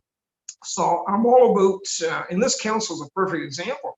Look how many new faces we've got here. Look how many new ideas have been brought. Look how much has been accomplished. And so on balance, sending a request to the Premier to have them examine term limits and see if there is a consensus across the municipalities, I think it's a step in the right direction. So I certainly will support it for those reasons. Thank you. Okay, thank you. Anyone else want to say anything on this? Okay, I have some comments, and then I'll recognize Councillor McCaw, and we will close it off and have the vote. Interesting topic, and I think that the point Councillor Williams made is a very good one, which is that regardless of the issue of limits or anything else, today is International Women's Day, and we know there are systematic barriers for many groups, including women, of getting involved at the political level at all levels. And we know that because their participation rates are lower here in our country than in other places in the world. I often point to the Nordic countries, and over the COVID, I have had a chance on Netflix to watch a lot of political television shows from Norway and Denmark and Iceland, and you see the highest rates of women participation in elected office in those areas, and it's because they have a purpose. They're purposefully trying to get more people into office in a diversity. And so the point that Councillor Williams brought up is saying we need to look at the real barriers that do exist. And I think that I hope that the Inclusion Committee over the next little while will be looking at this. A few weeks ago when we were having some discussions, that was one of the suggestions, that the Inclusion Committee will look at some recommendations of how we can have a more robust process to introduce people onto our committees, and they can get a sense of what public life is like, or what the public process is like, and people can see how they perform as a potential thing. So that is good, and I think I'd like to see that. Now, there is something to be said about length of time in office and becoming stale. You know, there's people like Hazel McCallion are very rare. And they're very rare because they have the ability to stay fresh with new ideas. And if you look at the improvement in the city of during her time in office, it was exponential. It didn't get to a certain point and plateau, it went on. But unfortunately, that's not the case with most people who have long service. You know, there's a saying that it's more likely that a city councillor in Toronto will die in office than to be defeated in an election. And it's because the longer they are there, the harder it is for change. And so, you know, I'm saying this because I've got mixed feelings on this and how we move along. You know, how many terms is a good limit? You know, we now have 4-year terms. We used to have 3-year terms. Is 3 terms the right number? Is 4 terms the right number? What about if you serve in different capacities? You know, you serve a couple of terms as a councillor and then you decide to run to a different position. You know, does that mean that you're limited and you can't run for re-election if you were the mayor and you wanted to run again? You know, what is that? You know, I think the most famous place in the world for term limits is probably the President of the United States. You know, they're limited to 2 terms. It's done that since Franklin Delano Roosevelt was president. They amended the Constitution. But you know, President Biden, who was elected just this last year as the President of the United States, he served 51 years in an elected role. 51 years. And after 51 years, he received a record number of votes to be elected as president. And if there were term limits in those areas, they would not be a choice this time. And again, I look at that as, you know, they don't have term limits for their Senate. They don't have term limits for their House of Representatives, and they don't have term limits for many other positions there. So, you know, it's something to be said. I agree with the idea of a renewal. I agree that it is a choice of voters. I think that you know, the spirit of this idea is good. How do we find a way to have more new people to bring new ideas? I think it was Councillor Sanderson that said that you know, we had 5 new people in different positions in this last election. 6 now with 5. I'm sorry, including Councillor Alsap. The point about it is that you know, some of the best new ideas that we've brought forward were from people that had not served before. And so you want to be able to maintain that interest and that information in the pipeline to bring those ideas forward. But in the end of the day, it is for voters to decide in an election. And if they want to make a change, they can. And if they want to make a change like they did, as Councillor Carr discussed in 2003, they have the ability to decide that they want to have them back later on or not. That's up to voters, and certainly I support that. The resolution, as I said, you know, I think there are those questions about which positions are term limited. Is it for everyone? What if you serve and you want to come back? Are you limited again then? So I won't be supporting it, but I do think by not supporting it doesn't mean that we're not about renewal. It doesn't mean that we're not looking for new ideas and new people, and we're not looking for people to be fresh and current. And so those are my comments. I'll recognize Councillor McCaw for the wrap up if she wishes, and then she has asked for a recorded vote on the matter, and we'll proceed with that. Councillor McCaw. Very little to say, other than to say that this was never about having more women on council for me. It's about change and renewal and diversity. And I'll close it out with a few short words that I said earlier, and that is, nothing changes if nothing changes. All right, thank you. Mr. McDonald, when you're ready, you can take the roll for the recorded vote, please. Councillor McCaw, That's a yes. Councillor Sanderson, Yes. Councillor Thompson, No. Councillor Williams, No. Councillor Alsop, No. Councillor Carr, No. Councillor Kelly, No. Councillor Millet, Sorry, can you say it again, sir? No, sorry. No, thank you. It's a no. and Mayor Panchak. A no. Motion fails. Okay, item number 12 on the agenda, notice of motions. Anyone have any notice of motions they'd like to bring forward at this time? Seeing none, we'll move now to announcements. Anyone have any announcements they'd like to make? Let's start with Councillor Carr, then Thompson, then Kelly. Thank you. Just reminder to residents, I'm hosting a virtual town hall on Thursday, March the 25th at 6:30. And to register, please send an email to me, councillor.carr@belleville.ca to register. Thank you. Okay, Councillor Thompson. Yeah, I have 3 items. Thank you very much, Ware. First of all, I want to thank Ruth Esbrick and Wayne Hunter. About a few days ago, they came up with a care package for the warming center. They contributed 25 to the warming center, and they collected a number of other ones, same package, and give it out to different organizations across town. The second item I have is I attended the OGRA conference a couple of weeks ago.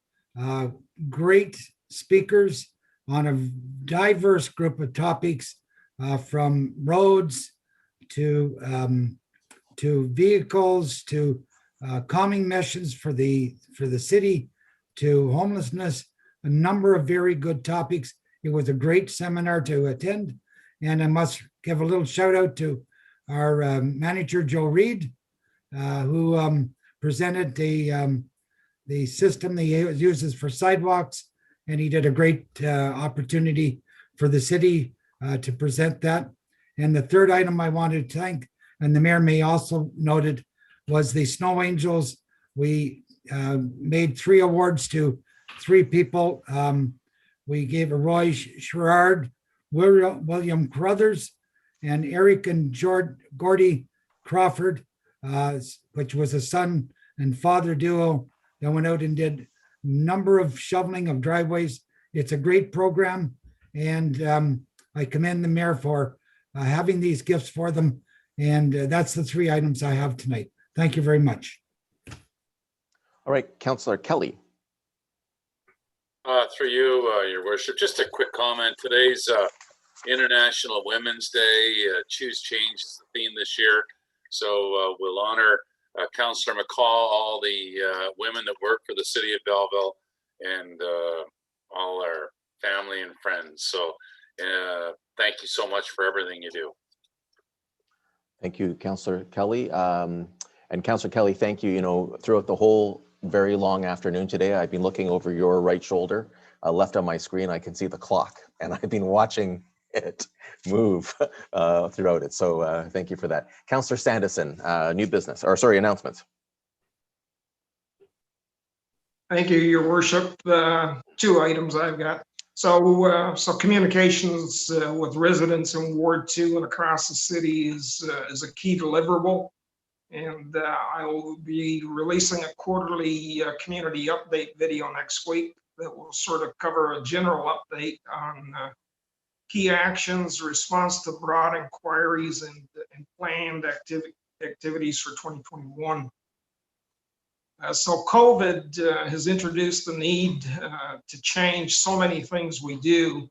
And while Councillor Carr and I are not able to conduct in-person Ward 2 town hall meetings, we're always available and at your service. So I want to thank the residents in both wards who keep me apprised of their priorities and concerns through social media, email, and phone calls. Keep those cards and letters coming. I consider it an honor and a privilege to serve you and the community. Second item is, as we recognize International Women's Day, we should take a moment to reflect and consider, the actions that we as a council can take to promote awareness and engage our community. And I think the majority of council would have received a questionnaire from a freelance journalist entitled Sexism in Municipal Politics. And she's doing a story for the local, and it's about sexism in politics, in particular municipal politics. So I had an interesting discussion last week with Michelle, and provided my thoughts and comments. And I thought it was really timely, as today we recognize International Women's Day. So if you haven't already provided feedback to Michelle, I'd certainly encourage you to do that. And I look forward to reading her article that will come out in the coming weeks. And as the saying goes, choose to challenge, and I would add, and change will follow. Thank you. Thank you. Anyone else for announcements? Councillor Millette. Thank you, Your Worship. Briefly, just a reminder that tomorrow evening won't be nearly as long as we were in front of a screen today, from 7 to 9 p.m. Community Forum on policing and mental health. We have a panel discussion from 7 till 8, and then we open up to community members for comments, recommendations, and suggestions of their life experiences. And the first part, I think, is really going to be educational, and the second part, I'm sure, might be educational as well, depending on what we see and hear. So I thank my colleagues for the unanimous support for this motion. And I just regret, the only thing I regret is that it's now March, and I moved this first back last July. But of course, life has a way of getting in the way of things, and COVID as well. So hopefully we'll get it done, and we'll get it done constructively and respectfully tomorrow evening. So look forward to joining you all again. And I promise I won't keep staff as long either. Thank you. Okay, last call for any more announcements. Okay, so I would like to proclaim the week of March the 8th to the 14th as the 25th Annual Violence Awareness and Random Acts of Kindness Week here in the city of Belleville. The purpose of this week is to promote positive energy to counteract the negative effects of senseless acts of violence through acts of kindness and in memory of Mark Fike and all victims of violence. Wednesday, March the 10th will be Wear Blue Day, and I encourage all residents of Belleville to wear blue. And Sunday, March the 14th is Random Acts of Kindness Day, and all residents are encouraged to open their hearts for the good of others. The smallest act of kindness can make a big difference. Both the Belleville sign and the bridge will be blue for the duration of the week to bring awareness to this very important cause. Today is International Women's Day, and it's my pleasure to proclaim today Women's Day in the city of Belleville. We mark today for all women who have fought for equality and equity and for the progress that has been made. We also recognize all of the additional progress that has yet to be made to bring about the equality of gender as well as the equity necessary in opportunity. It is not enough for only women to advocate for this necessary progress. It is also up to men to help bring about this change and to recognize that the job is far from being complete. The City of Belleville is now accepting funding requests for the social infrastructure stream of the grant program. This year's stream opened March the 1st and is for nonprofit organizations that provide services to individuals who experience adverse social impacts due to the economy, housing, physical, family, cultural, or social exclusion, disability, or ethnic, racial, or religious factors. You can learn more about this funding stream and apply at belleville.ca. As I said a little earlier, Victoria Harbour and Westwick's rinks are now closed for the season. They are no longer being maintained or monitored by staff. Please avoid using them for your own safety. Thank you, Councillor Thompson, for covering the recognition of the Snow Angels program. We want to congratulate those that were selected, but also thank all the residents who weren't selected for prizing, who helped with this program, helping their neighbors make sure that their walks and driveways were safe, and really being the spirit of the friendly city. Tobogganing hills throughout the city are right now are closed, and they're closed until further notice due to dangerous conditions. We have sheet ice, lack of snow, and other factors that make them unsafe for use. Signage has been posted. Now, should winter conditions return, and as I said earlier, it is looking very doubtful, which makes me happy, as we're going to see a high of 13 degrees Celsius on Wednesday. But if winter conditions should return, staff will reopen those facilities, and signage would be removed if the conditions allow. The City of Belleville has now received 2 of 5 new buses purchased with the help of the provincial and federal governments. These are the first new buses the city has received since 2013. Residents can expect to see them in service by the end of the month once all the inspections have been completed and the customization has occurred. That's, for example, painting, decaling, but also installing the fare boxes, etc., and that is all being installed. I was very pleased to attend the grand opening of Telemed Belleville last week with Councillors Thompson and Allsap. Also, I was able to attend the opening of Videco. Telemed is a virtual care provider focusing on bridging the gap in patients receiving accessible and comprehensive healthcare. This is their first specialist focus center that will provide a wide range of services, including psychiatry consultations, addictions counseling, and opioid management, as well as weight management and walk-in care.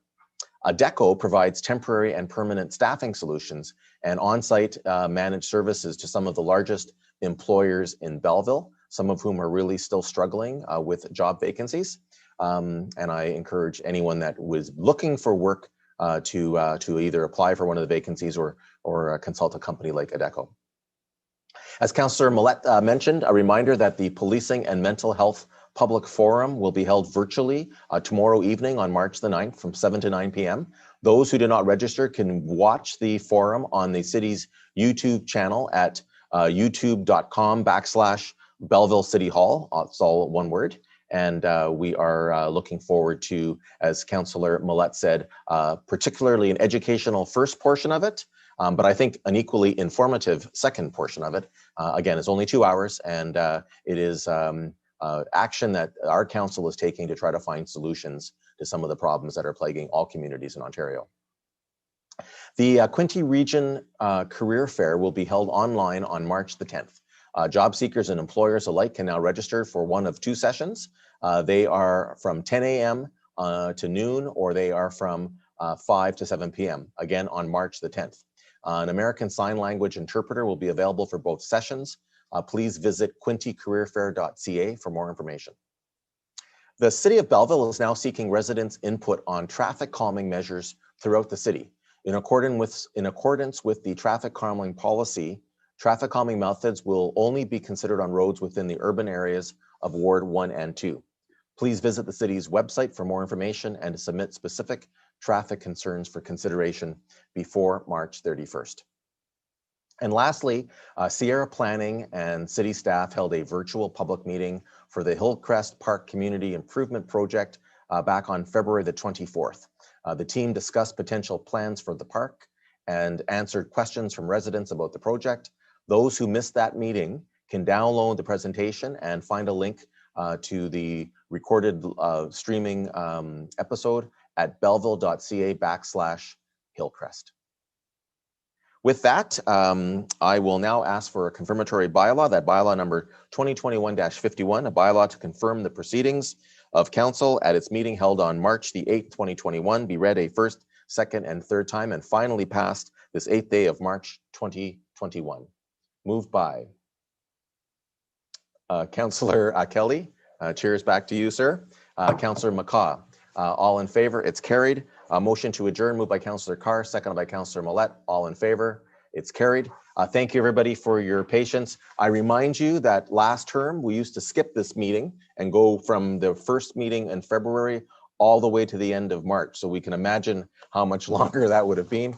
But I appreciate everyone for your patience and your understanding and cooperation. Have a good week. And I look forward now to speaking with the media.